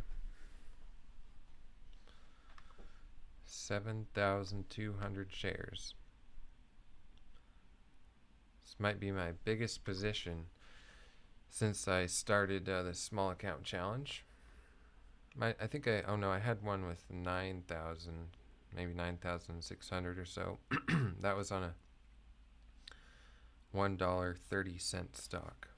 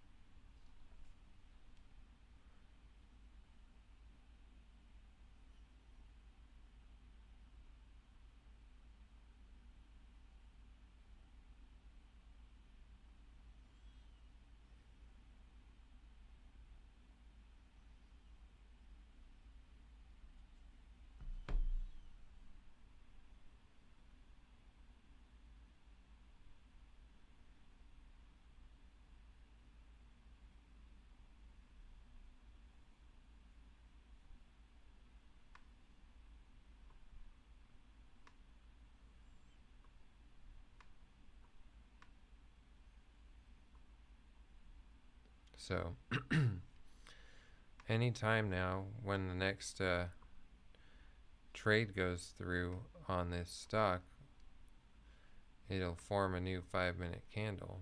It's been 40 seconds since the 5-minute period of this candle ended, and we haven't had a single trade go through that's showing up here on the charts. This is good. Bigger seller there at 389. So far looking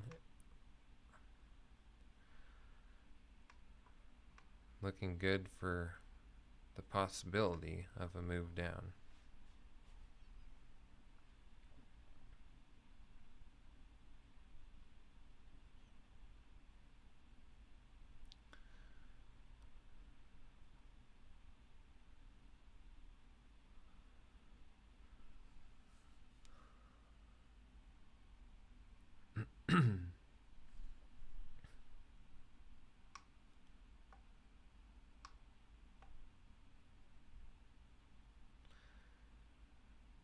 I like the fact that we're seeing some more sell orders showing up here below 390. We have 200 at 388, 2000 at 389.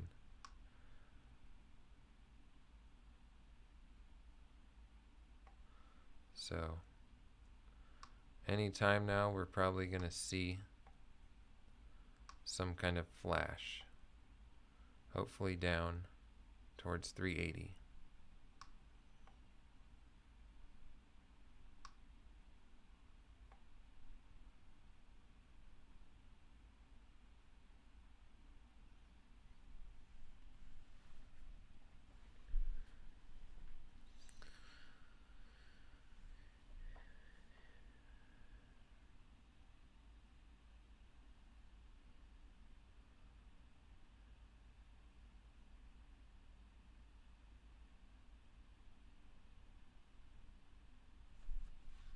So no trades are going through here that are showing on the charts.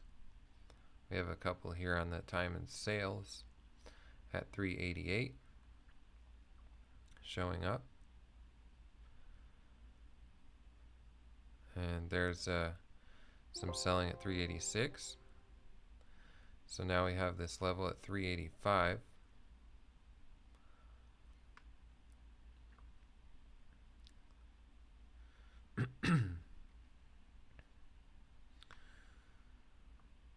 Would like to see some increase in volume on the chart here, but there's just so little volume that not seeing it right now.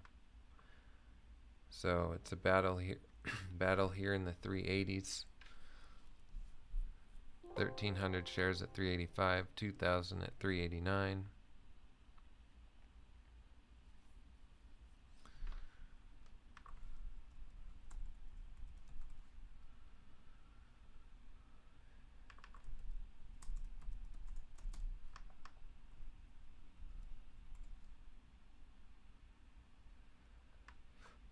Wow, AMTX has had a nice day.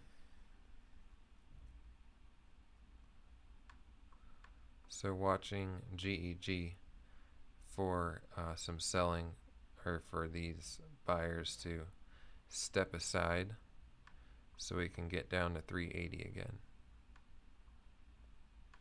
for the 4th time.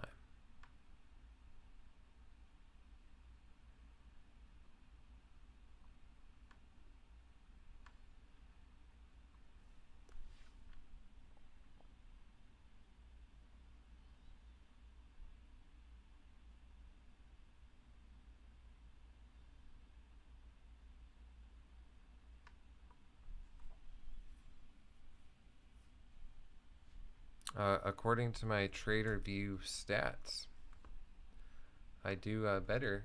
I end up having most of my profit from longer trades. So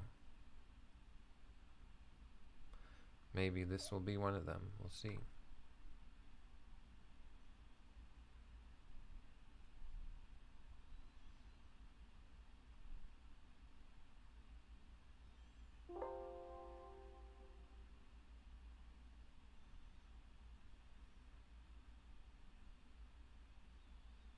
Hmm, 389.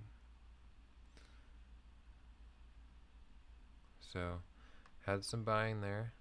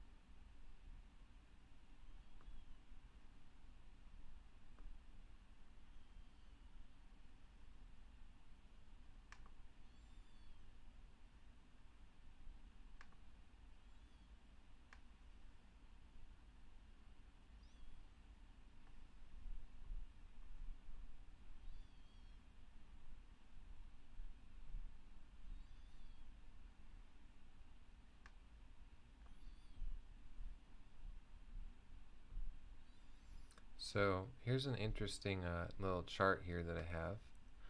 This is from TraderView, where I import all my trades. And if you look here, you can see how I do for the duration of my trades. So it looks like I'm pretty much average, pretty much break even on all my trades. They're less than 10 minutes long. Isn't that interesting?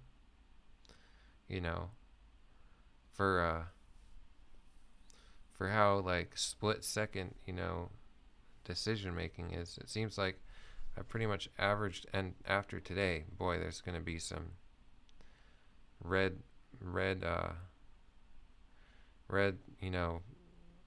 whatever these are, lines or bars. But down here you can see after 10 minutes I consistently am profitable on all my trades that are from 10 minutes to 2 hours long. See that? And then down here it's almost nothing. It looks like maybe even a third of all my profit is from trades that are an hour to 2 hours long. So that's kind of interesting. Meanwhile, GEG is coming down. So you can see here that it's breaking out of this apex here, or this point.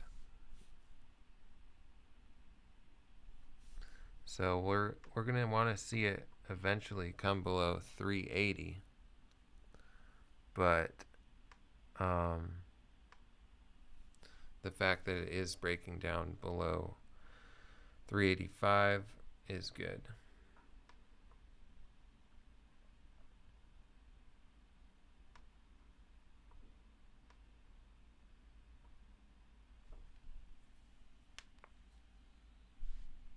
Yeah, that's really interesting.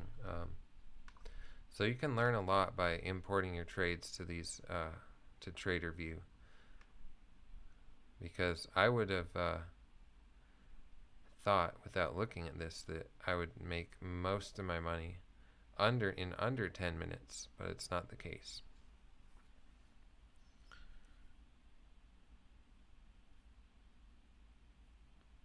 Fascinating. Well, let's see if I make most of my money in hour to 2 hour long trades. Let's see when I started this trade. Well, I've been in this one for a long time, but I took some profit and then got back in. But I've been trading this since a long time ago.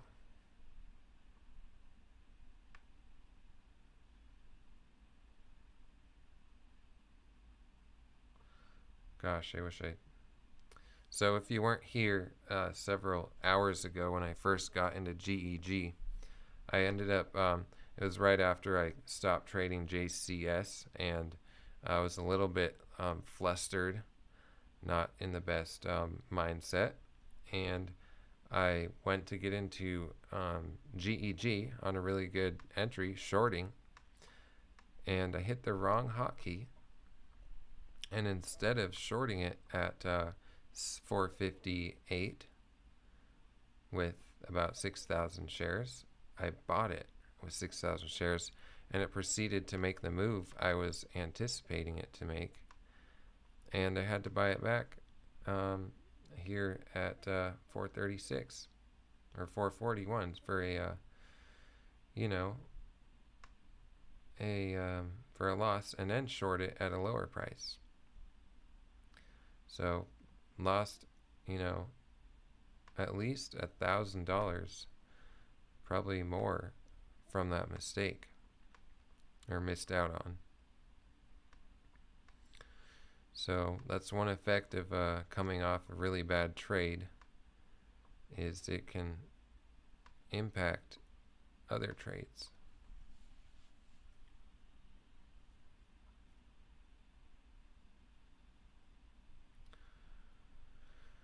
So really hoping that GEG will break 380 to the downside today. If it doesn't, just tapped it here and then briefly broke below it there, and then tapped it here, and we're slowly making our way down here towards 380.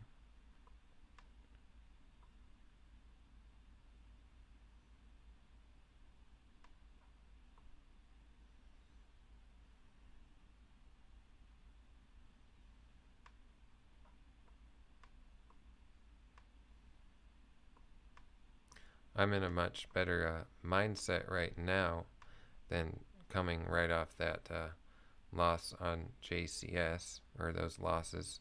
I was not, I was basically just taking some really risky entries on a stock where it was trading with so much volatility. There was no real clean entry for me, and the best thing I could have done was sit it out and take trades on stocks, or take trades on JCS later when it slowed down a little bit. I just was kind of like a kid, got excited, and joined in the party, and didn't come out well from that.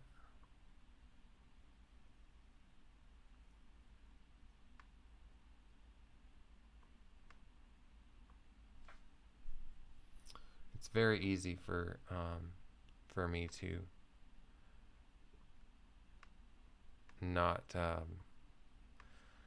make the best decisions about which stocks to trade when there's extreme volatility.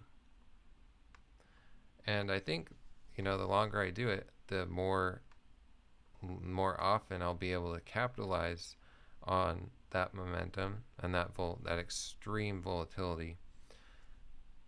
And so the goal is to learn from trading JCS today.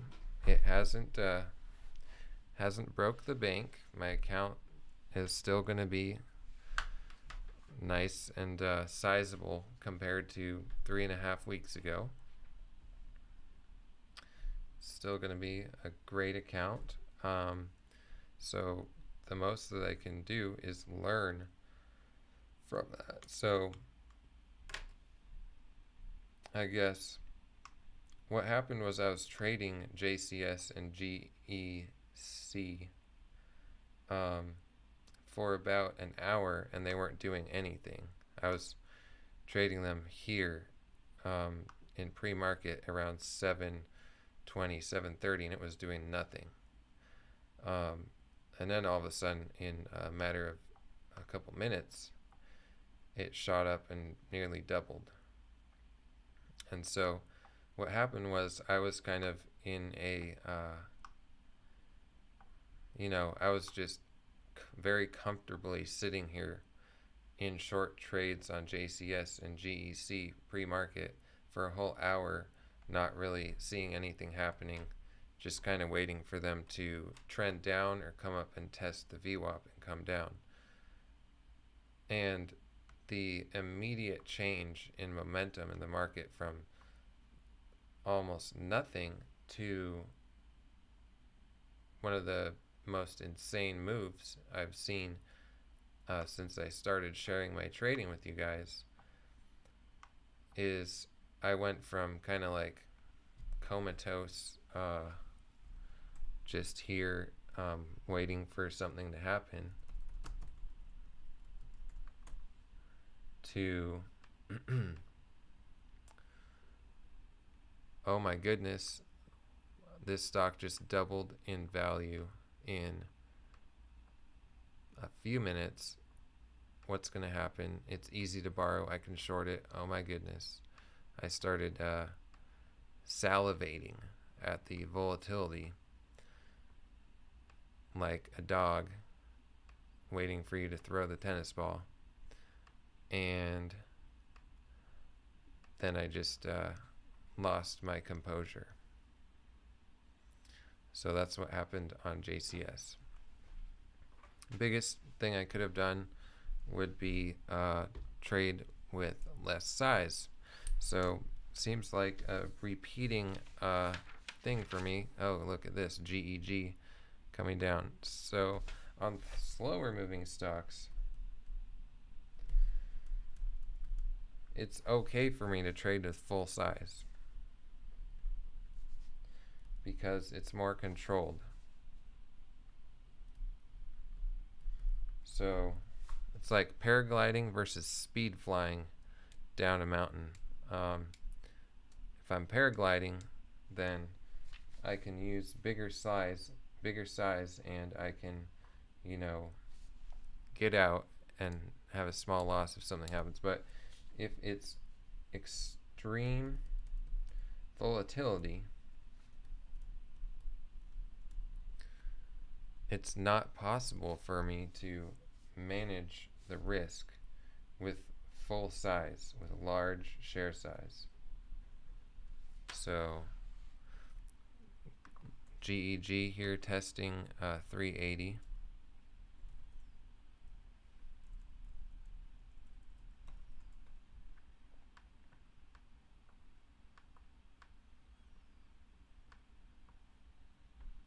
So somehow I need to have a way to throttle down my share size. I need to have a mental recognition of the risk with the extreme volatility of stocks like JCS and really throttle down my share size before I do what I did today. So GEG,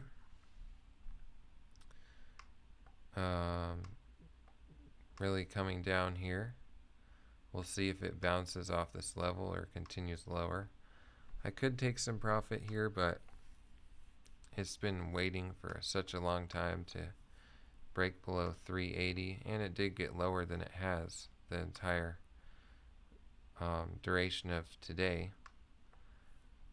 I'll just stick it out here.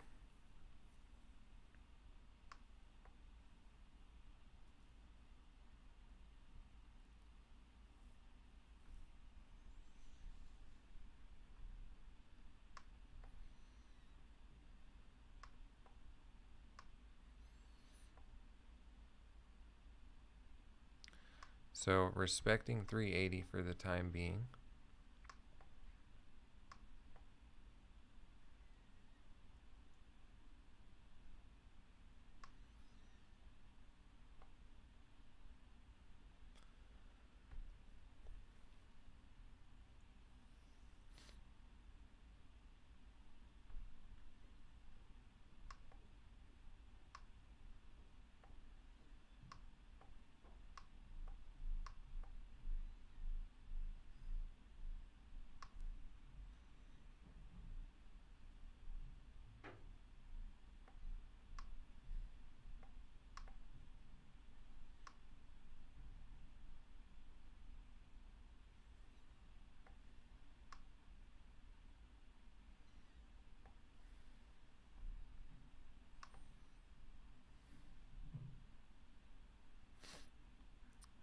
and dropping below 380 here a little bit more. Back up. 10-cent spread between the bid and the ask.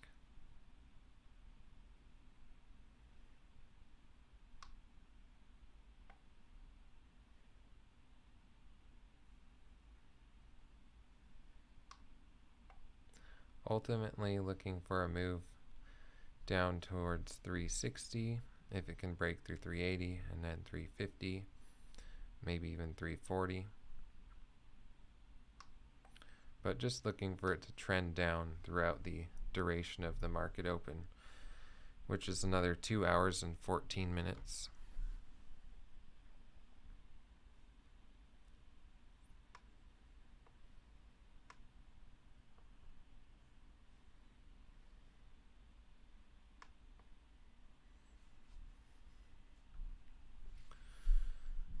So we'll see if it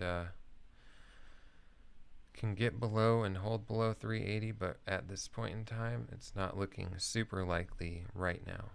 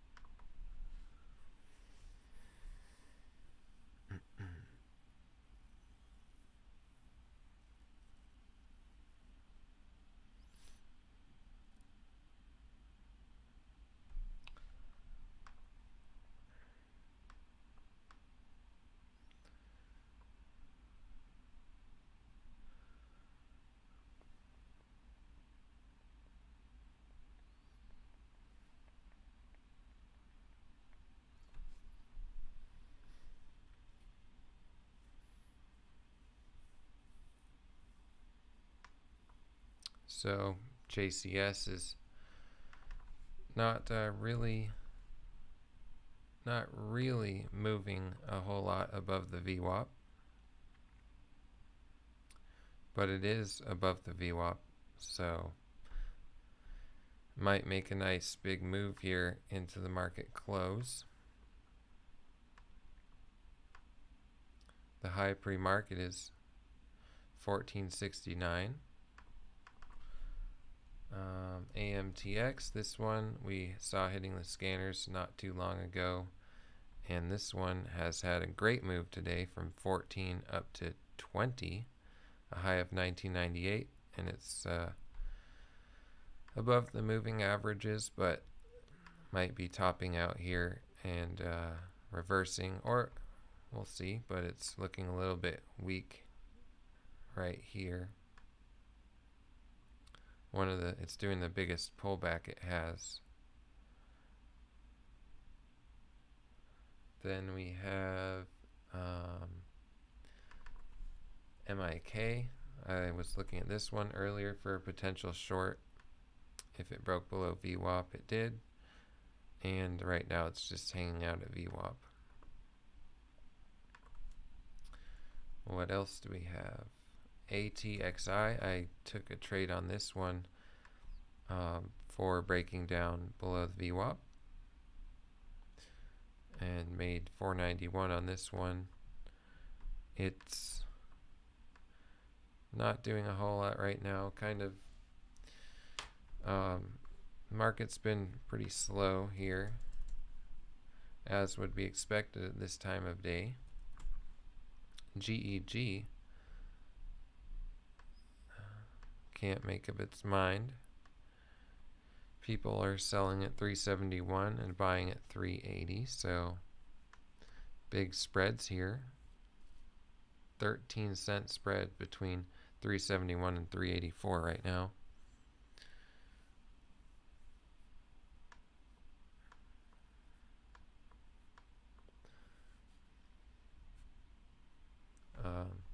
OLB, let's see what that one ended up doing.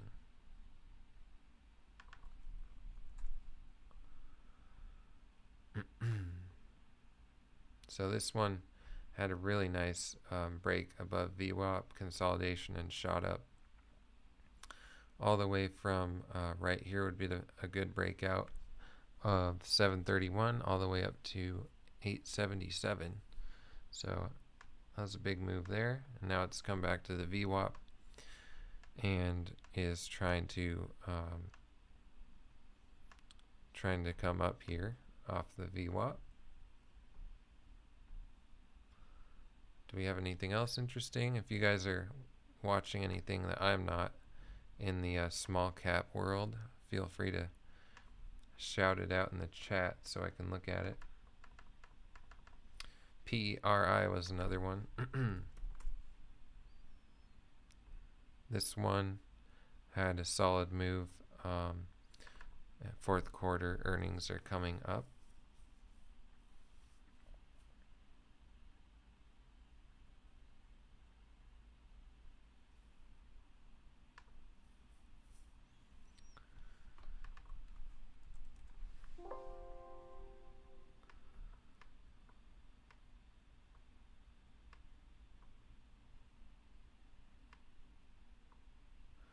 So LDI just hit the scanner. I'll look at it. LDI, it has a float of 5.7 million and it's making a big move right here. I don't see any news. It's not shortable, not easy to borrow. But here's the daily chart. So kind of a breakout on the daily chart. And in the last 5 minutes, it's gone from a low of 22.89 to 25.78 right here. So that's a big move here. So LDI looking interesting. Looks like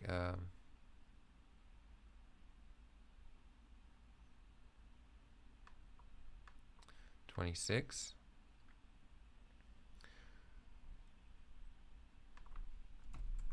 So mortgage and non-mortgage loan brokers. It engages in the consumer lending business. It provides personal and home equity loans. Small float of 5.7 million. It doesn't have any short float that I can see on Trade Ideas. It says 0% there for the short float, so not sure if it's a short squeeze or what. GEG, my short on GEG is working for me here.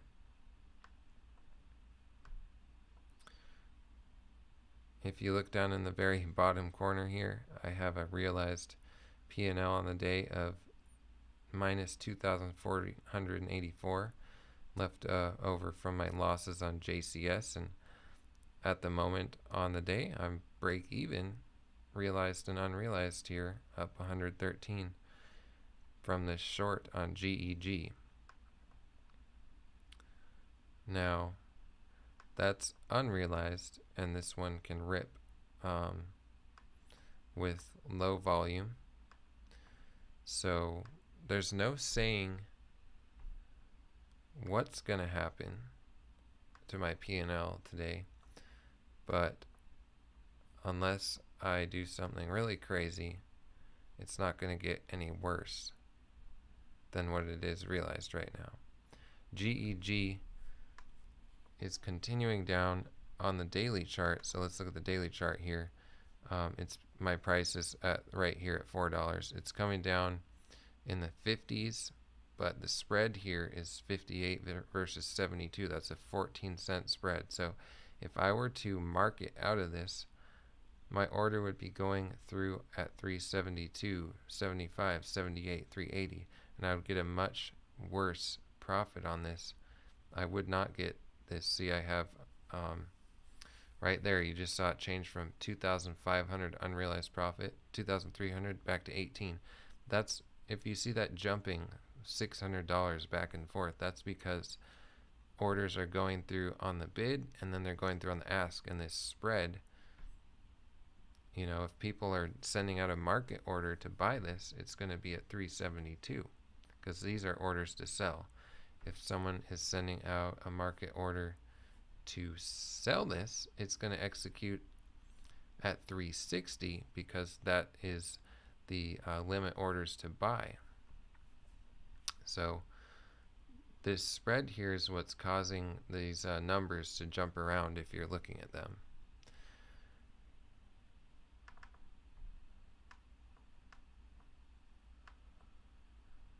Now that we've broken through 380, 360 was the next level. Ziki says start putting your limit order in, and I would be inclined to do that. That's not a bad idea, but I do think that this will come down more today. We still have, how much time is it? We still have,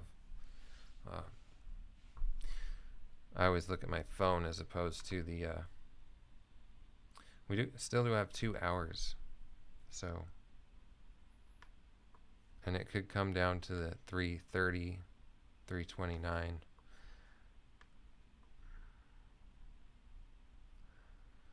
But not a bad idea, so I probably will take some profit. So I'll take a 1,203 shares off here at 360 if it executes.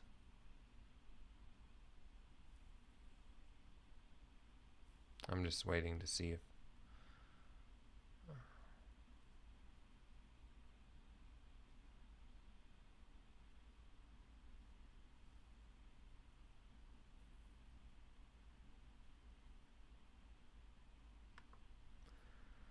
so that'll get me down to 6,000 shares if that does execute, but you can see my order right there. So this is a good, for those of you who are newer to level 2, watch me just cancel this order and you'll see this 1,200 shares disappear there. Watch, so I'm going to cancel that, boom, gone. Then I'm going to add it back here.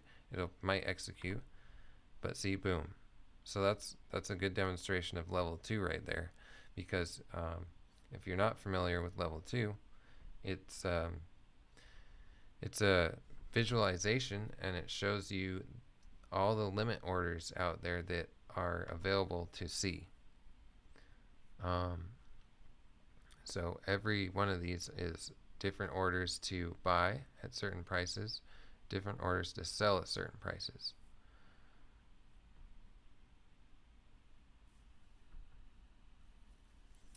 Yep, 2 hours left. So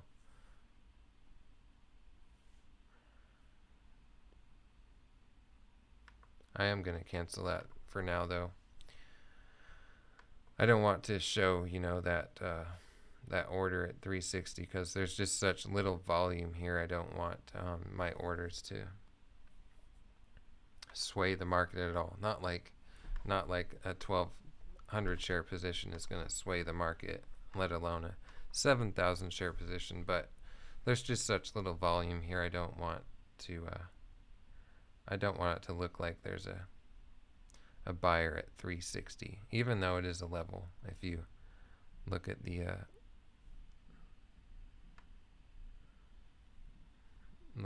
smaller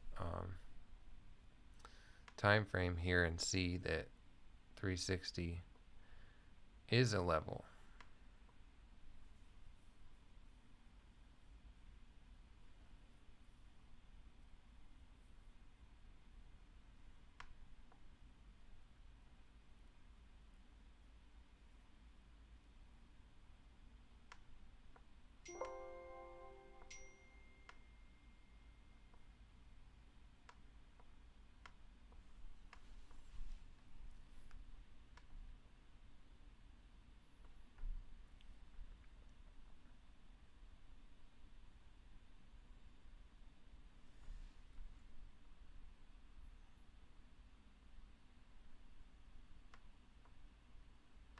So we are due for a little bit of consolidation. It made this nice move below 380.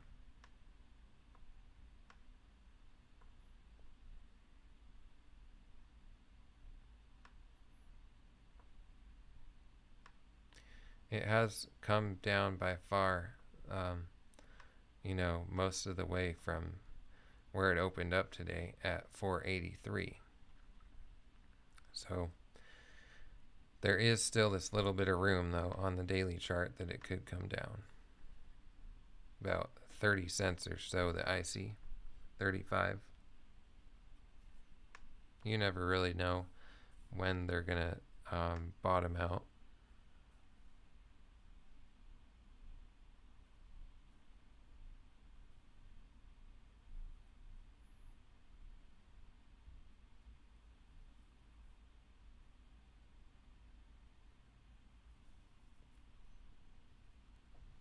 So I could be sitting here with orders to take profit at, 360, 365, wherever I want to take some profit off.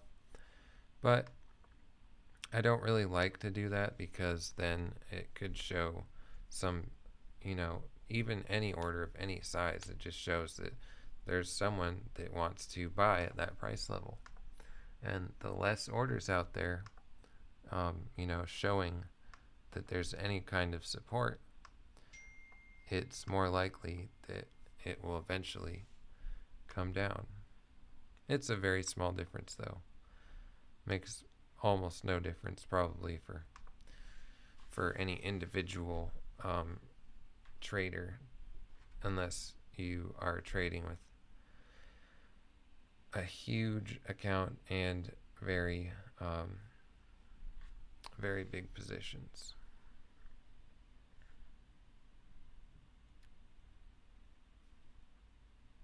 So now we got 356.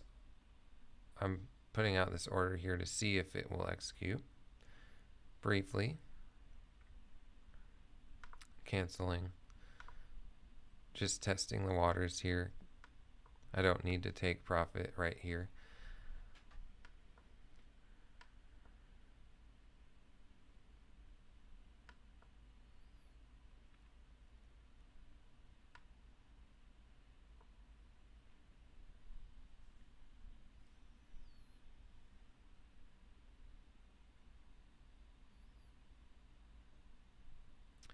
This 4,500 order right there could drive it off of this level for a while.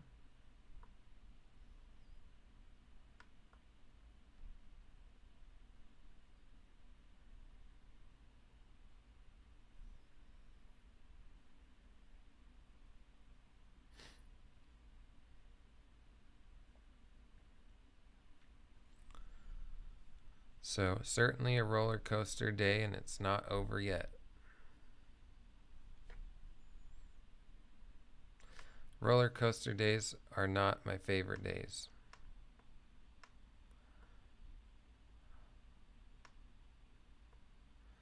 And it's my own doing.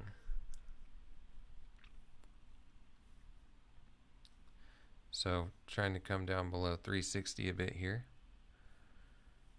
Yeah. Oh, look at that. Nice. So throwing out ordered, I executed that 1200 at 343. So that was a nice drop there. This is what I've been waiting for, is these quick drops. So you saw how fast we went from 360 to trading here at 330. So this is what I am all about, is these big drops. So I bought back 1200 at 343. My position is 6,000 shares exactly. I will take off. I'm gonna take off another 2,000 here if I can at 340, just to be safe. So took another 2,000 off there at 340. So now my position is 4,000 shares.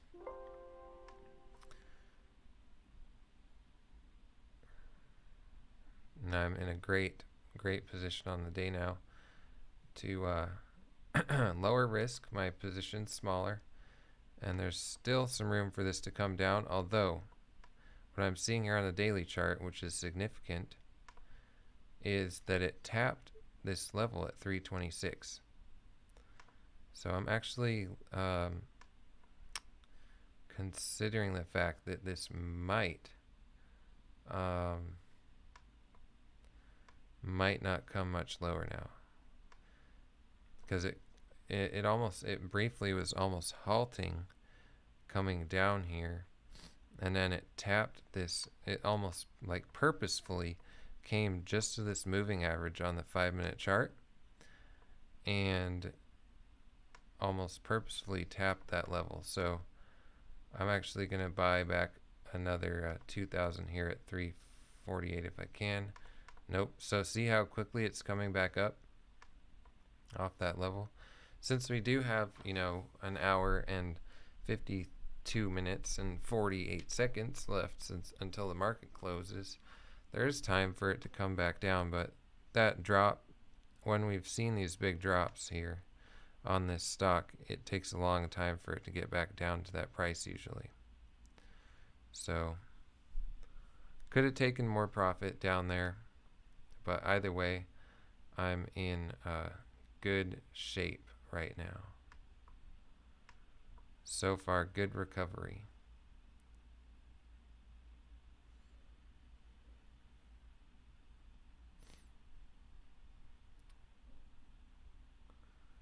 So this is the when I have days like this where I was down, I think $4,500 realized loss on the day trading JCS to being break even or green. I wonder, well, if I wasn't red on the day, I would have completely missed out on these moves that I'm trading, aggressively on other stocks like GEG. So it's kind of interesting how that plays out. But yeah, we'll see. I don't prefer to trade for now basically 6 hours.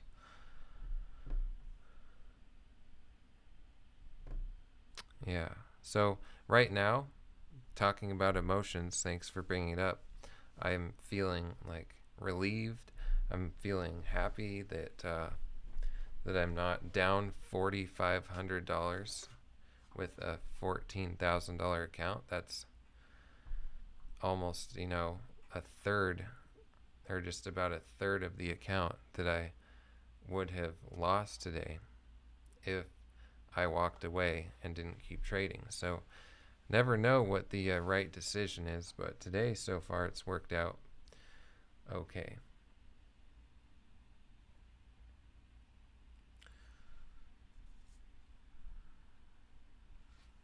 Can't help feeling a little bit of euphoria, which is a common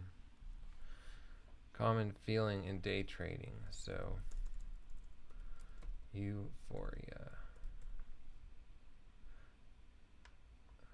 It's kind of, yeah. So I'm euphoric that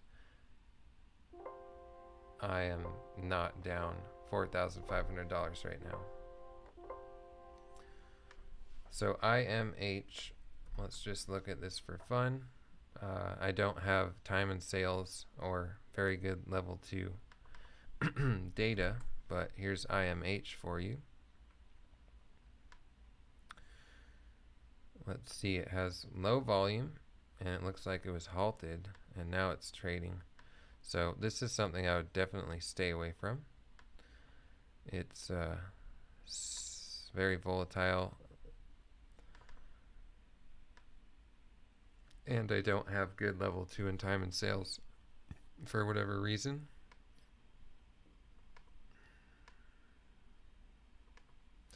And the only catalyst here is that there was a change in the beneficial interest held by their director.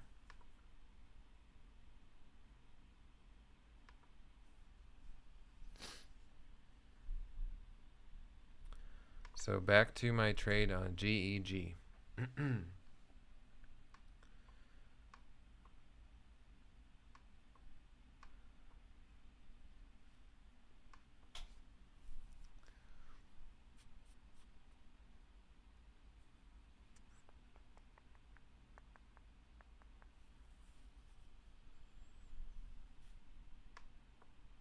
Yeah, if I wasn't able to step away from JCS down 4,500 and approach these other stocks, ATXI and GEG, with a level head, I would have either just stopped for the day because I couldn't get myself into a good state of mind, or I could have kept trading in a bad state of mind and emotions, which would have been even worse than stopping. So being able to disconnect from JCS and continue. Look at that drop on GEG again. 20-cent spread here on the bid and the ask. We could even see this one halt coming down if it really, which wouldn't make a lot of sense on the daily chart, but it's been showing the halt level there. I can extend this down. So these red levels are the halt levels where it would halt coming down, and it won't now because it's at 315, but earlier when we were trading, I think it was around 330 that it was going to halt coming down, and it could have. It probably wouldn't have done much of a move after the halt resumed, but coming back down a little bit, at least on the bid here on GEG. Yep, so my ability to step away from JCS and look for other potential good trades without trying to make back money and just trading the setups and trading the market and taking profit at the right levels has worked well for me today. Even though I was down 4,500, it didn't bother me that much because in the back of my mind, I had the perspective. I had the big picture perspective that right here, trader view, that I'm up. You know, I've made 14, well, let's see, after commissions, I've made $12,625 in just over 3 weeks, with starting with 2,000. So it's always good to keep that in the back of my mind, because if I'm on this small time frame of day trading, which is one day, you can really get bent out of shape over your P&L.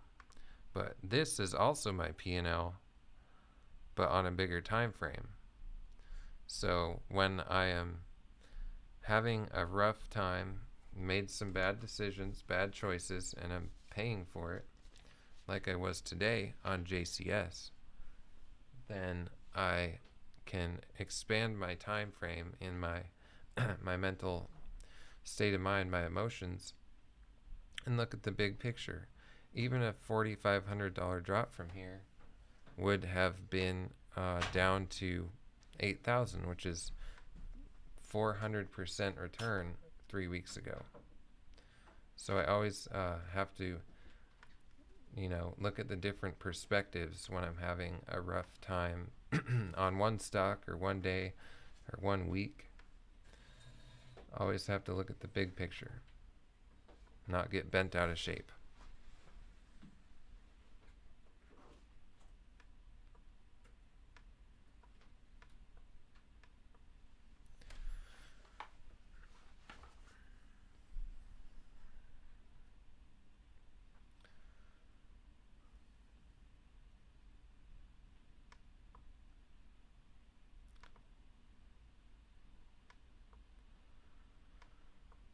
So just kind of waiting here for some consolidation on GEG.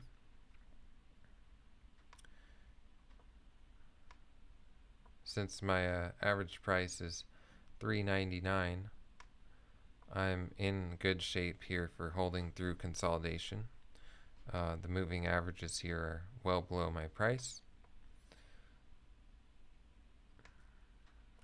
and it still could come down to 330 or so.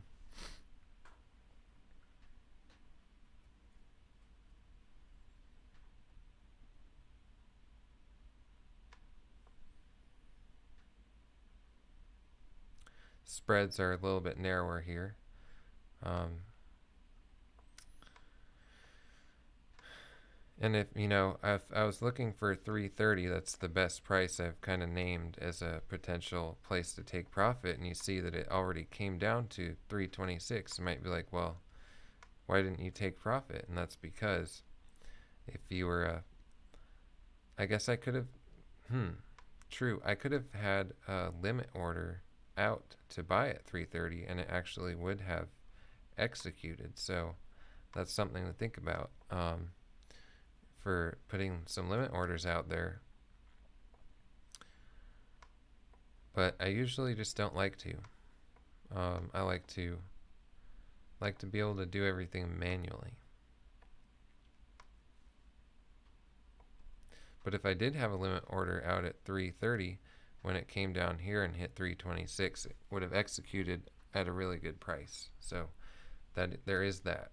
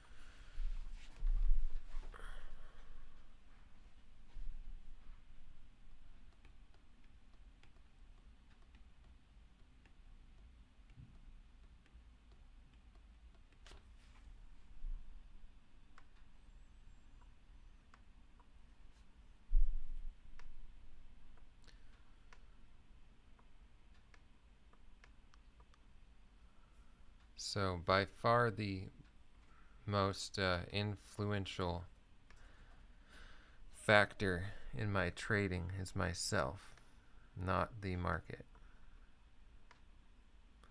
My mindset, my emotions, my decision making is always pretty much the only factor that can make or break my trading. If there's nothing good to trade, then I can make the decision not to trade. If there's something that's really good to trade, like maybe JCS this morning, I can make good decisions about how to trade it, like what share size and what entries. If I had used better share size shorting this, I could have withstood the whipsawing here, testing the VWAP repeatedly, and maybe added to it at better prices instead of marketing into it and out of it repeatedly with my full account. Then I could have had a really solid day on JCS alone because I had the right ideas here. For the most part, I just didn't execute it in a way that my account could tolerate the potential losses if I didn't stop out immediately above the VWAP.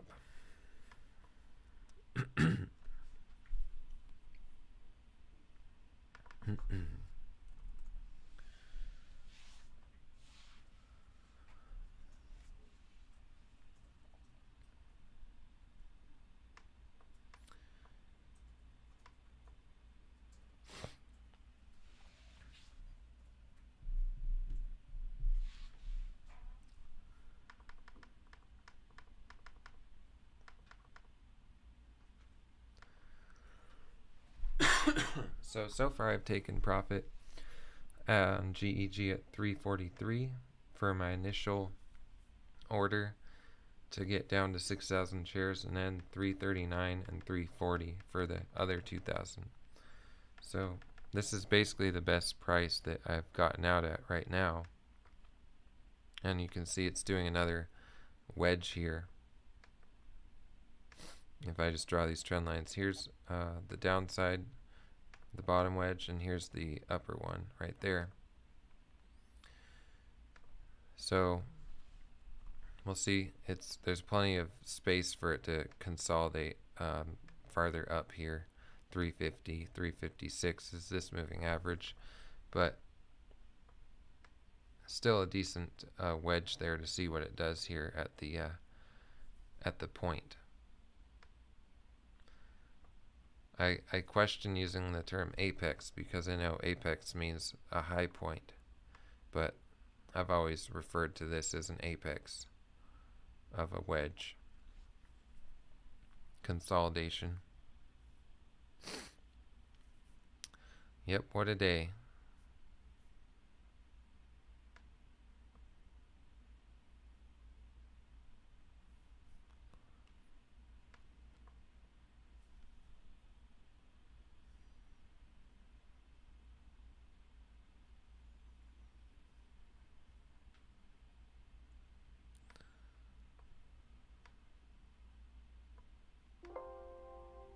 So OPHC hitting the scanners, low volume, small, tiny float.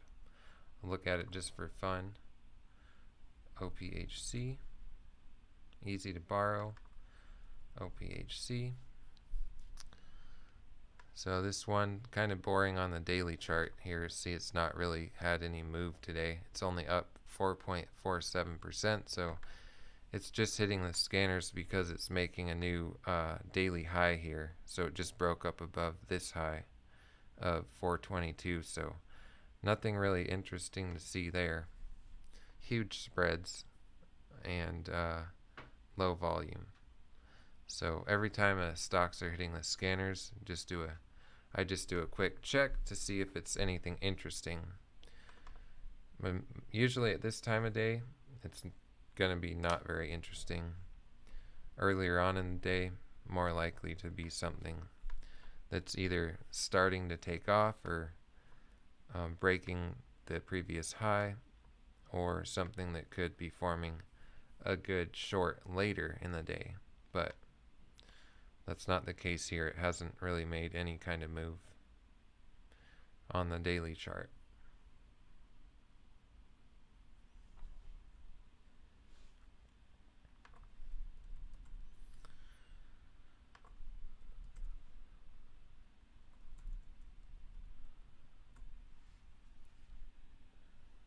Still looks like about a 19-second lag here, which is kind of interesting because it was 2 or 3 seconds the last couple days as far as I know. So I'm not sure if I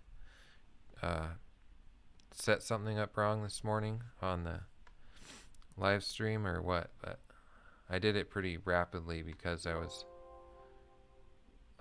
all excited about JCS and didn't have much time to look at the settings on YouTube.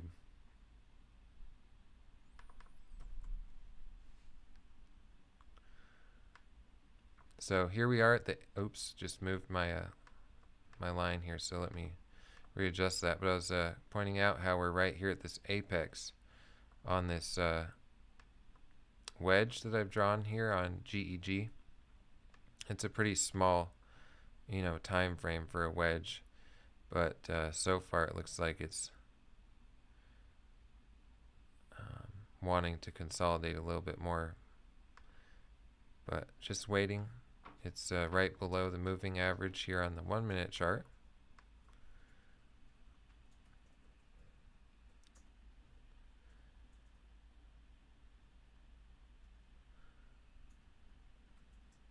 Let's see, NNVC, I'll look at that.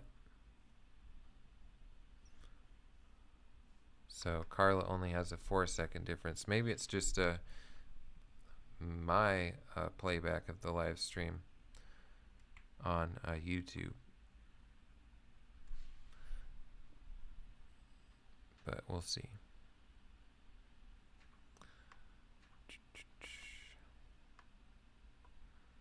I want to pull up NNBC here in a bit, but I'm just watching to see what GEG does, because we're right at this apex point.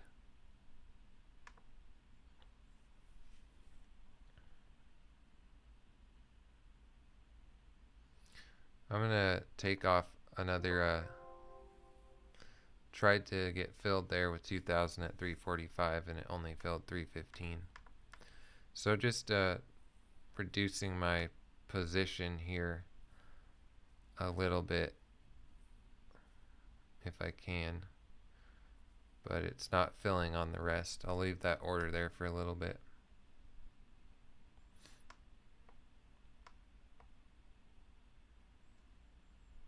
So I put an order here to buy 2,000 shares back at 345, and it filled the 315 shares that were right here on the level 2, and now my order is sitting here on the bid at 1,600 shares left to buy here.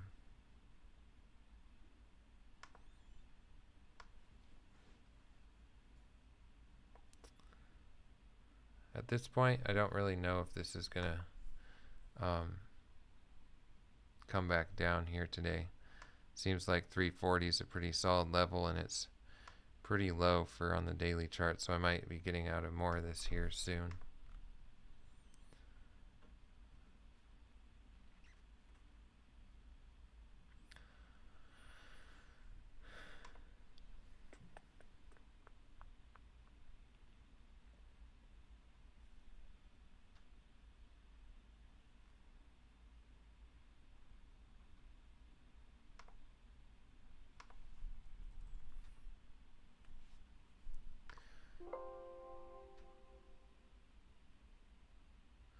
So I just put out an order to buy 1,000 at 349, and 900 of that filled. You can see that right here.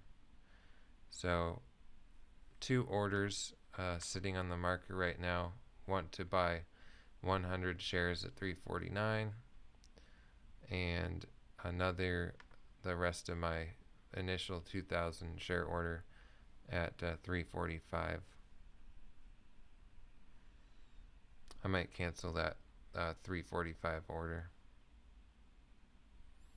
Yeah, I'm gonna go ahead and cancel that one. So just this one order at 349. So reducing my position here. If this is gonna be the bottom at 340.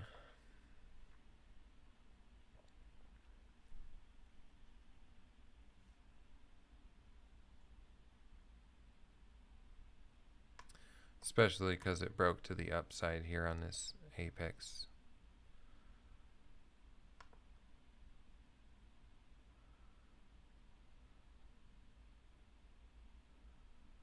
So 10-cent spread here. It's right below the 9 EMA here on the 5 minutes, so maybe it'll respect that.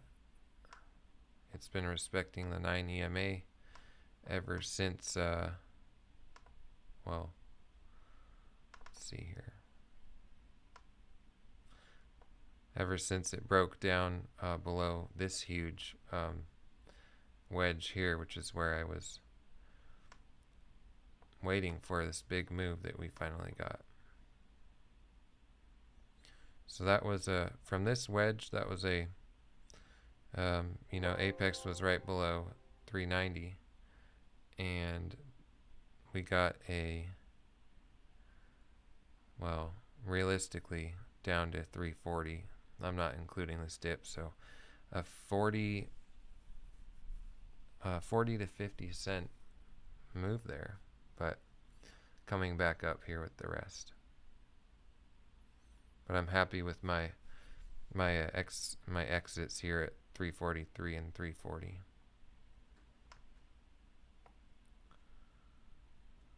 And I knew to get out there because the daily chart doesn't have much more room to come down. the it's pretty much came back all the way from its move today. Realistically, it opened up at 483, and yesterday it closed at 345, and it's at, I was exiting right at the close, the price that it closed at yesterday. So it's fully come back down on this daily chart. So looking to see if my 100 shares left on this order is going to execute at 349, and then I'll see what to do about the rest. So that'll be 2,685 shares.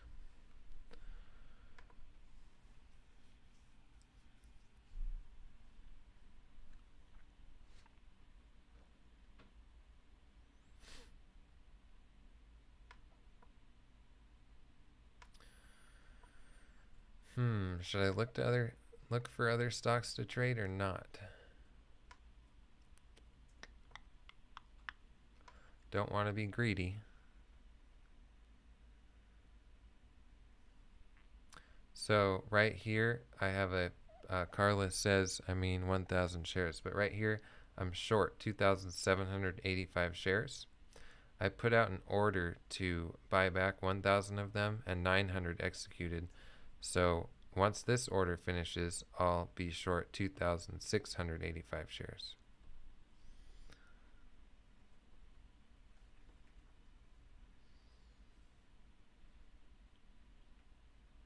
If it's just bouncing off this moving average and coming back to 340, that'll be good. I'll try and get out around 340. If not, plenty of space for me to get out with good profit on this trade.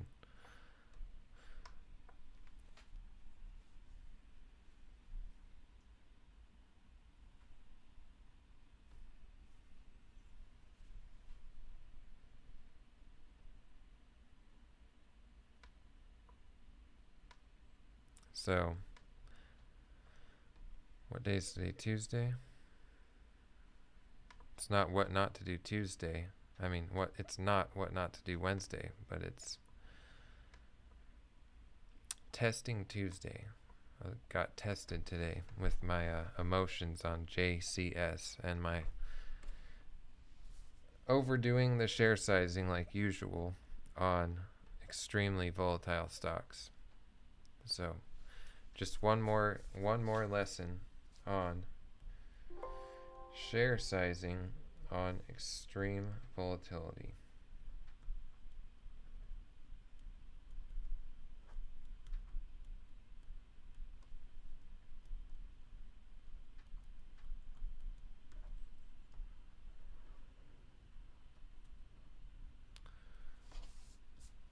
So the bid right here is my price for this order. So if it does come down at all, this will execute. No sense in canceling the order. It doesn't cost me any more. It only takes one commission, only charges me one commission, even if it's another. I could leave this order out for days, and whenever it executes, then it will still not charge me a commission, because it charged it when the first shares were exchanged from that order.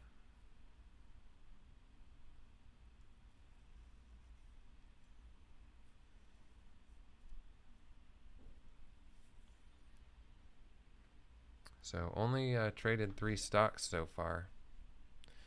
So not a crazy day in terms of over trading. Not over trading today, but I did over trade JCS when I was trying to latch onto it for this action at the VWAP.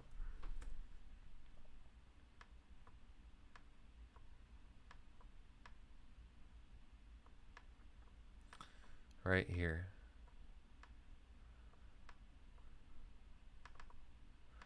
testing the VWAP many times.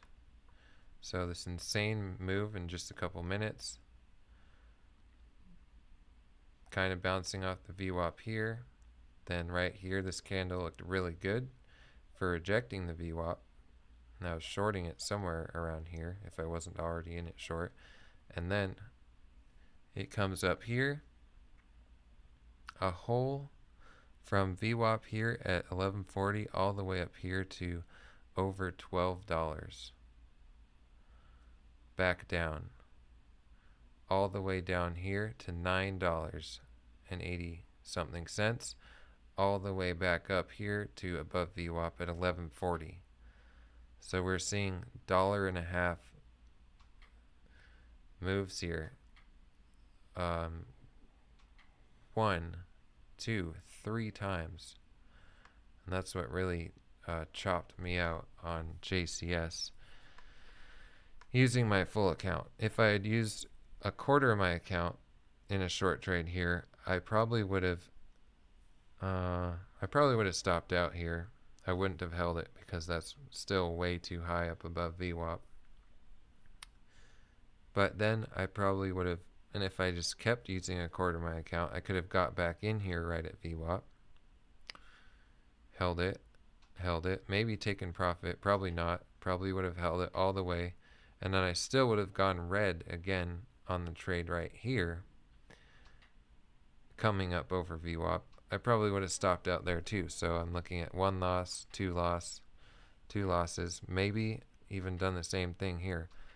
So I don't think I really would have traded better, more, don't think I would have profited. I don't know if I would have been green on it, but the emotions of having a big loss and another big loss would have been minimized. If I lose a couple $100 in this account, I don't really care so much as a couple thousand, it starts to be a problem. So, at least emotionally.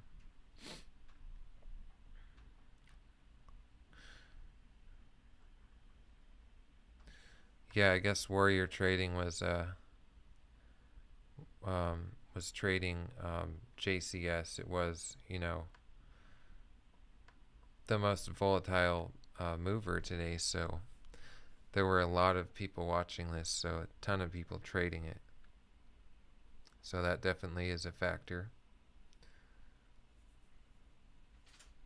GEG is definitely continuing up here a little bit, so might be getting out of it above this moving average. I mean, the ask price on this is not looking too good for me right now, so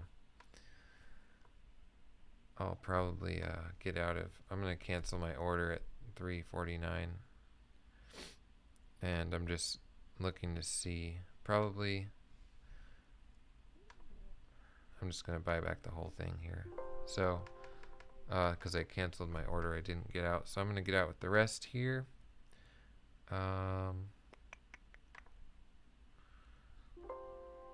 There we go. So I'm all out right now.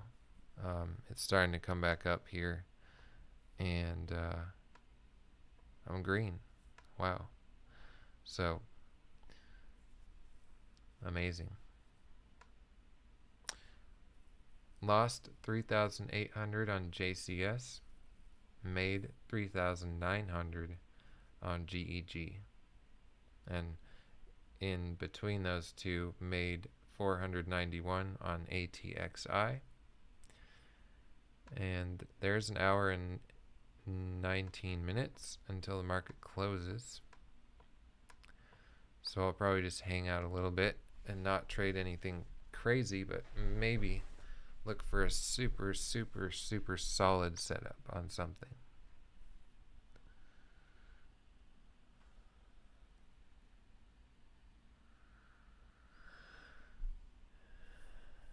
Yep. Yeah, it's been a roller coaster today, Robert.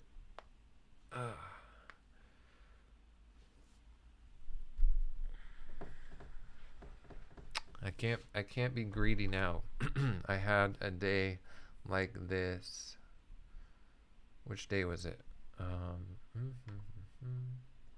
had a day where I was up a couple thousand, down a couple thousand, back up to, let's see, I only have 3 red days so far, so it's not gonna, here we go.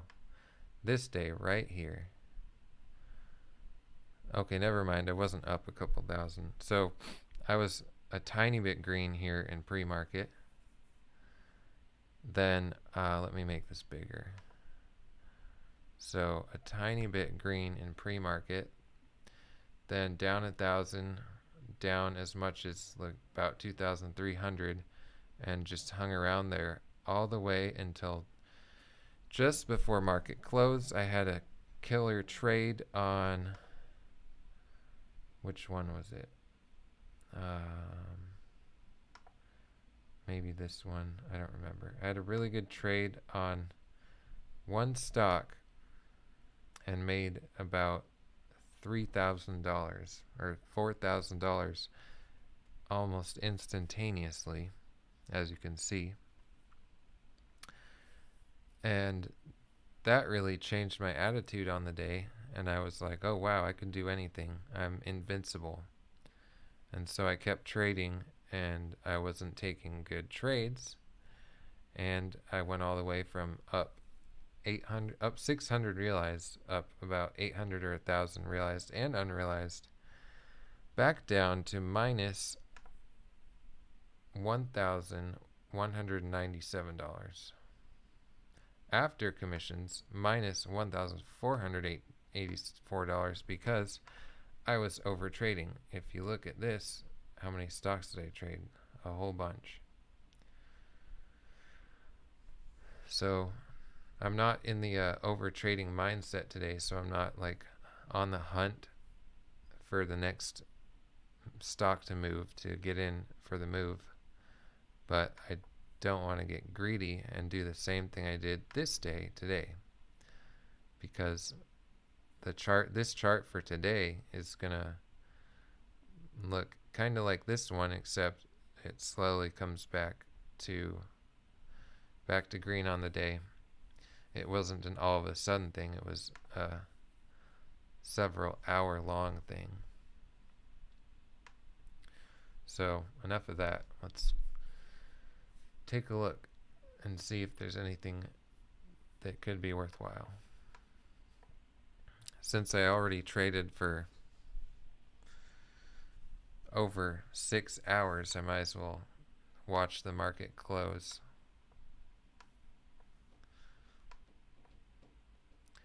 So I'm not going to be using my full account if I do trade anything.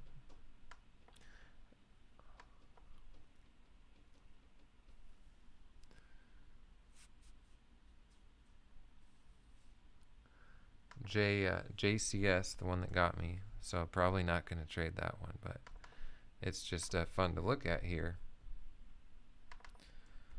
This one has had a really nice move down from the VWAP there.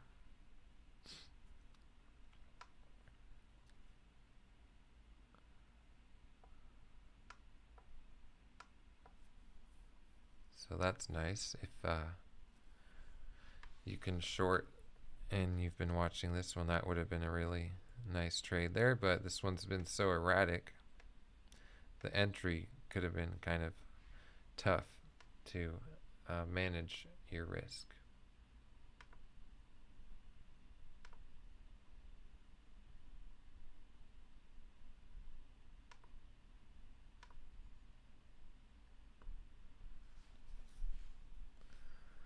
So that's continuing lower. GEG looks like it is coming back down a little bit, but I'm definitely not trading that one anymore. It served its purpose for me, and it doesn't really have much more room to come down a whole lot. So there's no way to say it's worthwhile to take a trade here, because if I did get in this with any kind of size, I'm risking, 20-30 cents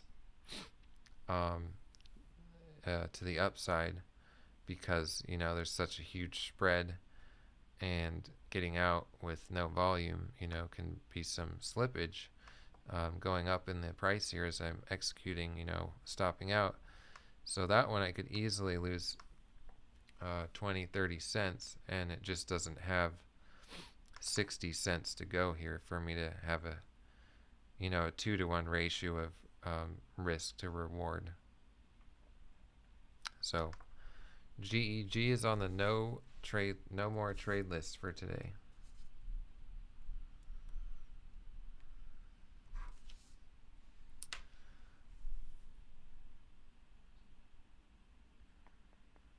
FBIO was hitting the scanners about 6 minutes ago. Didn't look at that one.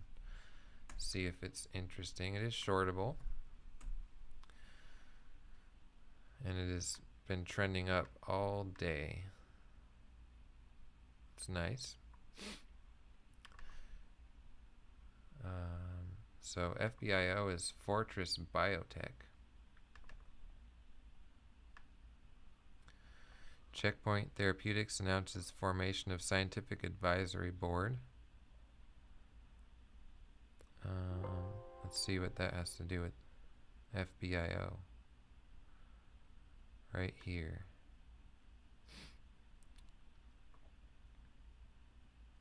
Okay, so it's a subsidiary of Fortress Biotech. It says Checkpoint is headquartered in New York City and was founded by Fortress. So maybe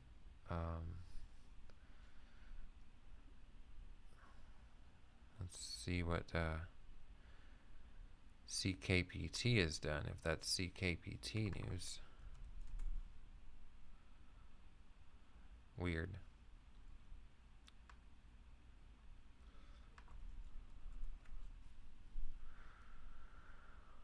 So this one's easy to borrow, and it's in the perfect position for me to make my biggest mistake that I ever make, which is shorting something without a good entry. Because I pull something up like this and I say, oh wow, that actually is a reasonable entry, but I'm not taking it here, which is the $0.50, and there's a whole bunch of sellers here at $4.98.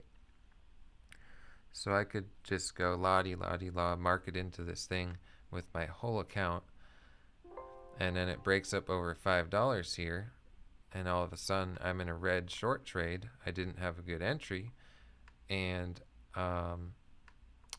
so I wouldn't know how much to be risking, and I could sit there as it goes up a whole dollar and end up with a big red day. And I've done that repeatedly over the course of 2 years learning to trade, and you've seen me do it just last week on Thursday, where I lost $4,300 because I did the very exact thing on CDXC. So not interested in doing that today. So that's what I can do. I can have these experiences, and I can learn from them, and I can benefit from it moving forward. And that's the cost of learning to trade with real money. It's when you make mistakes, you pay for it.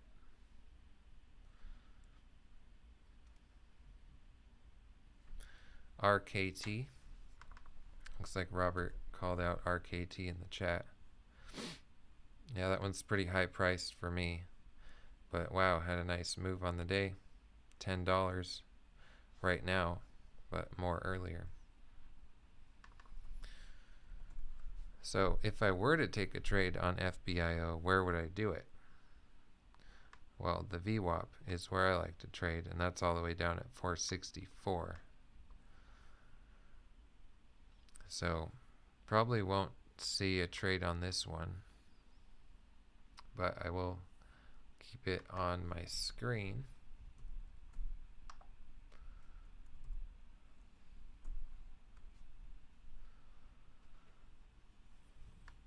It has 5.4 million shares of volume, It has a larger float. So this one has a 65.44 million share float, which is good for the spread and liquidity and getting in and out. You see the spread is only 1 cent. So that's the good thing about large floats, is even if you didn't have the best entry, then hopefully if you recognize it, or if it doesn't go in your direction, you can get out without a huge loss just because it's only 1 cent between the bid and the ask. So the larger the float, the more likely that you have more favorable spreads, and the less likely that it's going to move as much or have as much volatility. So there's kind of a sweet spot where you have volatility but you don't have huge spreads.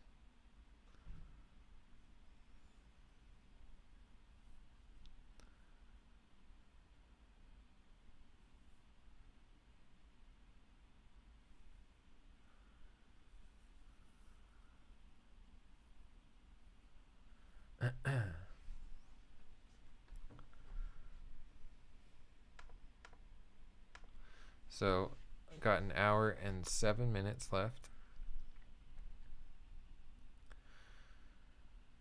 I have done some after hours trading before, but I don't really do that at all right now. It gets even more risky after hours than pre-market. Alright, see you, Robert. Thanks, I'll do my best. See you tomorrow.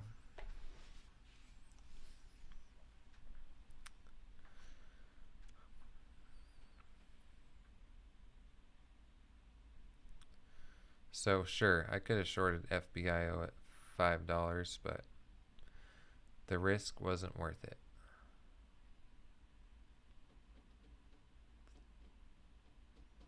Taking it easy.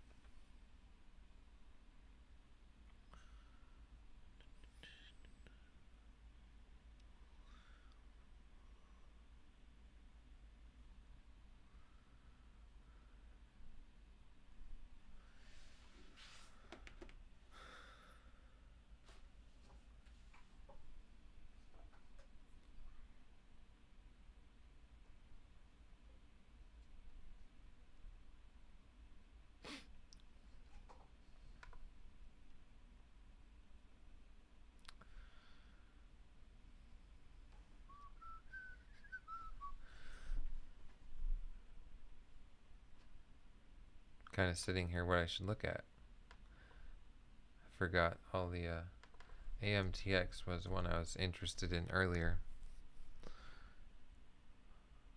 If it turned around, looks like it tested the VWAP here, coming down, and is hanging around $1 above it.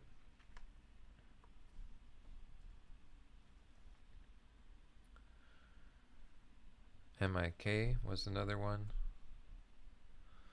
also continuing its uptrend slowly here above the VWAP healthily. You can pull down this and see all the stocks I looked at on this.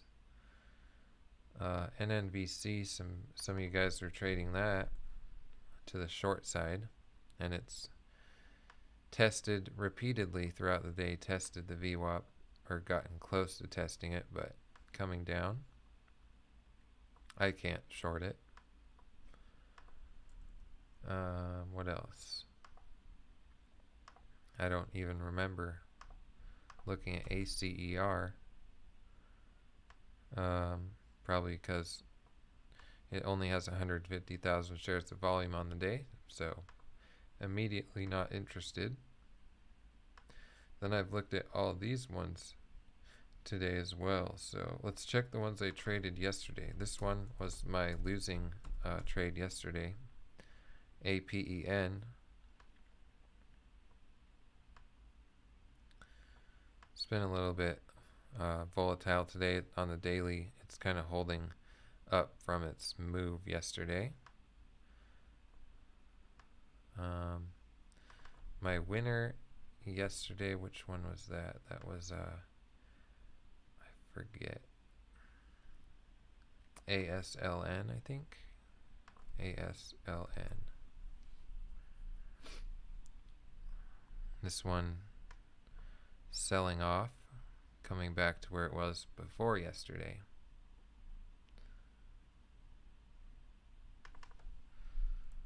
And then coming back here to FBIO just to see what it's doing.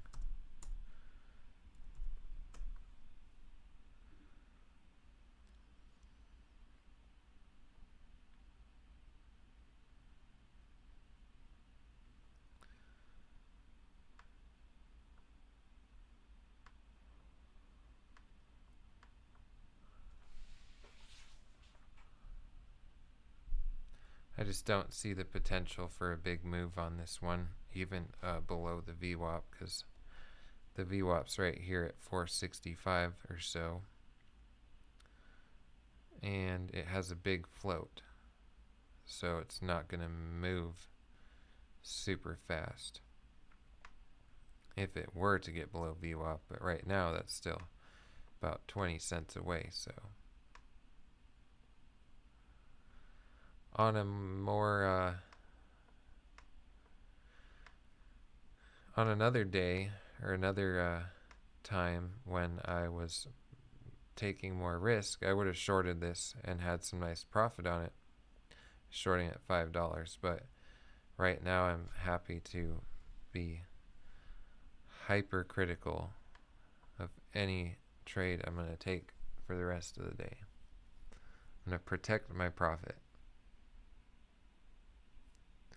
So JCS coming down here to tap this moving average, so it might bounce off of that. 1, 2, 3, 4, 5, 6, 7 red 5-minute candles coming straight down here from VWAP at 950 to this at 769. So I would expect that to turn around and come back at least up to over $8.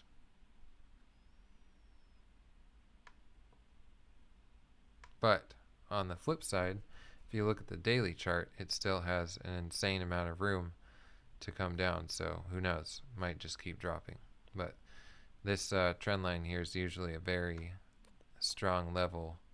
And on the weakest of stocks, it will still bounce off of it at least once before coming down. But we'll see. We'll just keep an eye on it and watch.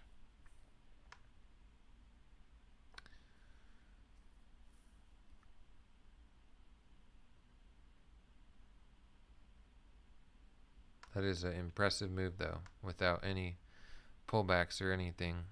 Looks like at 850 it hovered at the $half here for 1, 2, 3, 4, 5, 6, 7, 8. For 9 minutes it hovered at 850, but here it's doing the bounce back to $8 like I mentioned.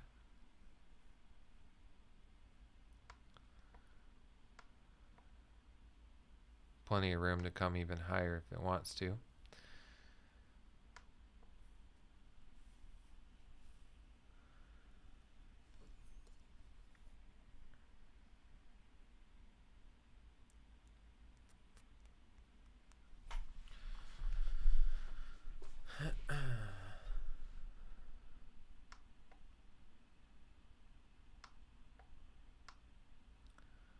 So what a day for JCS. Here's the 5-minute chart. Well, it wouldn't as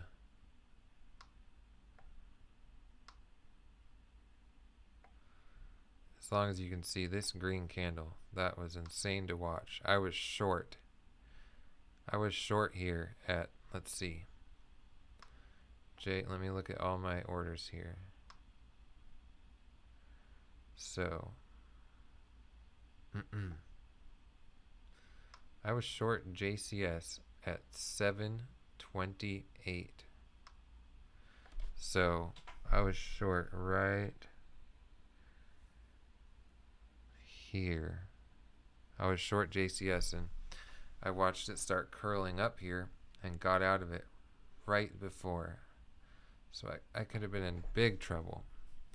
But thanks to stopping out, I got out of it before it ripped up from 750 all the way to 1469 in 5 minutes. I'm going to pull up the 1 minute chart just to see what that looked like on the 1 minute chart. So going back in the day here, look at that. Wow. So that was 2 minutes. That whole move was in 2 minutes. From 750, almost doubling to 1469. Just crazy. And I probably should have been live streaming then just so I had a recording of it, because I wasn't recording. The level 2 is gnarly, insane. Haven't seen a move like that in a long time. So pre-market trading is a little bit risky because the trading halts aren't in place that I know of. So you actually couldn't see a move like this after the market opens because it would get halted on the way up. It's a way that that they control the volatility of the stock market was with trading halts to give traders and people time to sort things out before a stock does crazy moves without purpose or reason. So this one, because it was pre-market, was able to do this because there weren't trading halts pre-market.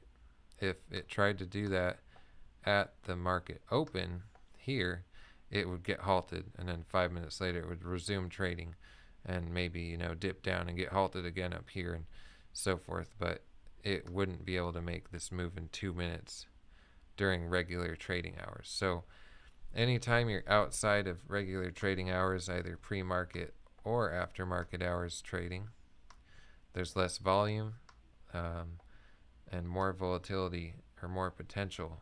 Not usually more volatility, but potential for volatility, and bigger spreads, and so it's not as conducive to getting in and out. But there are still really good moves pre-market. Some of my best trading has been pre-market, this small account challenge.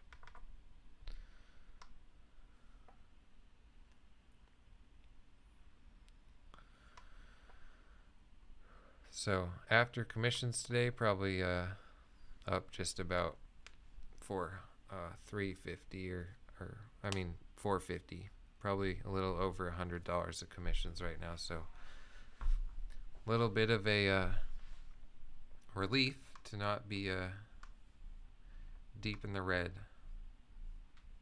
It's the second day of the month, so this would be my second green day if all goes well. And yeah, pretty happy with that, and happy that I can learn once again on my share sizing on the most volatile stocks like JCS to hopefully apply that to tomorrow and the next day and the next day and so forth.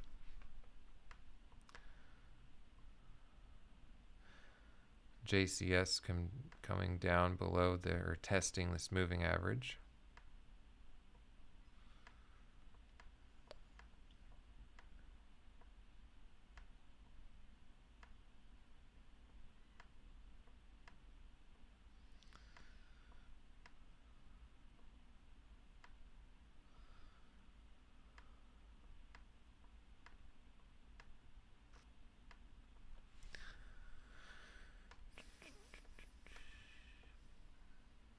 So probably we'll see this one sell off tomorrow too if it doesn't come down farther, but that's completely speculative. Maybe it will be gapping up even higher tomorrow. Who knows? The news just doesn't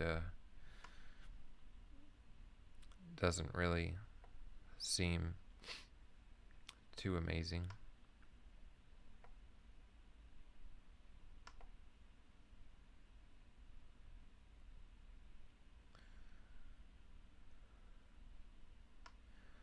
So Pineapple Energy is a business with a business model focused on rapidly growing home solar industry. So that's cool. Solar power for homes.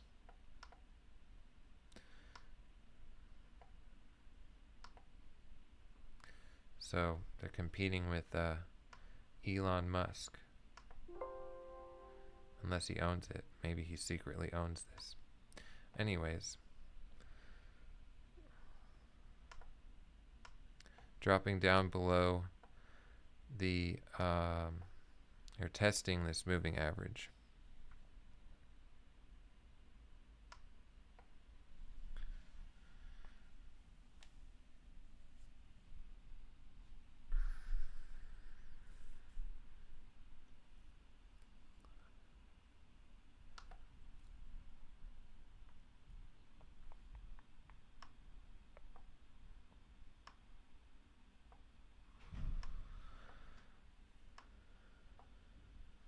Yeah, thanks, Jacob. It's been a wild one. Definitely not the best example. I'm not setting the best example, but I'm learning a lot, and hopefully you guys can too. If you're just joining again now, I've determined that my number one mistake was the share sizing on JCS because it was way too volatile to be using my full account, which I did repeatedly. So just hammering that into my my brain here to not use my full account at this point when I am trading stocks that are zipping up and down, $1.50, testing the VWAP repeatedly. I can start with smaller share size if I have good entry, and if it's giving me more good entries, sure, I can build up to, I could even build up to the full account as long as it's not anywhere near my initial entry and I have some room to get out.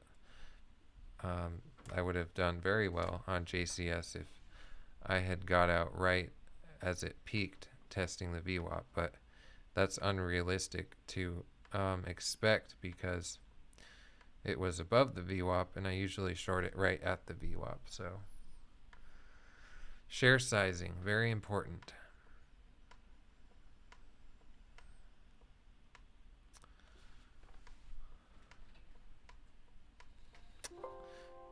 Managing your risk. Focus on risk before profits.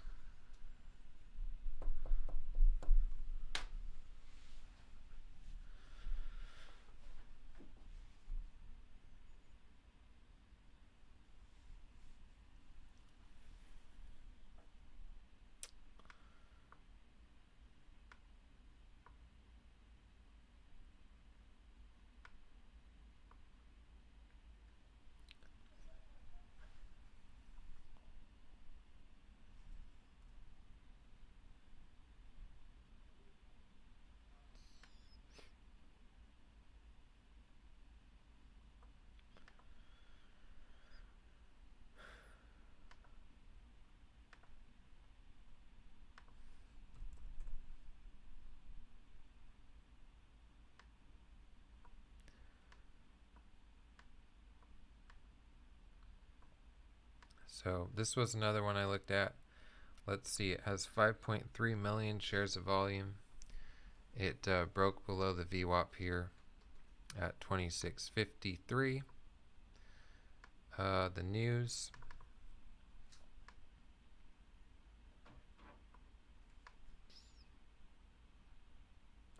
Digital advertising. Synchronized digital branding solution across three main pillars of digital advertising.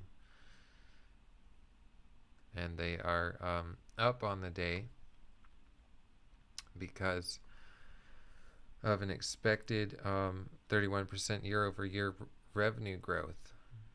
for this first quarter of 2021.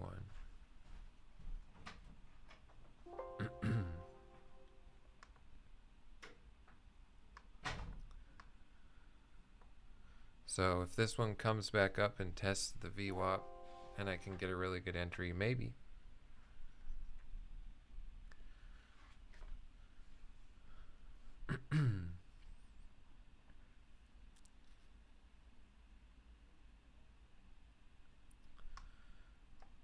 So not the ideal situation today, trading all the way until the market closed, but at this point I'm just gonna watch and see what happens, see if there's anything good to trade. I had a comeback of over 40, a comeback of $5,000 because I was down 4,500 unrealized. Now I'm up 593.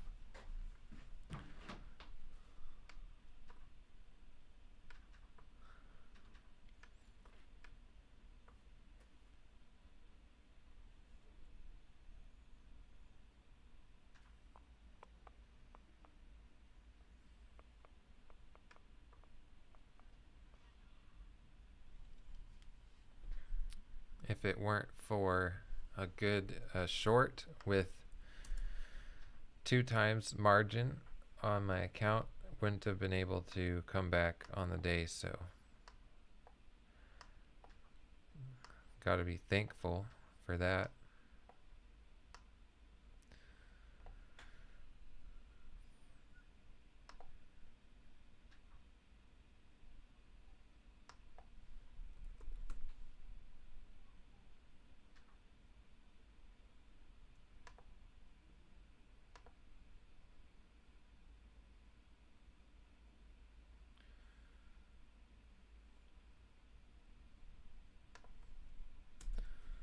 See what OLB ended up doing.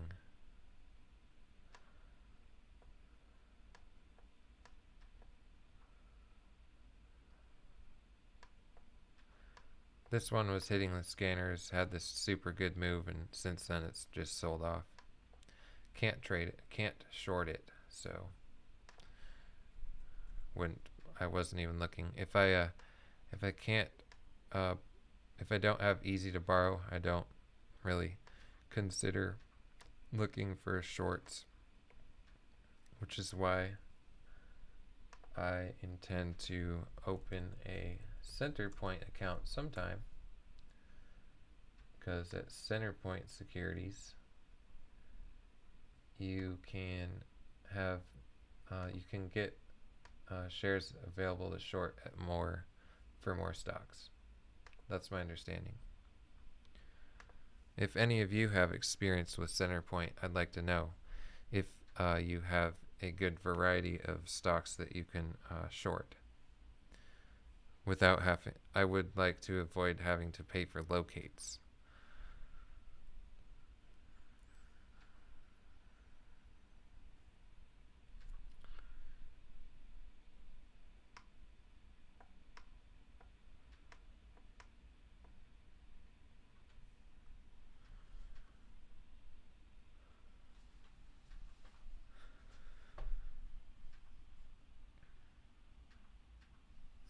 Trade Zero, Interactive Brokers.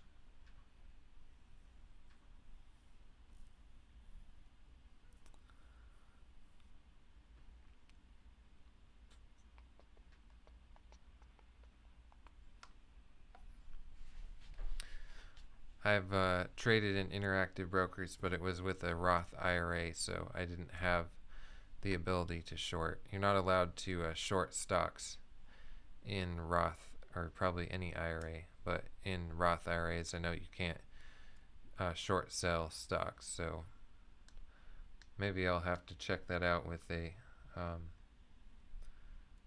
normal investing account or active trader account.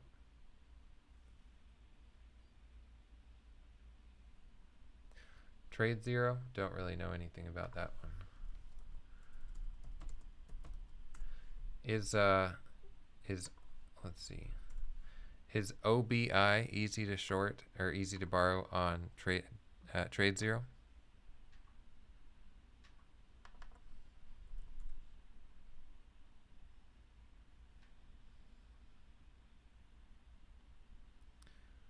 Sorry, maybe I meant, which one was it? OLB, sorry.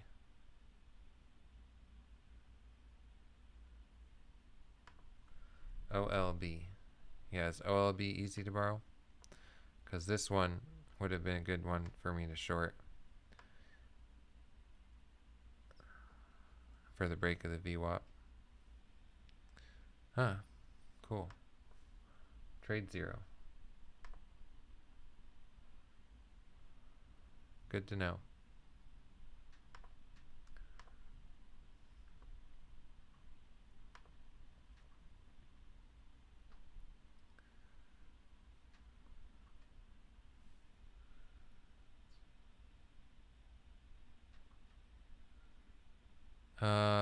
Nicholas, yes. I pretty much only trade small caps. Occasionally I'll mess around with higher priced stocks, but I haven't had the experience to do that as much as I have with small caps.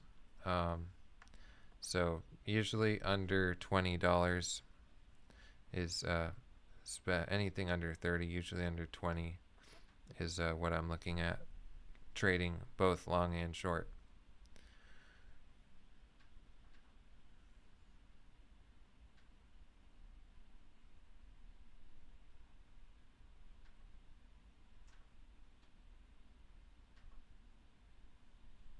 And the smaller caps for sure.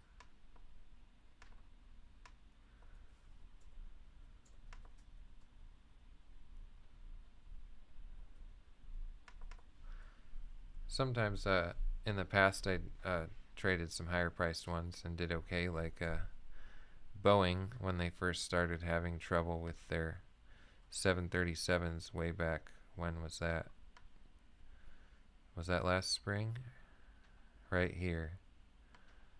I was yeah, the spring of 2020 last year. I did some shorting on Boeing, but it was, you know, only intraday. That was an insane move from here. I guess it, wait, no, that was COVID.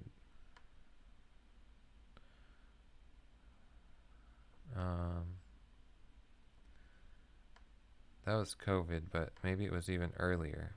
Whenever they had those two crashes kind of back to back with the 737, and it was, I had some good shorts on that, intraday shorts. But I don't do a whole lot up in the hundreds of dollars.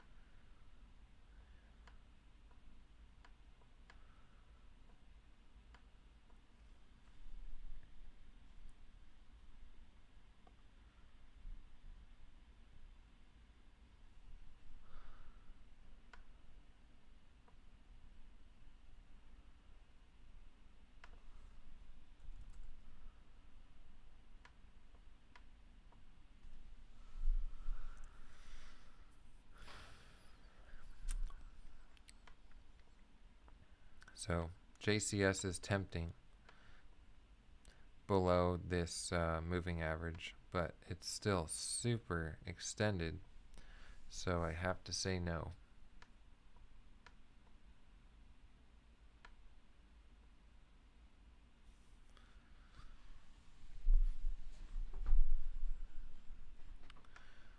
All the stars have to align for me to take a trade anymore today.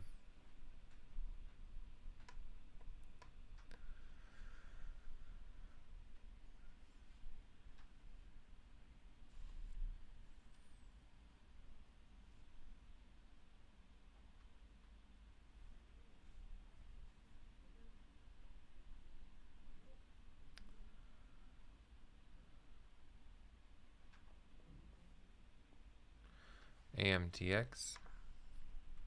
I've seen that one periodically throughout today.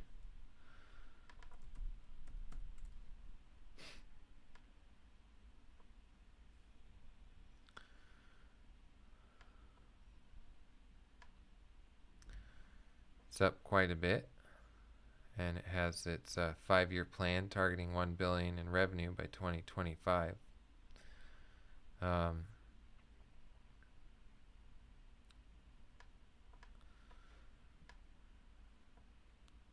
Kind of bounced off the VWAP here, and looks like it's trying to break down and trade below $18. So that one could be a good short, but it's above the VWAP, and so I would probably not trade that one at this point. But yeah, it looks good.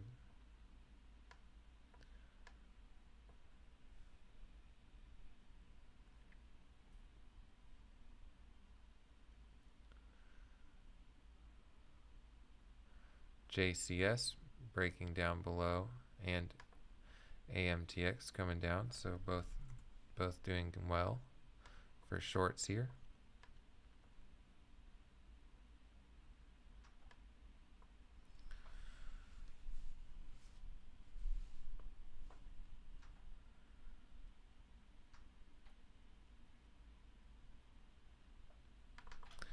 So we have 36 and a half more minutes.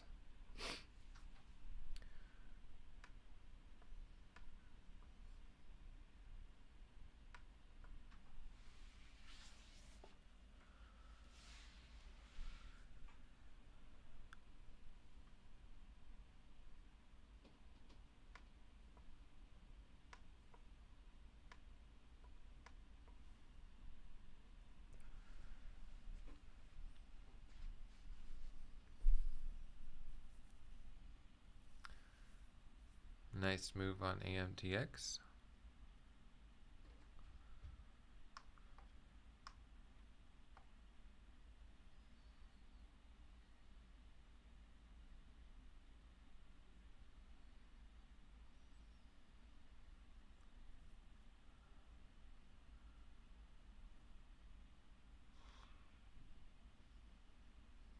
And JCS now below this moving average on the 5-minute chart.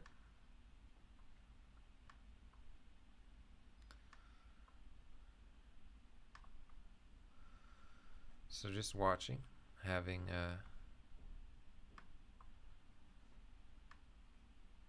reflecting on the last 7 hours. Nicholas, I've been trading for about 2 years.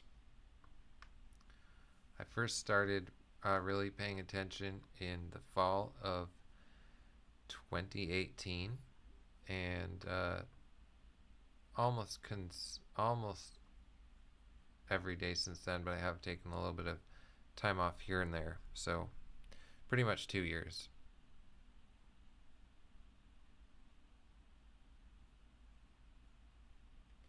How about you?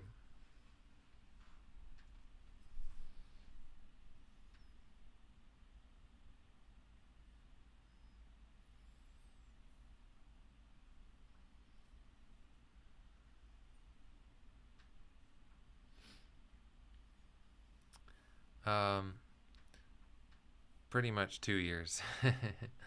I've been kind of break even for a while, but that's actually one reason I am live streaming, is because I think it'll help me a lot. And so far, so good. I have certainly not made, hundreds of thousands of dollars trading it. I'm not profitable to the point where I rely on it as a source of income. But ideally, I think I'm on the verge of that being the case, but time will tell, and you guys can follow along and find out with me. So I don't rely on day trading as a source of income to pay bills or anything like that. I have other work, not hourly work, but other sources of income. And yeah,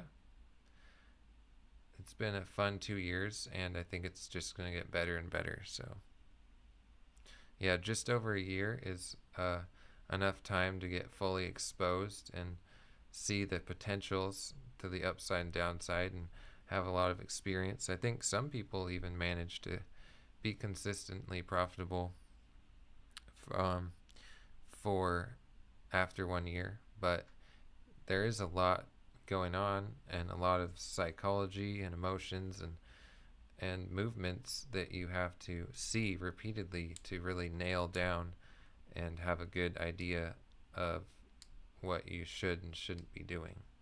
That's the case for me. So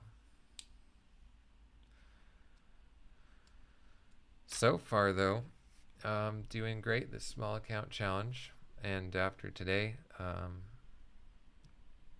another good day. Green, let's see, how many days have I traded? 1, 2, 3, 4, 5, 6, 7, 8, 9, 10, 11, 12, 13, 14. So this is the 15th day of the small account challenge, and I've only been red on 3 of them. So that's some pretty good ratio of green to red days. The one disappointing fact is my biggest day has been a red day. So that slightly offsets the nice ratio of red to green days, but it's also a good learning point for me. So here's the trifecta for destroying your account is what I did last Thursday right here. So what you don't want to do is short a stock that's trading upwards on momentum instead of stopping out, letting it run against you for a ways, then throwing the rest of your account into the trade to get a better price, and then letting it continue to run against you. And that has gotten me bad numerous times, and you can see it if you watch Thursday's recording, Thursday, February 25th, 2021, and I've prevented myself from taking similar trades since then. So while it cost me money to have that experience trading live, I think I did have some extra pressure to perform well trading live on YouTube for anyone in the whole world to look at if they wanted to. That certainly changes, gives a little bit of added pressure. But on the flip side, it also makes me be more selective and mindful of what I'm trading as a whole. So I'm not blaming anything on the fact that I was live streaming. I probably would have done the same thing not live streaming, but it's obviously a factor that's present in the equation. And I think overall, live streaming has benefited me because I approach everything in a little bit more professional manner, since anyone could be watching, and there's doing anything when someone is watching is different than sitting here in a little room by myself day trading. So overall, good experience live streaming, and I intend to do it for the foreseeable future.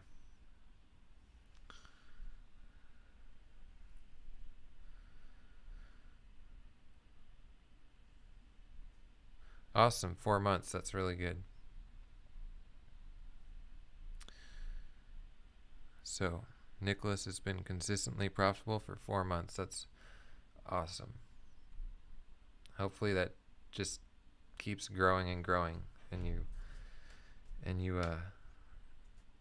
can live the dream, day trade, and do whatever you want.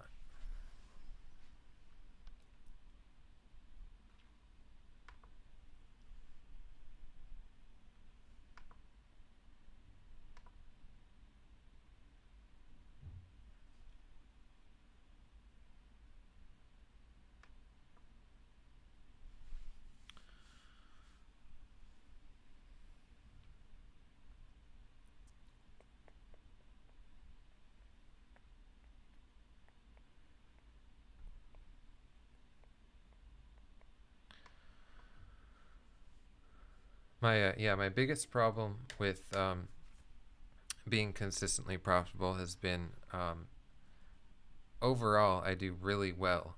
I do really well, and then I'll have huge losing days when I um, make mistakes like I did last Thursday. And if I don't like cut it at a certain point, it can be a really, really bad loss. So those have kind of curbed me from, um, increasing my trading profitability.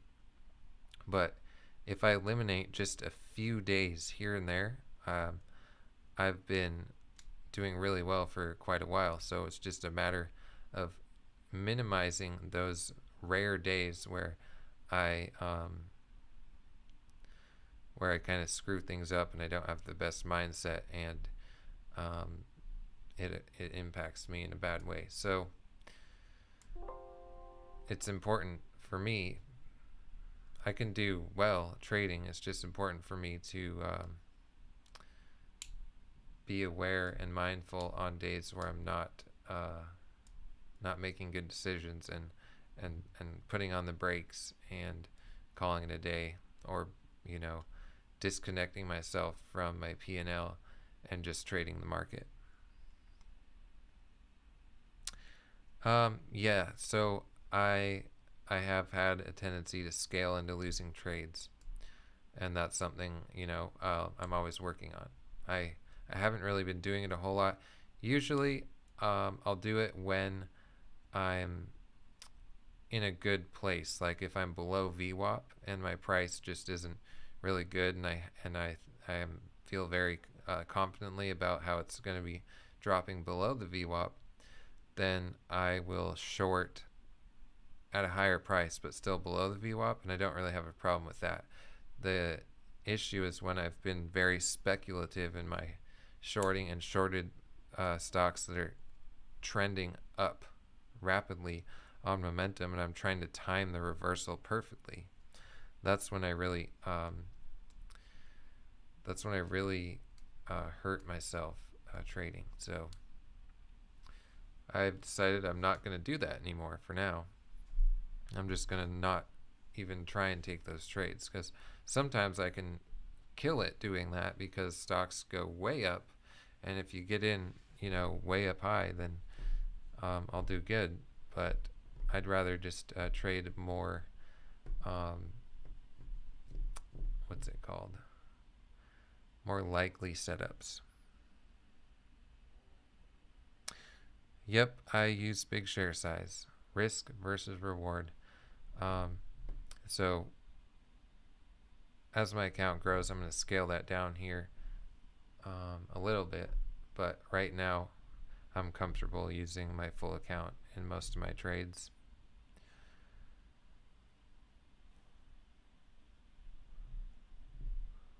I hope you can join in for my live streams in the future. I'm not sure how long you've been watching, but it's nice to have people coming back day after day, kind of get a feel for what you're looking at and what you're trading. So thanks for joining me today, and 24 more minutes just sitting here watching JCS, seeing if it's going to come down more.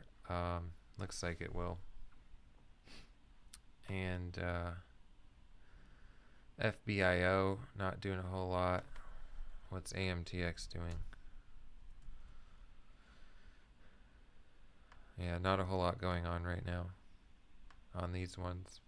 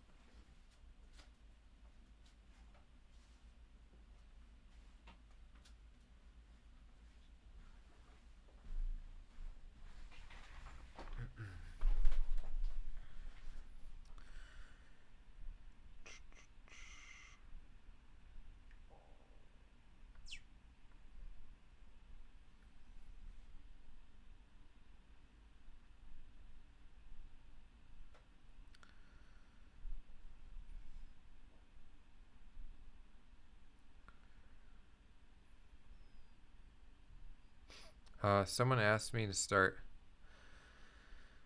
live streaming earlier pre-market, and I think I'm going to do that.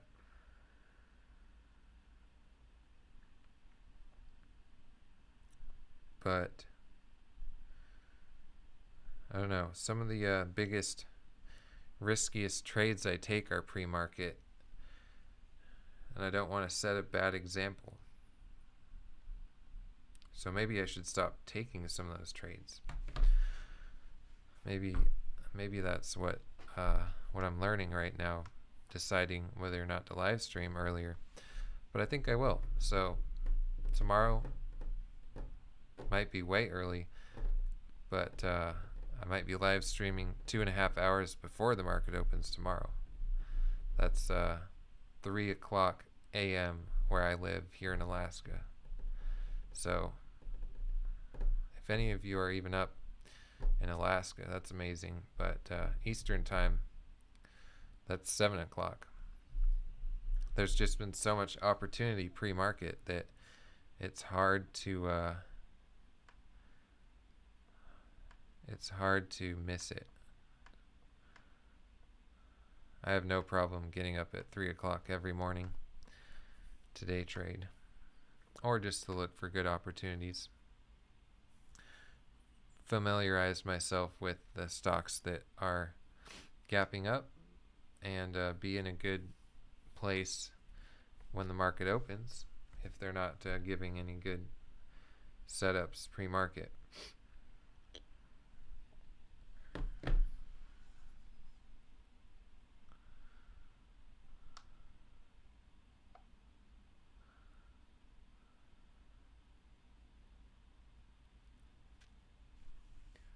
And yeah, so the share sizing I'm using right now is because just for the purpose of my small account challenge to grow an account from 2,000 to 25,000, I have been intentionally using my whole account pretty much the whole time, whether or not it's hurt me or not in the long run. I think it has, because on the days where I've made bad decisions, it's cost me, and bad risk management, it's cost me thousands. But once I do hit the 25 mark, which I'm completely confident that will happen in March,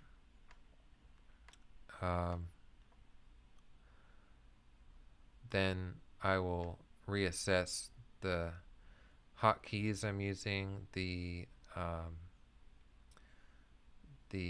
margin, seeing which stocks I have more margin on than others, and how I'm scaling into trades. So that will be coming up here as soon as until I hit 25. That's going to be the case. Yeah. Yep. So yeah, using large share size changes it. The larger you go with share size, the more you can get in slippage when you're getting out of big trades, if you're stopping out, etc. So the larger the share size, the more you have to lose, of course. But as far as like a comfort level, I don't have any problem like taking a large trade.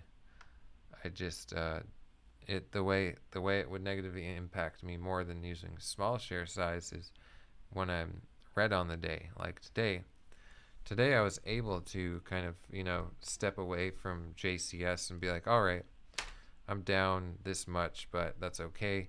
It really, I'm just gonna trade what I see here and maybe make something back. But I wasn't too like affected by that loss for the rest of the day, as far as I know and can tell myself. Maybe you guys could see that I was impacted. Obviously wasn't happy with it, but it didn't lead me to over trading. I wasn't revenge trading. I wasn't jumping into all these stocks. There were plenty of stocks moving today, and I wasn't, getting in and out of this stock and getting into that one, just trying to claw and get a hold of anything that would move in my direction and help me make back some of the profit. I just, found this one stock that was making a move that was kind of predictable and traded that. But I did use full size with margin, and so the risk is there. I agree with you that that the larger the size, the more difficult the emotions can be, both on good days and bad days.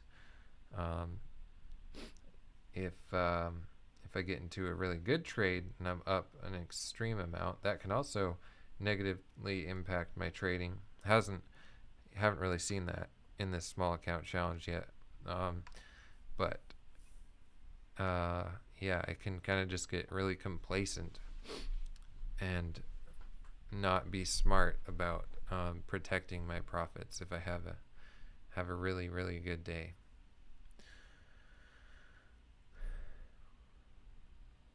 Do I have a weekly goal in percent or dollar amount?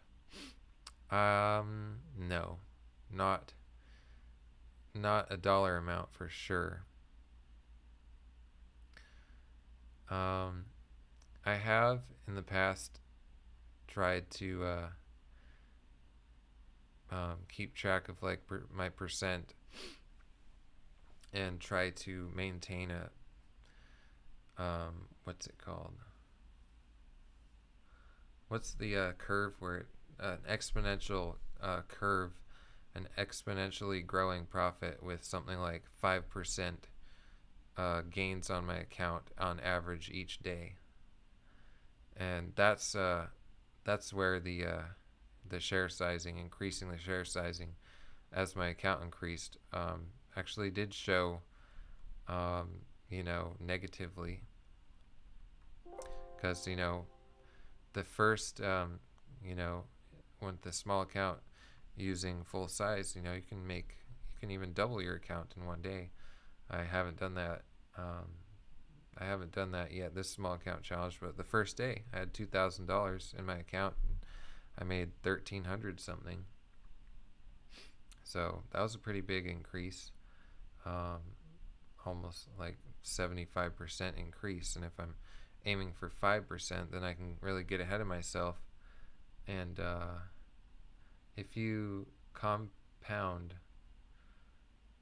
5% daily increase in any size trading account, and if you look at that several months down the road, that's a pretty impressive sum. But yeah, actually achieving that is very different. So yeah, this is a good topic to be thinking about, and for me to be thinking about is how it impacts me when I'm using more share size as my account grows. So know right now in this small account challenge how quickly I can grow this 2,000 account to 25,000. I don't have a set dollar or percentage amount as far as a weekly or daily goal, or monthly or anything like that. My goal is to just trade the market in real time, not looking back on my profit or loss on anything else, or not looking at potential so far as much as just trading in real time what the risk versus reward is for each individual trade. And of course I would love to be profitable. I have to be if I'm going to achieve this small account challenge. And yeah, just trading the market in real time and following my rules, my mental rules, guidelines, stops, staying calm, cool, collected, being patient, being selective, letting winners run to where they reasonably could make it, or stopping out immediately if there's no good reason to remain in a trade that's either working or not working for me. Then yeah, that's about all I'm focusing on.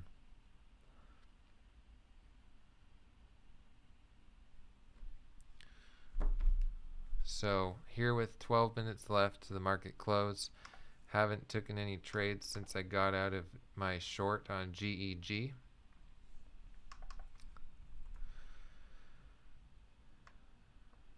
Looks like it's a good thing I got out of that too.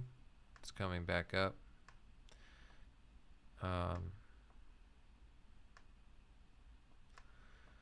Testing this moving average now. Might even be inclined to short it here again. So, but I haven't been watching this at all, so I'll very cautiously consider shorting this here. But it's still got the big spread, so I think I'll probably say no.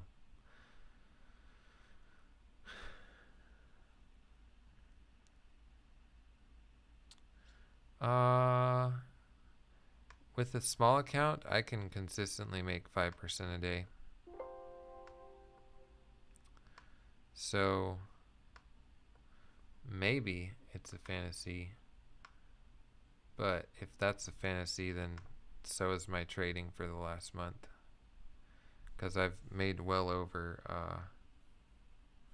well, let's say if I have a $10,000 account times 0.05, so I've made more than 5% a day in this small account challenge. My daily average, so my daily average here is so here's gross before commissions, but we're looking at net after commissions. So if I look at the details here, this is so this includes yesterday. Including yesterday, my average P&L has been $901.85 after commissions. I don't think it's going to tell me my average account balance or anything like that throughout this challenge, but I can pull up. I have a screenshot of my average account balance somewhere here. Let's see here. So here we go. Here's a screenshot of my Lightspeed account at the end of February. So started with 2,000 right there.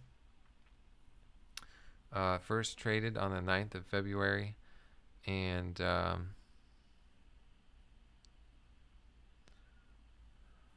yeah. Yep. So that's true, using massive size in a $10,000 account. If I kept my account at $10,000 and I kept averaging $900 a day, you know, I could do that for the rest of my life and be golden. So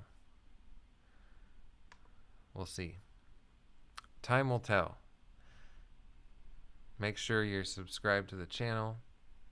Tune in every day, or just check the headlines of my live streams when I'm done every day, and we'll see what's possible for me. But I personally think 5% a day average is achievable if I make some minor tweaks. With a larger account, if I make minor tweaks on some of my risk management and decision making on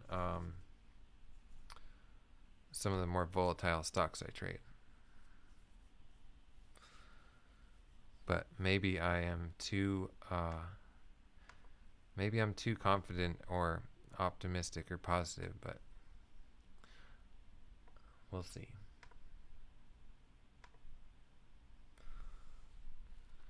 time will tell. So 7.5 minutes left here. Haven't taken any trades for over an hour.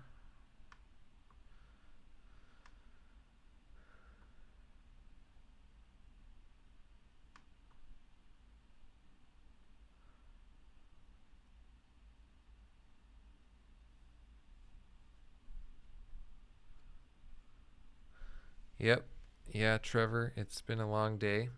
I made some mistakes with share sizing at the market open with JCS and ended up down $4,500, I think.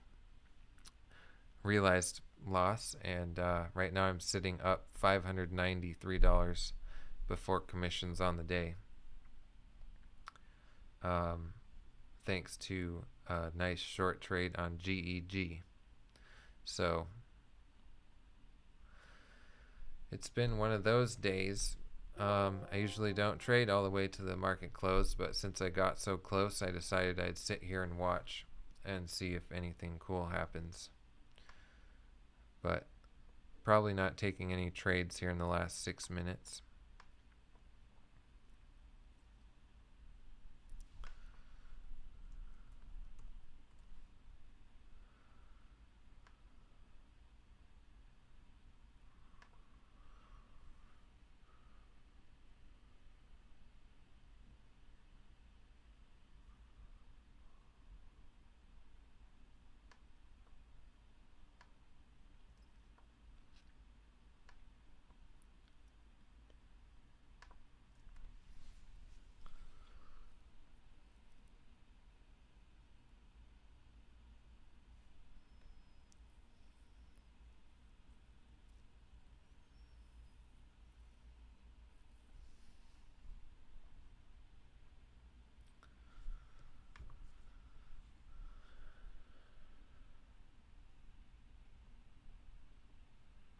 Yep, so tomorrow I'll start the live stream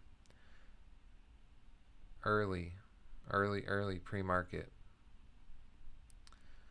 Sometimes I don't wake up in time or miss my alarm or something, so can't promise, but I'll probably be live sometime before 8 a.m. Eastern time if there's anything interesting. Maybe as early as 7.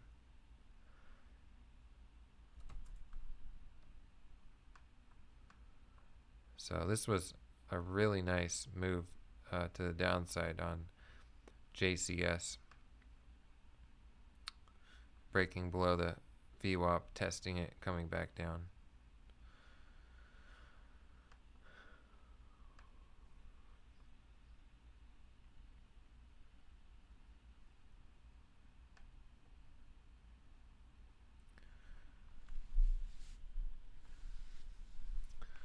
So, 3 minutes and 40 seconds till the market close. Been trading for about 7 hours.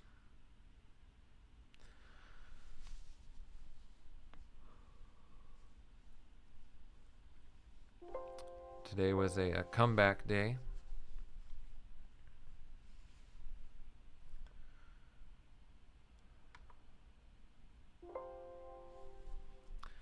DRTT, I'll look at that for fun.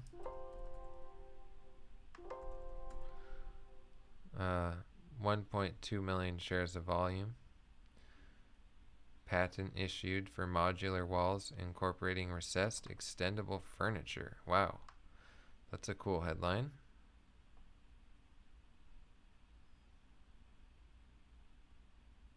Interesting. So we see all kinds of interesting news here, day trading.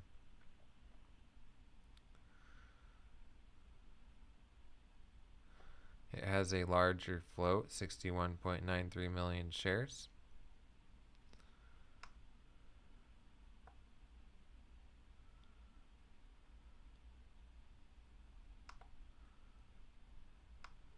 If I were willing to take a lot of risk, I'd short it, but there's just not a lot of room for it to come down. So